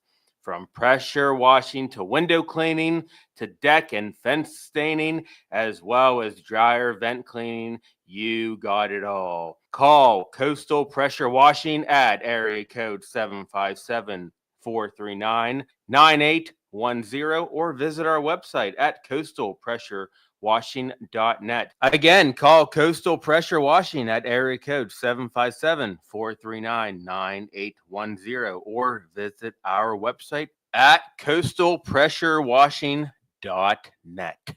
Dependable Solutions can provide all voiceover services for your advanced audio production needs. Think of us as an inexpensive option, no matter what the size of the project is. From one-word cameos to full script productions, contact Dependable Solutions at 757-354-5517. Do you want to advertise with Deep End Broadcasting? Send us an email at deepend757@yahoo.com. That's deepend757@yahoo.com. This is the Deep End Broadcasting Network. It is estimated that 23% of car accidents each year involve a cell phone. That's 1.3 million accidents a year. Reaching for your phone, you are 4 times more likely to crash. Dialing on your phone, 2.8 times more likely to crash. And texting on your phone, you are 23 times more likely to crash. Attentive drivers are safe drivers. Know your gambling limits. Don't ever bet what you can't cover. Wagering on sports is only fun when you do it the right way. Not every bet will win. When you get on a bad run, know it and avoid trouble. Know your gambling limits. Control your alcohol. Don't fight. Don't drink and drive. Your one punch could kill someone. It happens. If you're behind the wheel, you may think you are fine, but then the other driver is under the influence of texting, and then you are done. Control your alcohol. This is the Deep End Broadcasting Network.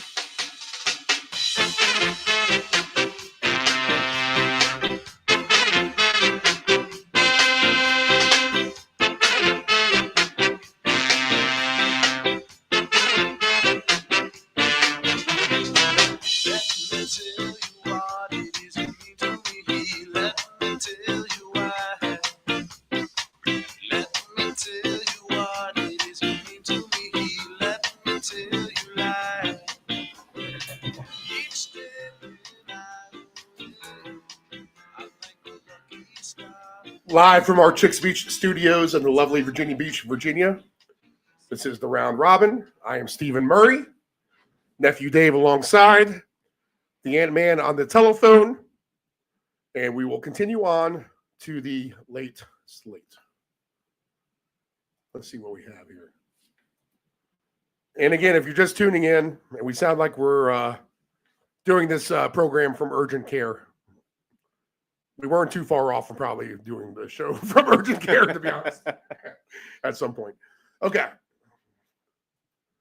Let's see here. To the 4 o'clock window, the biggest line move, we'll start with this game. Yeah, we'll start with the 4:05 Eastern, 105 Pacific. Denver minus 5.5 at 41.5 is the total here. So there's 2 trains of thought here. This is either a scary game because it's a divisional game on the road, or you know what? You just got to go with what's been working for you. And if you've been on the Denver bandwagon, you've been cashing some tickets here. I mean, you've been doing very, very nice. Do I have that against the spread here? I'll pull it up in a second when I get to you guys. In fact, why don't you start with you, nephew Dave? What do you like here? I had Denver the last time out at home. Very successful. I've been doing well on the Knicks props. I've been picking Cortland Sutton, it seems like, at the right times. This team just does not use their damn tight ends. No, they really don't. It really is incredible how much they don't. And you got to think that's got to change just on the law of averages. And today alone, and I see Troutman as a very low-hanging fruit today potentially as well. But Denver is as good as it gets against the spread this year at 8-3 overall. Your best ATS teams are Detroit 8-2. Denver 8-3. The Colts are 8-3 against the spread. Did you know that? Pittsburgh 8-3. Chargers 7-3. Arizona 7-3.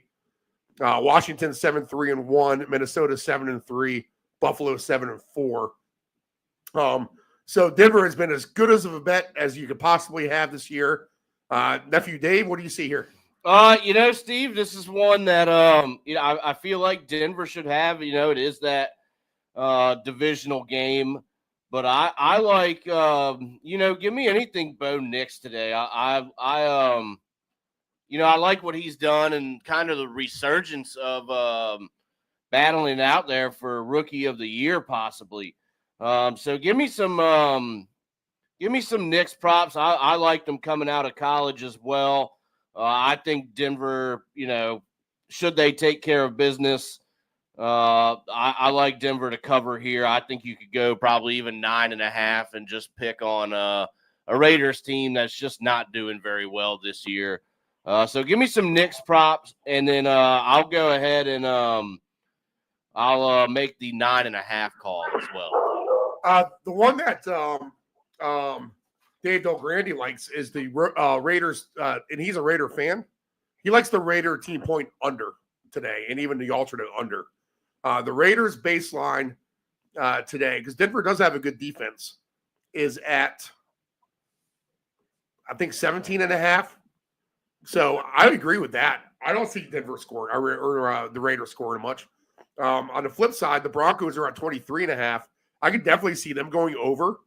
I do like their alternate number as well. They've been cruising past that, but to get to 31 points today, they're at plus 320.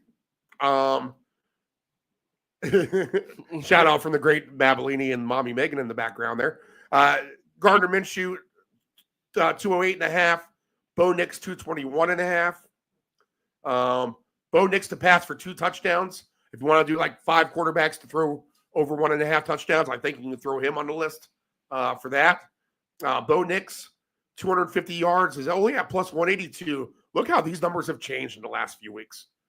How is it plus 182 for 250 and then 300 is plus 640? That seems like quite the jump to me. Does. So maybe 275 or more at plus 350 is the happy medium there. The Bo Nix passing touchdowns for 3 is at plus 340. That's going to be interesting to me. Or, I'm sorry, plus 440. So Denver, Knicks, plus 440. I don't know. I can see all kinds of Knicks stuff like you just said, Nephew Dave. Receiving yards, and I'll get to the Ant-Man here in a second. Bowers, 59.5. Sutton, 57.5. Jacoby Myers, 49.5. Trey Tucker, 24.5. Devon Villay, he's been doing decent, 32.5. Little Jordan Humphrey, he shows up from time to time, 18.5. Javonte Williams is at 15.5. Amir Abdullah, 15.5. I mean, the Raiders do have a couple of injury concerns with their running backs. They're down to their 3rd and 4th. Troy Franklin, 13.5. There's Troutman, 8.5 receiving yards for him. Michael Meyer, that's the Denver tight end. Michael Meyer, 12.5. Marvin Mims Jr., 10.5.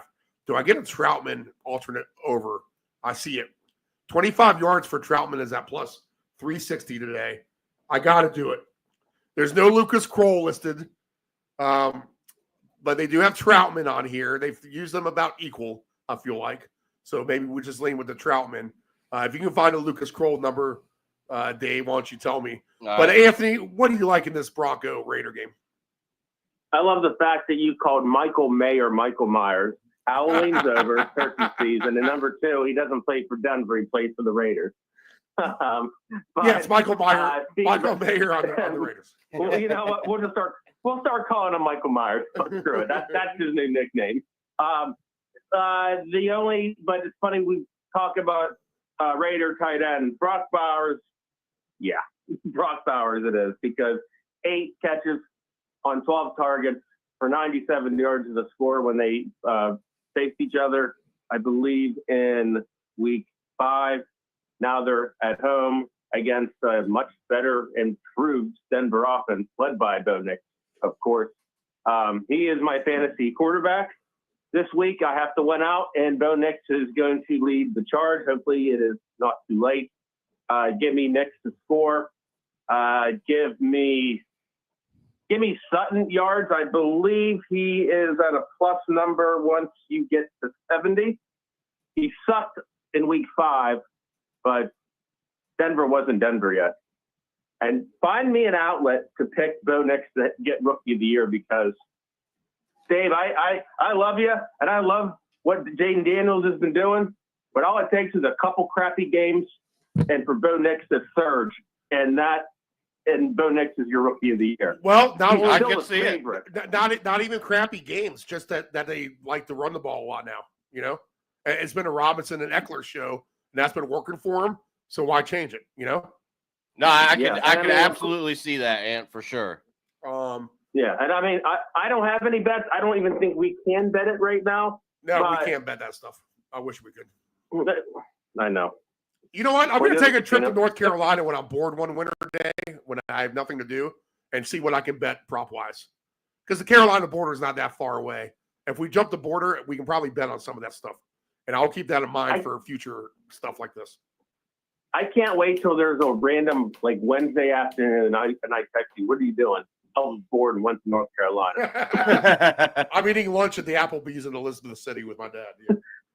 You drove all the way to Elizabeth City just to get Applebee's? Yep. Okay. I'm not going to ask any more questions. He likes to get out of the house, so drive him around some. How about Amir Abdullah for 32.5 rushing yards? Aren't the Raiders at least going to try to run the ball some in this game and not say, Minshew, just go drop back for your life? I got to think that Abdullah 32.5 is low. Now, 60 yards for Abdullah is at plus 360. Kind of attractive to me, to be honest. And I'm not a rushing type of guy, but I could see that. Any thoughts on that? I could see it. I guess Anthony has no thoughts on that. None. Bo Nix and his rushing prop number, 25 yards for Nix is at plus 118, and 40 yards for Bo Nix is at plus 360. So I do like those rushing numbers for Bo Nix as well.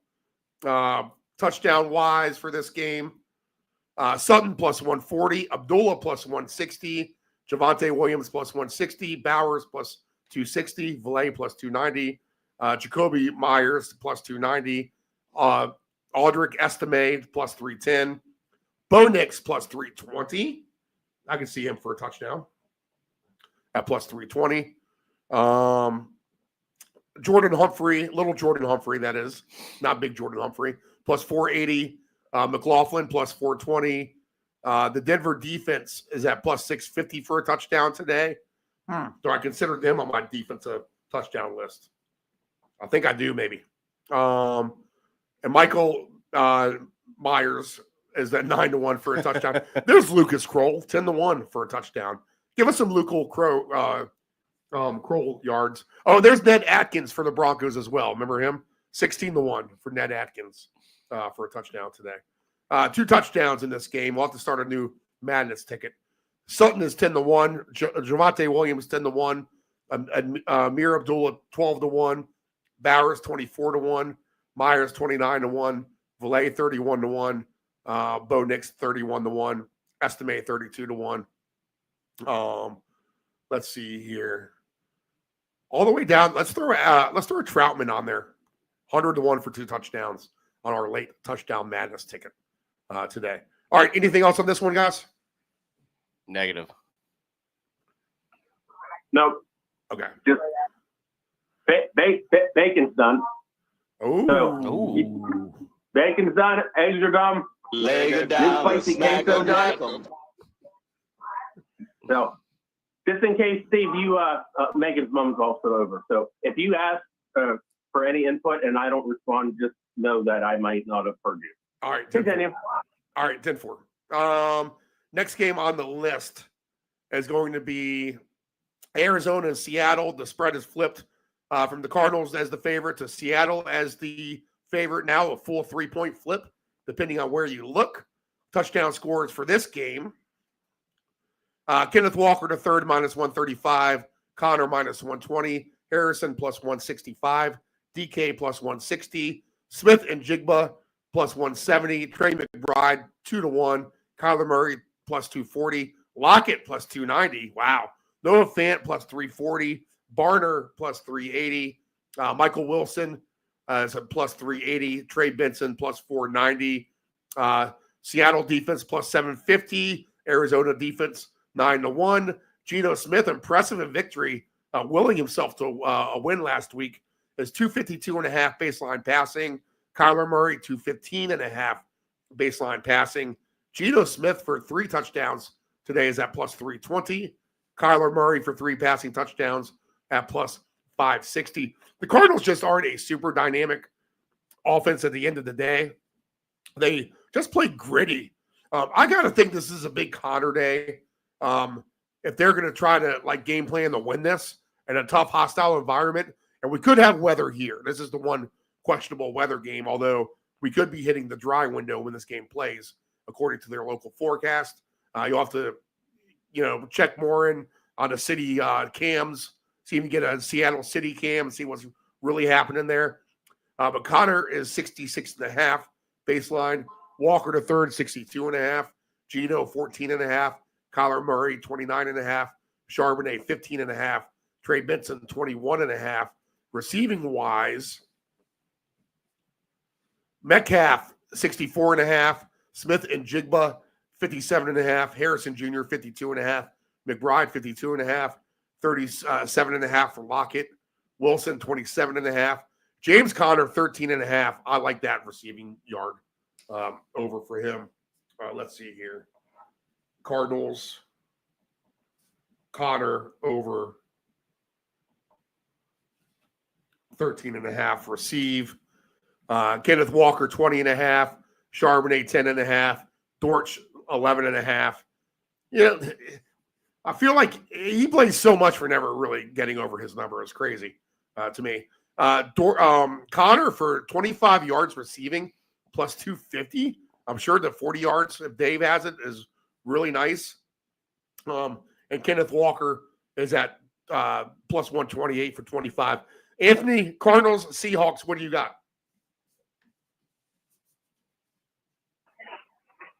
I don't even know who the Cardinals play. Who are they playing? I'm listening to you, but I got too much noise. Seattle. I'll be real quick. Arizona actually looks good. Seattle's like a really good bad team. Give me Kenneth Walker receiving yards. Hopefully there's a prop. It's Kenneth Walker and Marvin Harrison, and that's it. Oh, you know what? Give me Trey McBride's yards.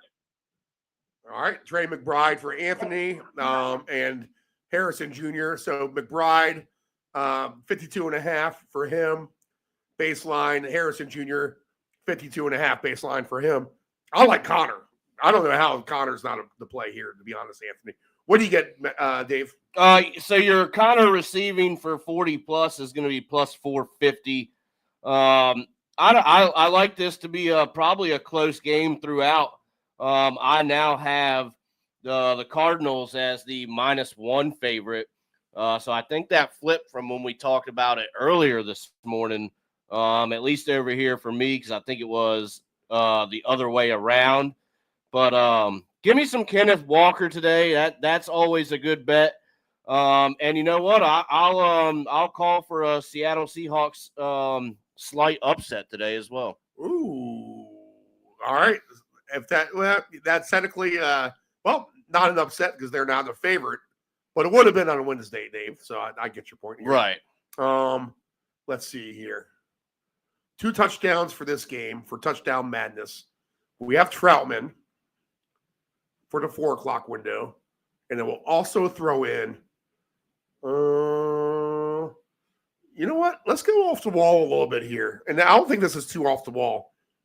But let's take Zach Charbonnet, 40-1 for 2 touchdowns. How about that for Seattle? All right. That's an interesting one. Yep. All right. So the old Troutman and Charbonnet parlay, if you put 10 cents on that, you're getting paid $414 just for those 2 right now on 10 cents. How do you not do that? All right here. I think this is probably a lower scoring game. It's now down to 46.5. I think this is just kind of like a playoff atmosphere type of game, to be honest. And I like the Connor props. Give me the Connor props for me. All right. Green Bay and San Francisco. Good game here if San Francisco was at full strength. Now, it looks like we do have Kittle playing anyway. But Purdy's going to be the big issue here. There's no Brock Purdy involved. The line inflated. This was brought out on Friday. It's now up to Green Bay -6.5, 44.5 here. Touchdown scores for this game. Jacobs -160. McCaffrey -155. Jaden Reed plus 180. Debo Samuel plus 230. How do you not take Jaden Reed on a ticket at plus 180? To be honest, Debo Samuel plus 230. Dobbs plus 240. Kraft plus 250. Watson plus 270. Kittle 3-1. Juwan Jennings plus 360. Dontavian Wicks plus 420. Jordan Love plus 490. Ricky Pearsall has dropped all the way down to plus 750. So where he was a fan fave, he's gone right back into the toilet here, apparently.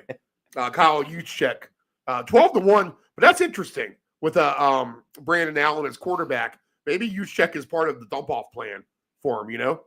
So maybe Juszczyk for a touchdown today at plus 1,200 is a interesting call. In fact, I'll throw Juszczyk for one touchdown on Touchdown Madness, and we'll take a Packer here for two here in a second. 2 touchdowns in this game. Jacobs plus 350, McCaffrey plus 380, Jaden Reed 13-1. I feel like we need a ringer involved here. So why not throw Jaden Reed at 13-1 in as the ringer? Debo Samuel 19-1, Dobbs 21-1. Actually, we all like Dobbs. Let's throw Dobbs in there, 21-1, right? A little bit better payout. Yep.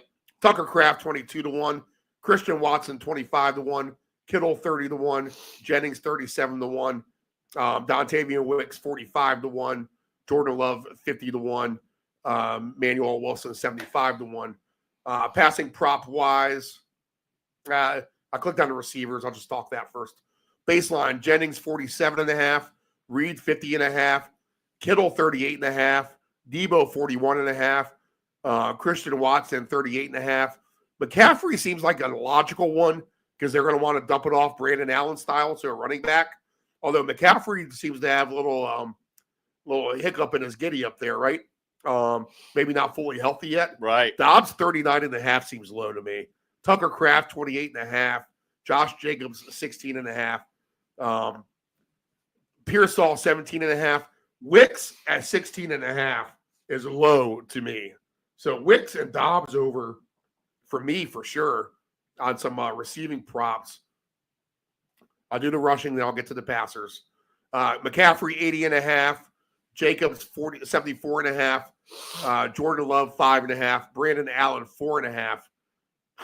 Can Brandon Allen run? I have no idea. But at 4.5, that seems like he might be running for his life as a first starter. So I would take a look at that actually over for Brandon Allen. Debo Samuel at 12. It doesn't matter if he's a big statue back there or whatever he's going to be doing. All he has to do is feel the heat and want to run away. And this is in Lambeau Field, Green Bay. And I have a feeling he's going to be feeling the heat and wanting to run away, right? Right. So if that's the case, 4.5 is too low there.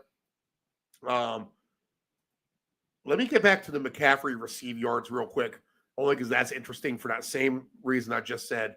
50 yards for McCaffrey to receive is at plus 310. You never get it that good. So I would consider that as well. Quarterback, passing prop wise, Love's 239.5, Allen 205.5. Jordan Love passing touchdowns for 3 is at plus 310. Brandon Allen for passing touchdowns for 2 is at plus 240. Go ahead and throw Brandon Allen on our interception list, Dave. Oh, yep, already did it. We can consider that. And Anthony, what do you like in this game? I like the fact that Crunch Wrap number 1 has been made, and I'm eating it right now. All right. So you better rush through this because I'm getting hungry just talking about it. Good thing we have the night games. Yep. Brandon Allen's playing. We're going to do any crazy defensive scores. Throw Green Bay on it. Why not? I don't even know anything about him. I think it's going to be a check down city to McCaffrey. So I like his alternate complete. I have no idea what the alternate over or the spread or anything is, but Green Bay is going to win this game. It's going to be through Josh Jacobs. So he might be in my 2 touchdown score. That might be all they need, to be honest, because if they get up decent on San Fran, it's going to be the Josh Jacobs show. Just to Exactly. Keep them off the field. I- Let's get out of here with the victory. Stay healthy. Yeah. And I mean, Brock Purdy's really not even that good with his limited weapons. And who knows if Brandon Allen can be any better. Plus, it's at home at Lambeau, game of the week. So he'll be my guy. But I have no problem with you taking any of these receivers. Those numbers are too low for any of these guys. All it takes is one 30-yard catch for Wicks to hit it. Yeah. One catch. Because the thing is, Love isn't throwing, like Dobbs is their possession receiver. Watson's their home run hitter. Reed is their all-purpose receiver. And who's the other guy? Wicks he's kind of a mix of all of them. He's like a mutt. He's just not involved. So forget it. To be dead honest, if I'm really going to throw, and this is going to be the last thing I'll get a run, but Tucker Kraft. Yeah. All right. Yep. Dave, what do you like? Steve, I think you guys have covered most of it. I really like the Packers in this spot. Maybe just a little bit too much at the end of the day for San Fran. So we'll take the Packers to win this game, and the Allen interception would be my probably biggest takeaway from this. Correct score, something like Packers 31, 49ers 10 to me. If that's the case, then Green Bay gets over 25.5 baseline for themselves. To get to 31 points today for Green Bay, their team total alternate over 30.5 is at plus 210. All right, the night game, which is this a game I want to stay up for or not? Let's see here. The Eagles-Rams. I kind of do and I kind of don't. I did sleep 9.5 hours last night, which I feel amazing from it. So maybe I will. Eagles minus 2.5, 48.5. All right, I said this at the beginning of the show. I said it with Nephew Dave when we went through Survivor. I think there's a really interesting angle here for 2 touchdown scorers today at a huge payout. I think $10 wins 7,500, which I'll put like $3 on it or something like that. For our boy Montgomery to have 2. I'm sorry, not Montgomery. Yes, right? I'm sorry. DeMarcus Robinson for 2.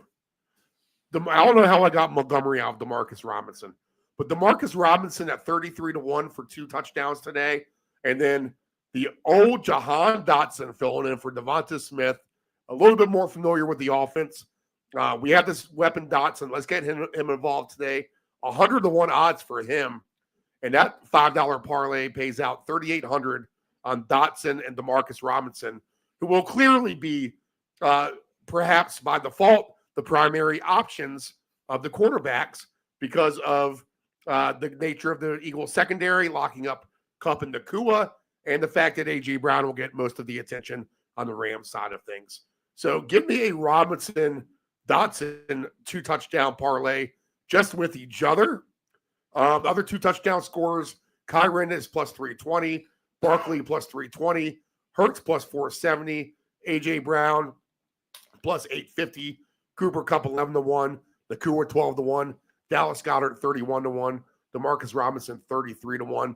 Go ahead and put Barkley in as my ringer on 2 touchdown madness at plus 320.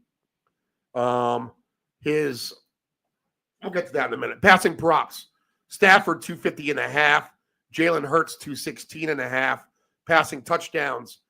Hurts for 3 is at plus 600. Interesting.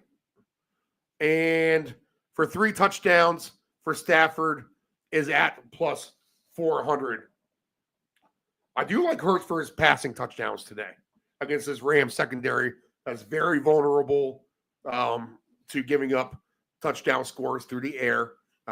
We'll just look at Drake May last week through the air against them. And Stafford might be in trouble here against this stingy Philadelphia secondary. So maybe more of a Kyren Williams day I could see on that front. The rushing numbers, Kyren's 70.5. Barkley is 95.5 rushing yards. Wow. Jalen Hurts 36.5. Of all those, Kyren would be the only one I would consider. Anthony, Rams, Eagles, what's your one bet here?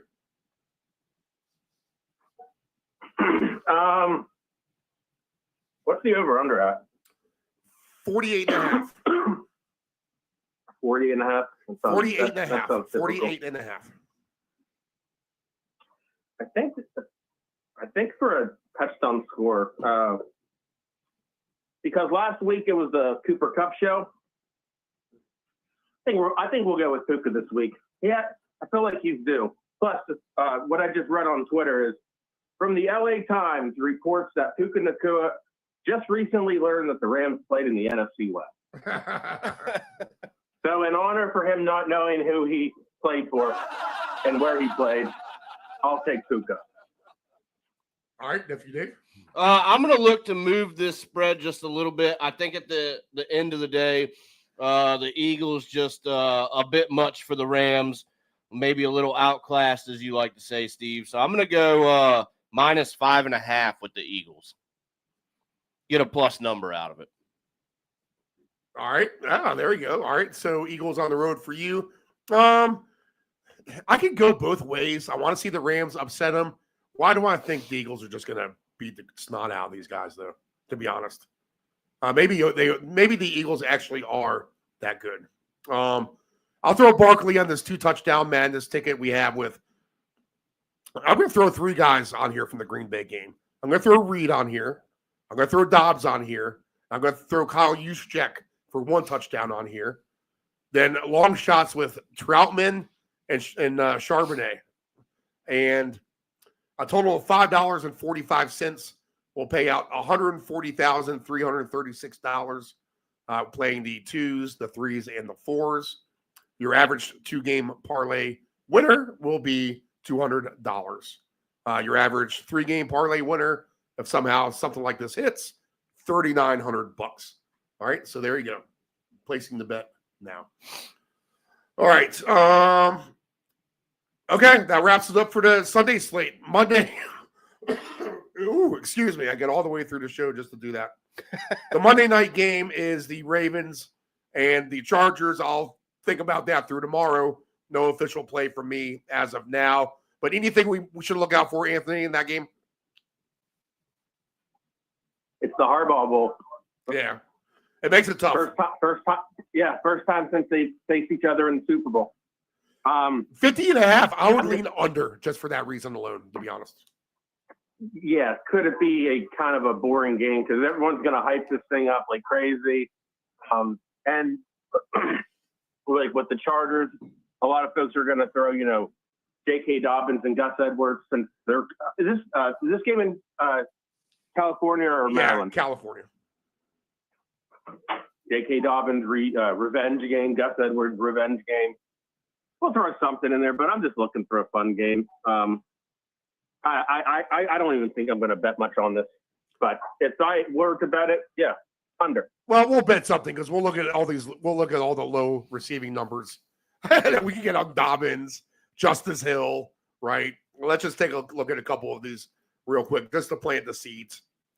And a lot of these numbers off the board. But Disley, I mean, he's been fantastic. 39.5 for him. Dobbins is only at 14.5. In fact, a lot of these numbers still off the board as of today. All right, Dave, what do you got here? Hey, I'm going to go a little bit different. We'll throw out something different here. We'll go winning margin. Ravens to win by 1 to 6 points. Close game there on Monday night. All right, Dave, who's on our interception list? Throw an interception to that. All right, interceptions. We have DeVito, Caleb Williams, Drake May, possibly. Well, I didn't throw him on the list. He's not on my list. We were going to talk about that. It's not an official score. Yeah, I never said that. You did. You wrote it down. I did. I wrote it down. We'll talk about that.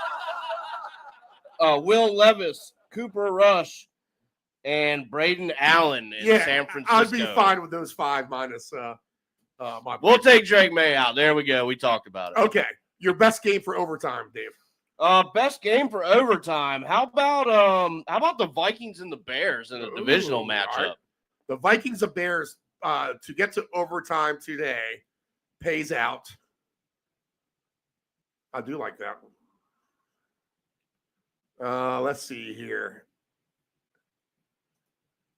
15-1. My guess was going to be 15-1. I should have said it. 15-1 for the Vikings and the Bears to get to overtime today. Anthony, your game to get to overtime today. I mean, I actually like Minnesota, Chicago. And to be that honest, I could see the Bears. And I know we're going to get to this, but I actually see the Bears upsetting them outright. Oh. Overtime, Minnesota, Chicago. I can see that. Overtime. Is there going to be at least a game that goes into overtime? Tampa Bay, New York. Oh, really? Oh, interesting. Tommy DeVito, no Daniel Jones. Release. No Daniel Jones, no problem for Anthony with Tommy DeVito. I get it. Then we get to see his mob boss agent. What's his name? Stiletto. Actually, yeah. I'll rewind, Anthony. This is what you missed. You missed us talking about the Bears Vikings. It's good you said about the upset for the Bears. I think the Buccaneers, because of the Giants' psyche for going from first string to DeVito and skipping over Drew Lock, I think that sends a bad message to the Giants to where they might throw in the white flag at some point today. And if Tampa Bay is smart, they make a good effort to get on top early, on top of the Giants. So I do like the bet of the Buccaneers to win the first quarter at -105, and even further more than that, if they're going to try to get on the board fast, I took Bucky Irvin for the first touchdown of the day with all the teams, 42-1. I like Bucky Irving's score. Well, wow, I like that. It's 42-1 for the first guy to score today. So there you go. That's my gift to you this early Thanksgiving show. We'll talk about Thanksgiving in a minute, guys, because we will do that show. And we do it every year.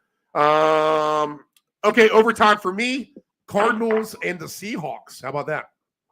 I could definitely see that. All right, let's cue up the most popular 2-touchdown sounder in the universe. Our 2 touchdown scores for this afternoon. We'll do the best bets, and we're out of here by 10 after on this NFL Week 12.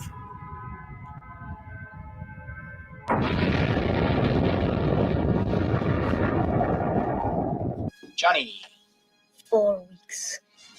20 papers, that's $2 plus tip. Gee, Johnny, I don't have a dime. Sorry. Didn't ask for a dime. $2. I have that movie on DVR, by the way. Better Off Dead. Jungle out there. You got to look out for number 1, but don't step in. I feel like I want to watch all these movies Thanksgiving weekend. And Jimmy 2 times, who got that nickname because he said everything twice. I'm gonna go get the papers. I mean, a Goodfellas, a Point Break, a Better Off Dead, and whatever the other one was, another good movie. Oh, Rodney Dangerfield, Back to School. I mean, that's as good of a foursome of a movie packet as you can possibly get. All right, Dave, your 2 touchdown scores. All right, 2 touchdowns today. We're going to go with Aaron Jones. Next, we got Nico Collins. We're going to give some love to Scary Terry to get in for 2 today, and we're going to round it off with Jameson Williams. Anthony, go ahead and give me your 2 touchdowns and best bets, and then you can hang up and proceed with Crunch Wrap Madness. I'll probably do a 5 team round robin with this one, but I like Cole Kmet quite a bit. I also do agree with Dave's Nico Collins. Brian Robinson for 2, and if this Detroit Colts game is going to be what I hope it will be, Anthony Richardson for 2 as well. And then for the 4 o'clock games, I like Josh Jacobs, and I love Kenneth Walker again. Anthony, your first 3 guys are on our Touchdown Madness primary ticket. That'd be a big payday if that hits. All right, 2 touchdowns. We're all going to be in a good mood. 2 touchdowns for me today. Where's Justin Jefferson? Can he just get back into the act? I guess by default, I'll take Jefferson for 2. Anthony did get out of here, didn't he? Yeah, he did. He got out quick. He did that hard. I'll take Bucky Irving for 2.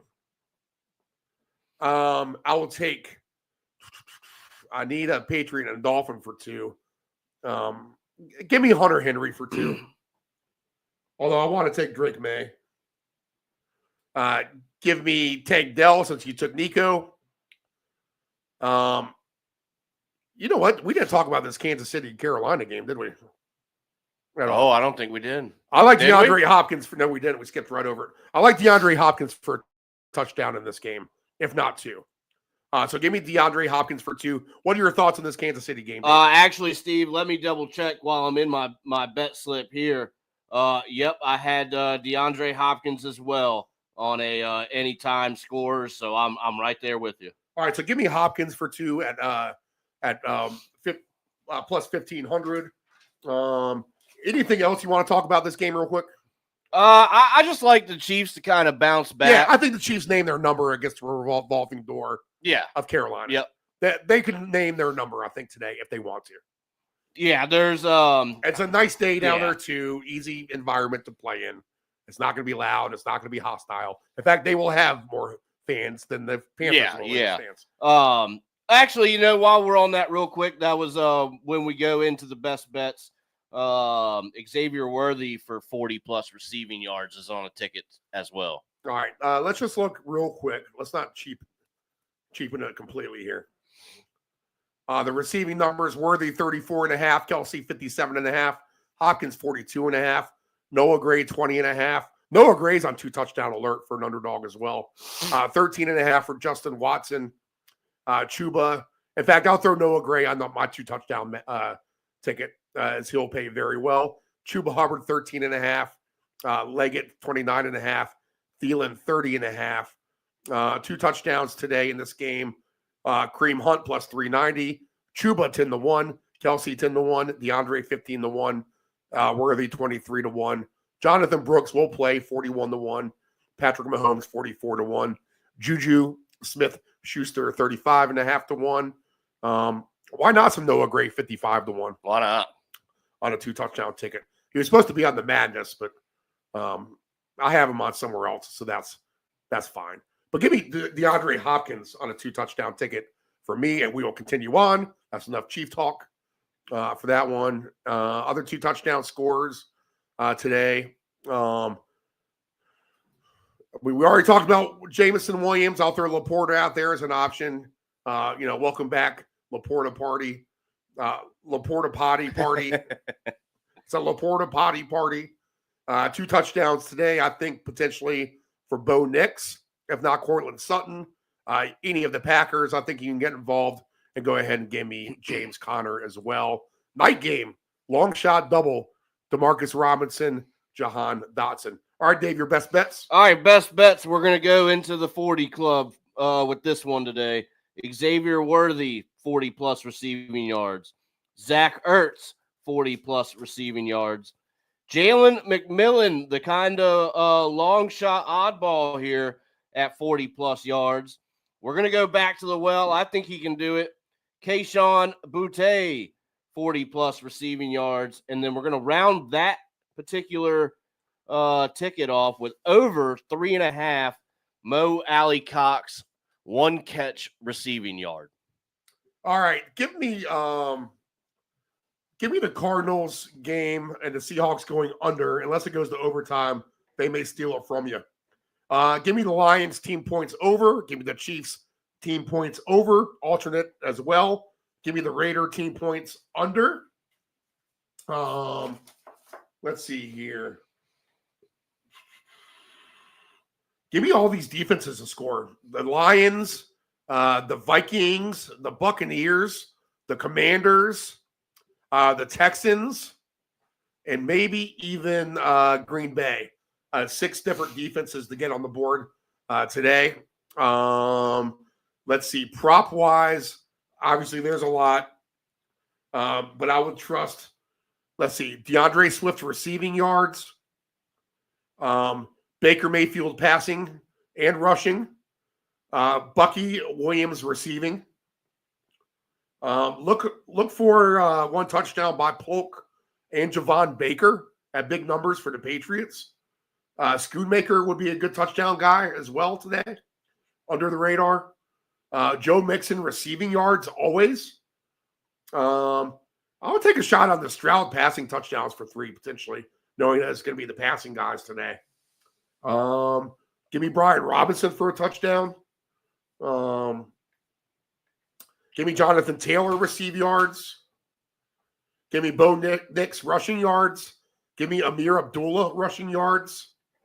Give me James Conner receive yards. Give me all the Packers, I feel like over. Give me Hurts for 3 passing touchdowns today as well. I'll throw him in with like Stroud, Hurts, probably Bo Nix, probably Drake May. I'll have probably Baker. All right, I'll have some quarterbacks throwing for 3 touchdowns today. Maybe I'll trade out some yards for those as well. I think that does it. And what we'll do, Dave, is Thanksgiving morning. What's a good time to roll with this, do you think? Whatever. 9, Figure 10. it takes us 2 hours, right? Yeah. First game's at 12. So we'll do 9 a.m. Eastern Standard Time. There you How go. about That works. We can sleep in a little bit. We'll kick everything off at 9 a.m. Eastern. I'll get Dave Del Grande on here for about 30, 45 minutes, I'm sure. And then we'll come on the air ourselves 9:45, 10.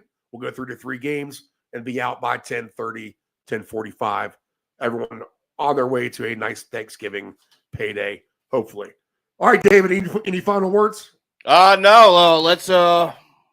Let's go Washington. Time to beat up on Dallas today. All right, it's 12:13. That means you have just about 45 minutes, a little bit more to get all your tickets together.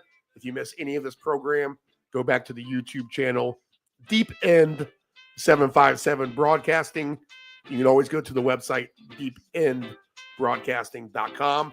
We'll do a What the Puck is Going On tomorrow night, 6 p.m. Eastern Standard Time, live on our network as well. Our coverage of the NHL.